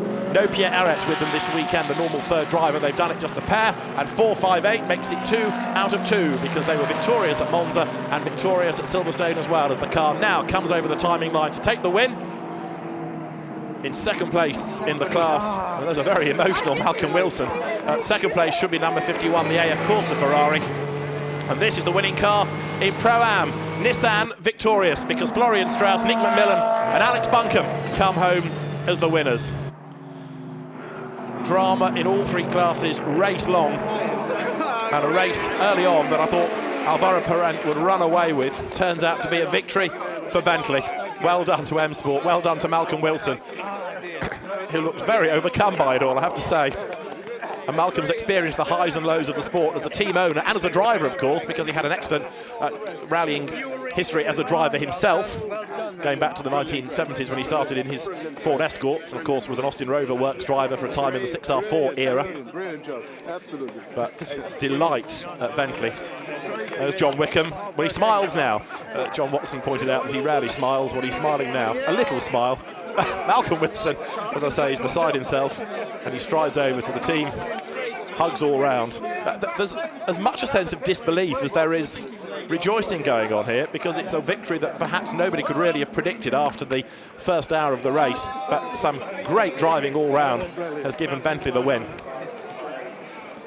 And the team makes its way to the foot of the podium, ready for the celebrations. We'll hear from the drivers. John Watson has gone down there, and you can expect some very, very happy drivers indeed. Stephen Kane there with the honour of bringing the car home, and well, it wasn't just a 1-hour drive, was it? He really had to hustle on in order to grab the advantage.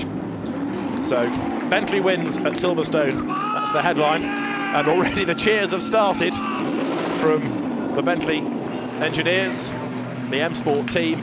Stephen Kane clambers out of the car, on top of the car. Well, not quite, but Stephen Kane wins at Silverstone for Bentley, and he is absolutely overjoyed.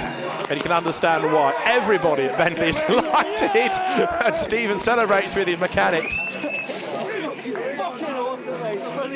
An awesome job done. Andy Merrick is the next one in the line to give him a big, big hug. And a win at this level matters for these guys, because they have had careers, all three of them, with ups and downs. And for Stephen Kane, it's an opportunity to show to people just how good he is. And Guy Smith says it's a brilliant drive. Andy Merrick has leapt over the barrier, I think, to get into Parc Fermé. There's Guy Smith making his way through as well, because they'll be whisked up to the podium after they have spoken to John Watson down in the Parc Fermé area. What a race. And what a result. What a result. Andy Soucek, whoa. Cole was all right. That Bentley was quick, he must be saying. And there's also quite a lot of rejoicing going on at Audi number 1, as there Laurens Vanthoor brings it home for third. Marc Bosseng and Cesar Ramos were quite a long way down in their respective stints, but British Bentley on British soil is back in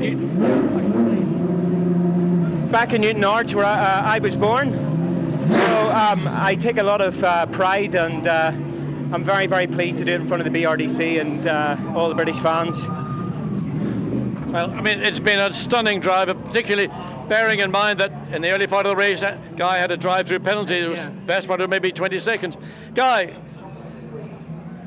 you had the difficult first stint and that drive-through penalty. Do you ever believe when you were doing that this could end up in a victory? No way. I mean, it was amazing. I mean, the car was just fantastic. We got the drive-through and we dropped right down, but the guys actually did a fantastic pit stop.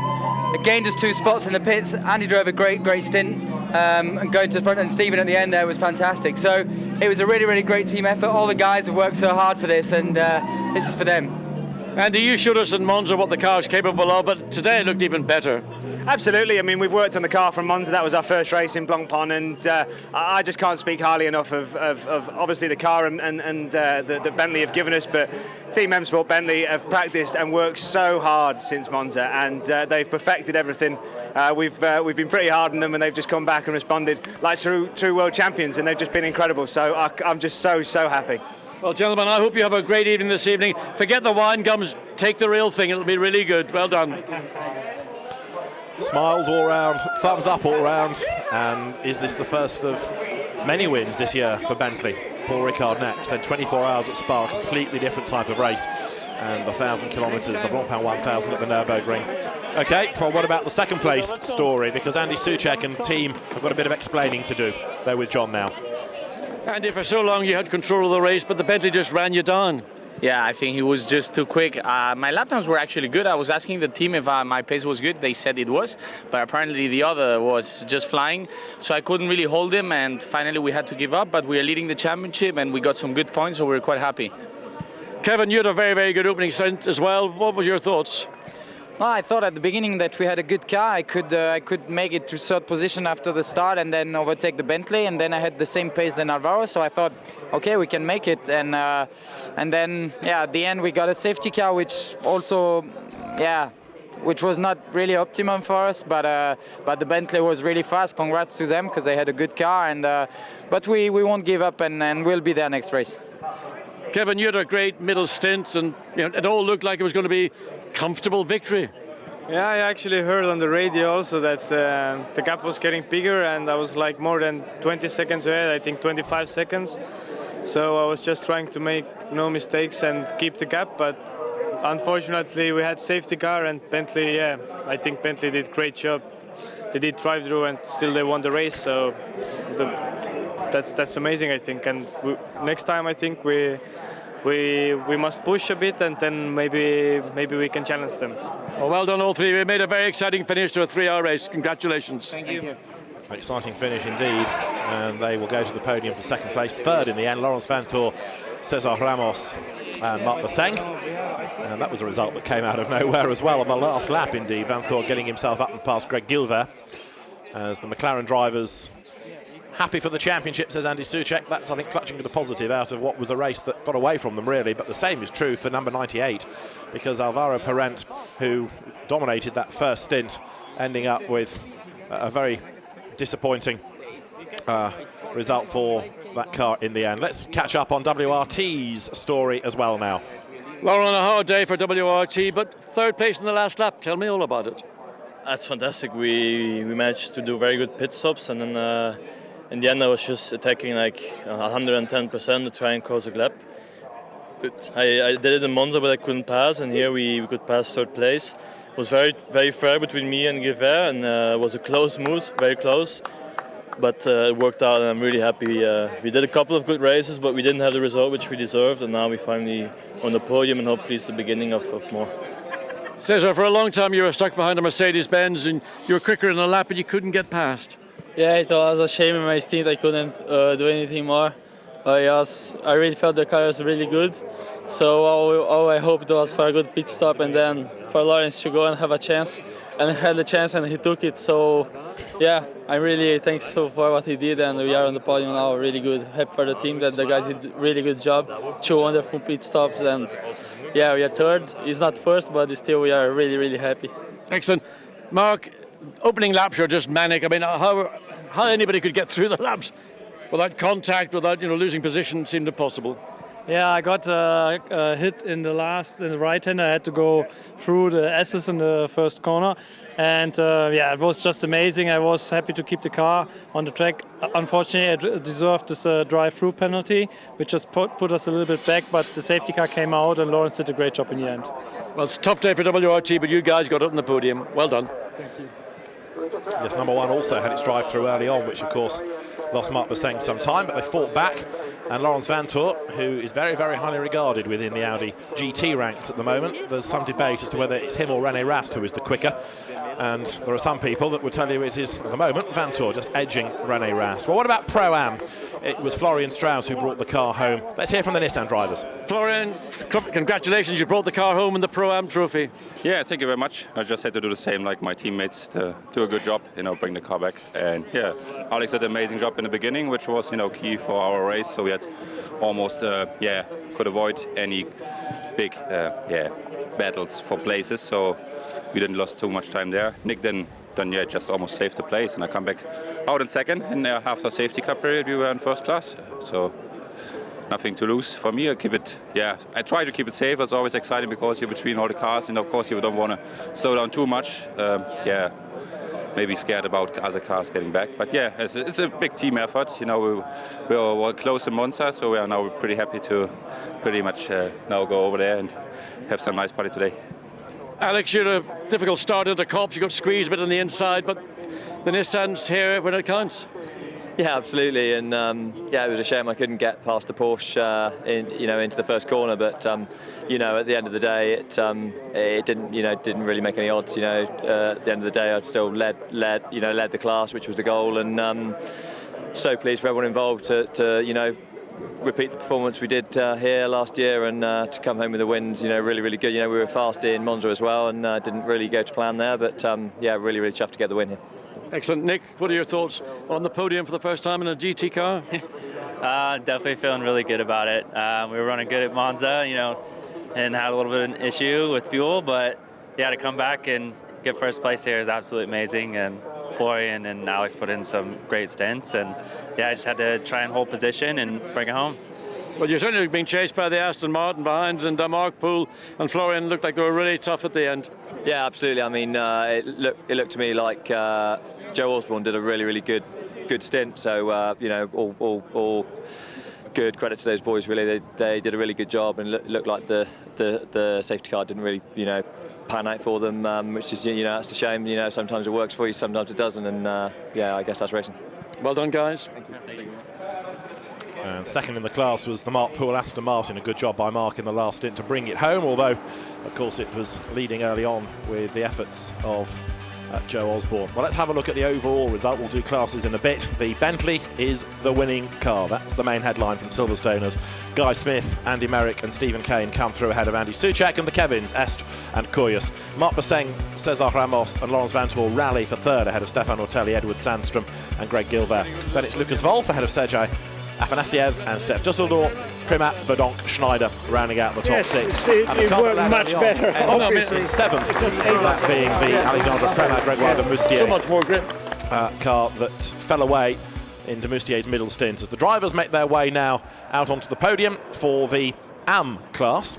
For third place, already there, the Team Parker Racing Audi drivers. So you have Ian Logie, Chris Jones and Julian Westwood for third, making their way out for second in the Gentleman Trophy, Felipe Barreros and Peter Mann, Francisco Guedes, but the win to Alexander Matschel and Frank Schmickler.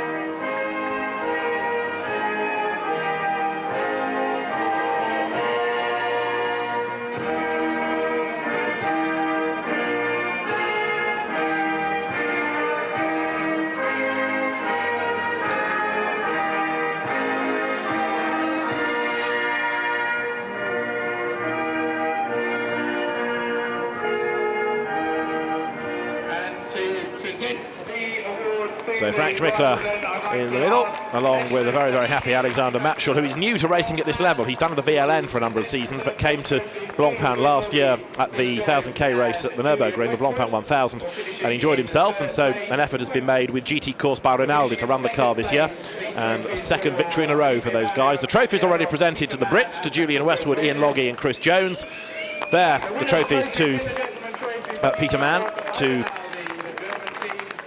his co-drivers of Francisco Guedes and Felipe Barreros, and then to the winners, because Alexander Matschel and Frank Schmickler now get the trophies. Pierre Eret was with them at Monza to score victory, but not here this weekend, so at least not here to race, and so it's just the two of them, and they have divided the driving duties well and come out on top, beating the three-driver combinations. Message on the screen telling us that the restart after the safety car is under investigation. Whether that's going to affect the outcome, I know not. Whether it's a general investigation or any specific cars, we don't know. The winners get the Blancpain clock. The GT Course by Rinaldi rep is there with his trophy, and the drivers all on the podium will in a moment get the champagne, and that's the cue for the cowards to get out of the way. And you would have thought, wouldn't you, with gentlemen, they would take it and drink it later, but oh no, that's not the case. The champagne is sprayed, and a very happy Alexander Matschel and Frank Schmickler, who is now a rather more venerable driver, graded bronze, is winning once again. Go back to the late 80s, early 90s, he was one of the front runners in the DTM, and is an experienced driver, no argument about it, but now winning races once more in this year's Blancpain Endurance Series. 81 laps were done by the winning car in the class, and Matschel and Schmickler beating Mann, Barreros and Guedes, Logie, Jones and Westwood. Fourth went to Howard Blanc, Jean-Marc Bachelier and Yannick Malagol, ahead of Freddie Kramer, Marcus May and Steve Earle. They were the only finishers. We know about the Aston Martin crashing, we know about the Audi with its mechanical dramas, and the Gosselin Lanier Sword Audi retired early on. So that is how the Gentleman Trophy race result looks, and it's going to, of course, increase the Matschel-Schmickler advantage in the title race. So the podium is being made ready for the Pro-Am category drivers, who will make their way next. But as we prepare for that, Silverstone in the sunshine has given another tremendous race. This is how the Pro-Am category looked. It was a win for number 80, namely the Nick McMillan, Florian Strauss, Alex Buncombe, Nissan ahead of Richard Abram, Mark Poole and Joe Osborne, with Michela Cerruti, Eugenio Amos and Stefano Comandini third, ahead of Eric Clement, Benjamin Lariche and Nicola Armindo. Rizzoli, Guy, Castellacci, fifth, Brosniewski, Bonaccini and Petrobelli rounded out the top six. And there are the drivers, all on the podium. The Nissan drivers huddled together on the top step for the national anthem.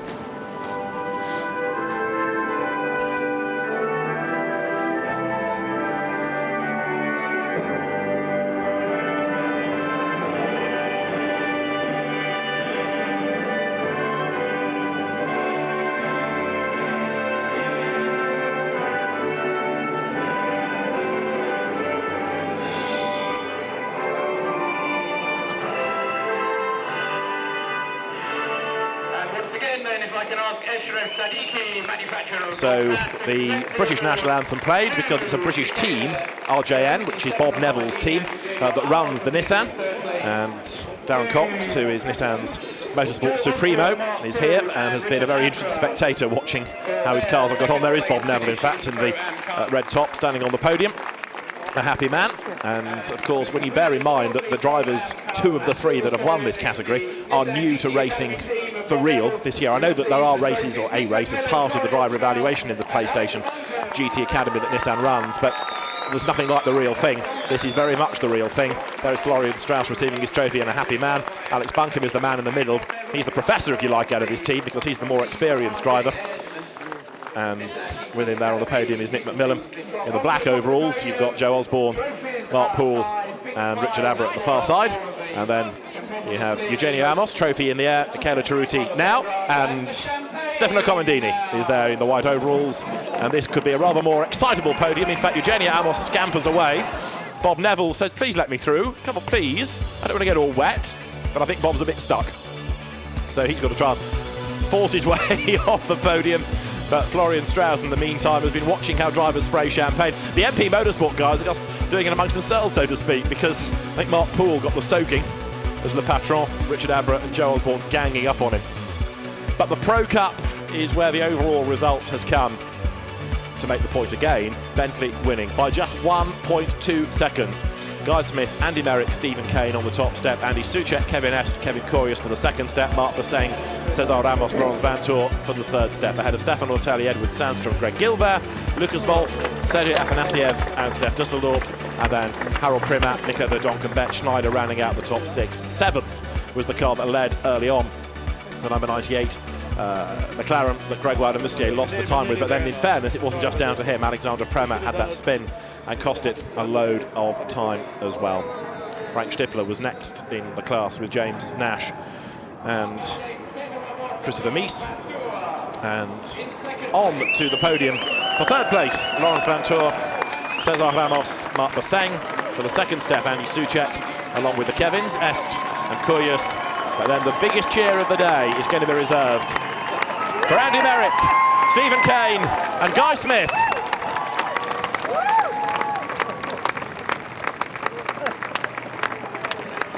British drivers all, British car, British team. And as the handshakes have been completed, the British national anthem.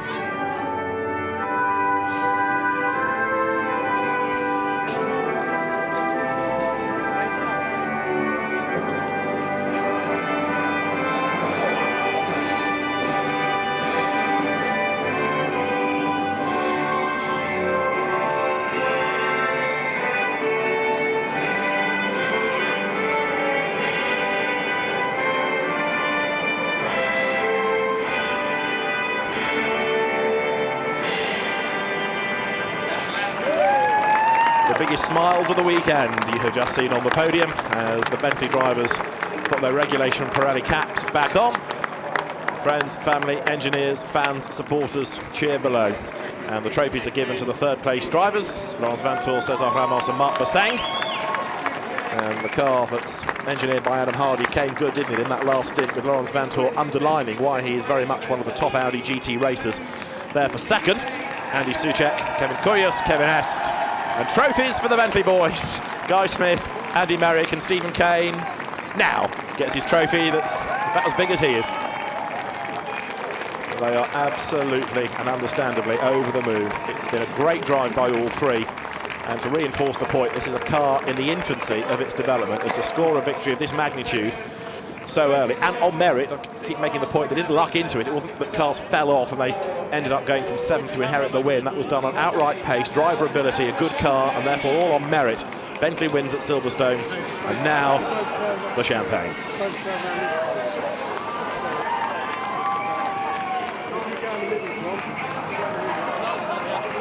Into Nissan fighting with the champagne, all the teams attack each other. I think the bottles may well get dropped to the teams below, if there's anything left in them. So after, in the end, 84 laps of racing, that late safety car period. So it's a win for Bentley. Let's catch up with John Wickham and Malcolm Wilson on the victory there with Watty. Malcolm Wilson, congratulations. Where does this rate amongst all your illustrious career and successes? I must admit it's a great moment to get that opportunity to represent Bentley and to come on only our second race and to win. And to do it at Silverstone as well. You can imagine the feeling of everybody within the team, but it's been just an incredible team effort by everybody. Well, you've had a fantastic career, but in rallying, coming into motorsport, you've actually made it look too easy.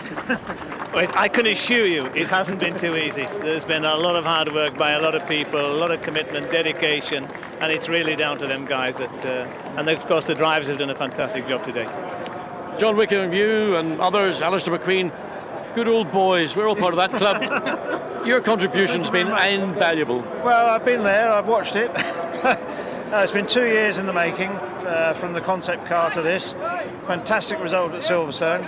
And the way the lads work today, the team, the pit stops are absolutely mint. Absolutely mint. So together with the drivers, the team, the constructor, the whole lot, fantastic.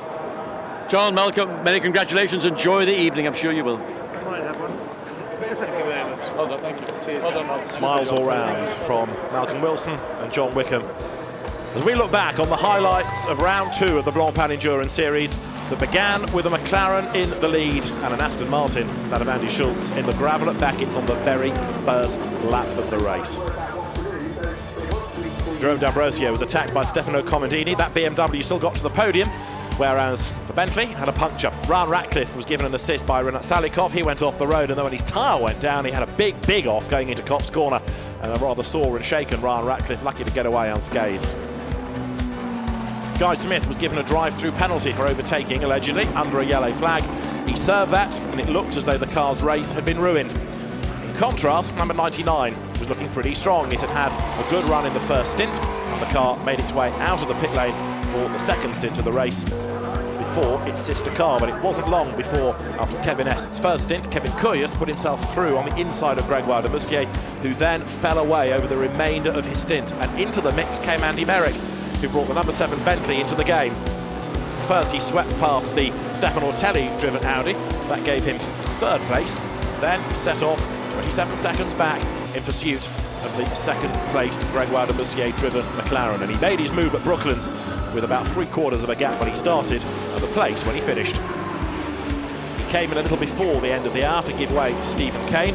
Stephen lost a fraction of time as he stalled the car, but he picked it up and went out of the pit lane gunning for number 99 McLaren, which will be taken into the last stint by Andy Soucek. 98 will be given over to Alexandre Premat, but he didn't feature after spinning behind the safety car on the restart and then having another drama that cost him another chunk of time. Therefore, the final part of the race came down to a battle between McLaren and Bentley. The two of them were running together. Other pit stops were circled through in the Pro-Am category, the number 43 BMW on target for third in class. Greg Gill there, making his way up the order in number 26 Audi. Another driver doing a good job in the last stint of the race. As then the safety car came out after this accident for Andy Schultz, who spun the Aston Martin that had been in the gravel on the first lap into the wall on the Hanger Straight. Everybody bunched up behind the safety car. On the restart, Premat got it wrong as he gunned the throttle too early and lost the back of the car. He was able to rejoin, but this turned the battle now into McLaren versus Bentley. The two cars made their way up over the timing line with through on the inside, the Bentley, to secure the place. It went through on the inside line, and the two cars ran their way through Copse Corner with the Bentley ahead into a lead it was never to lose.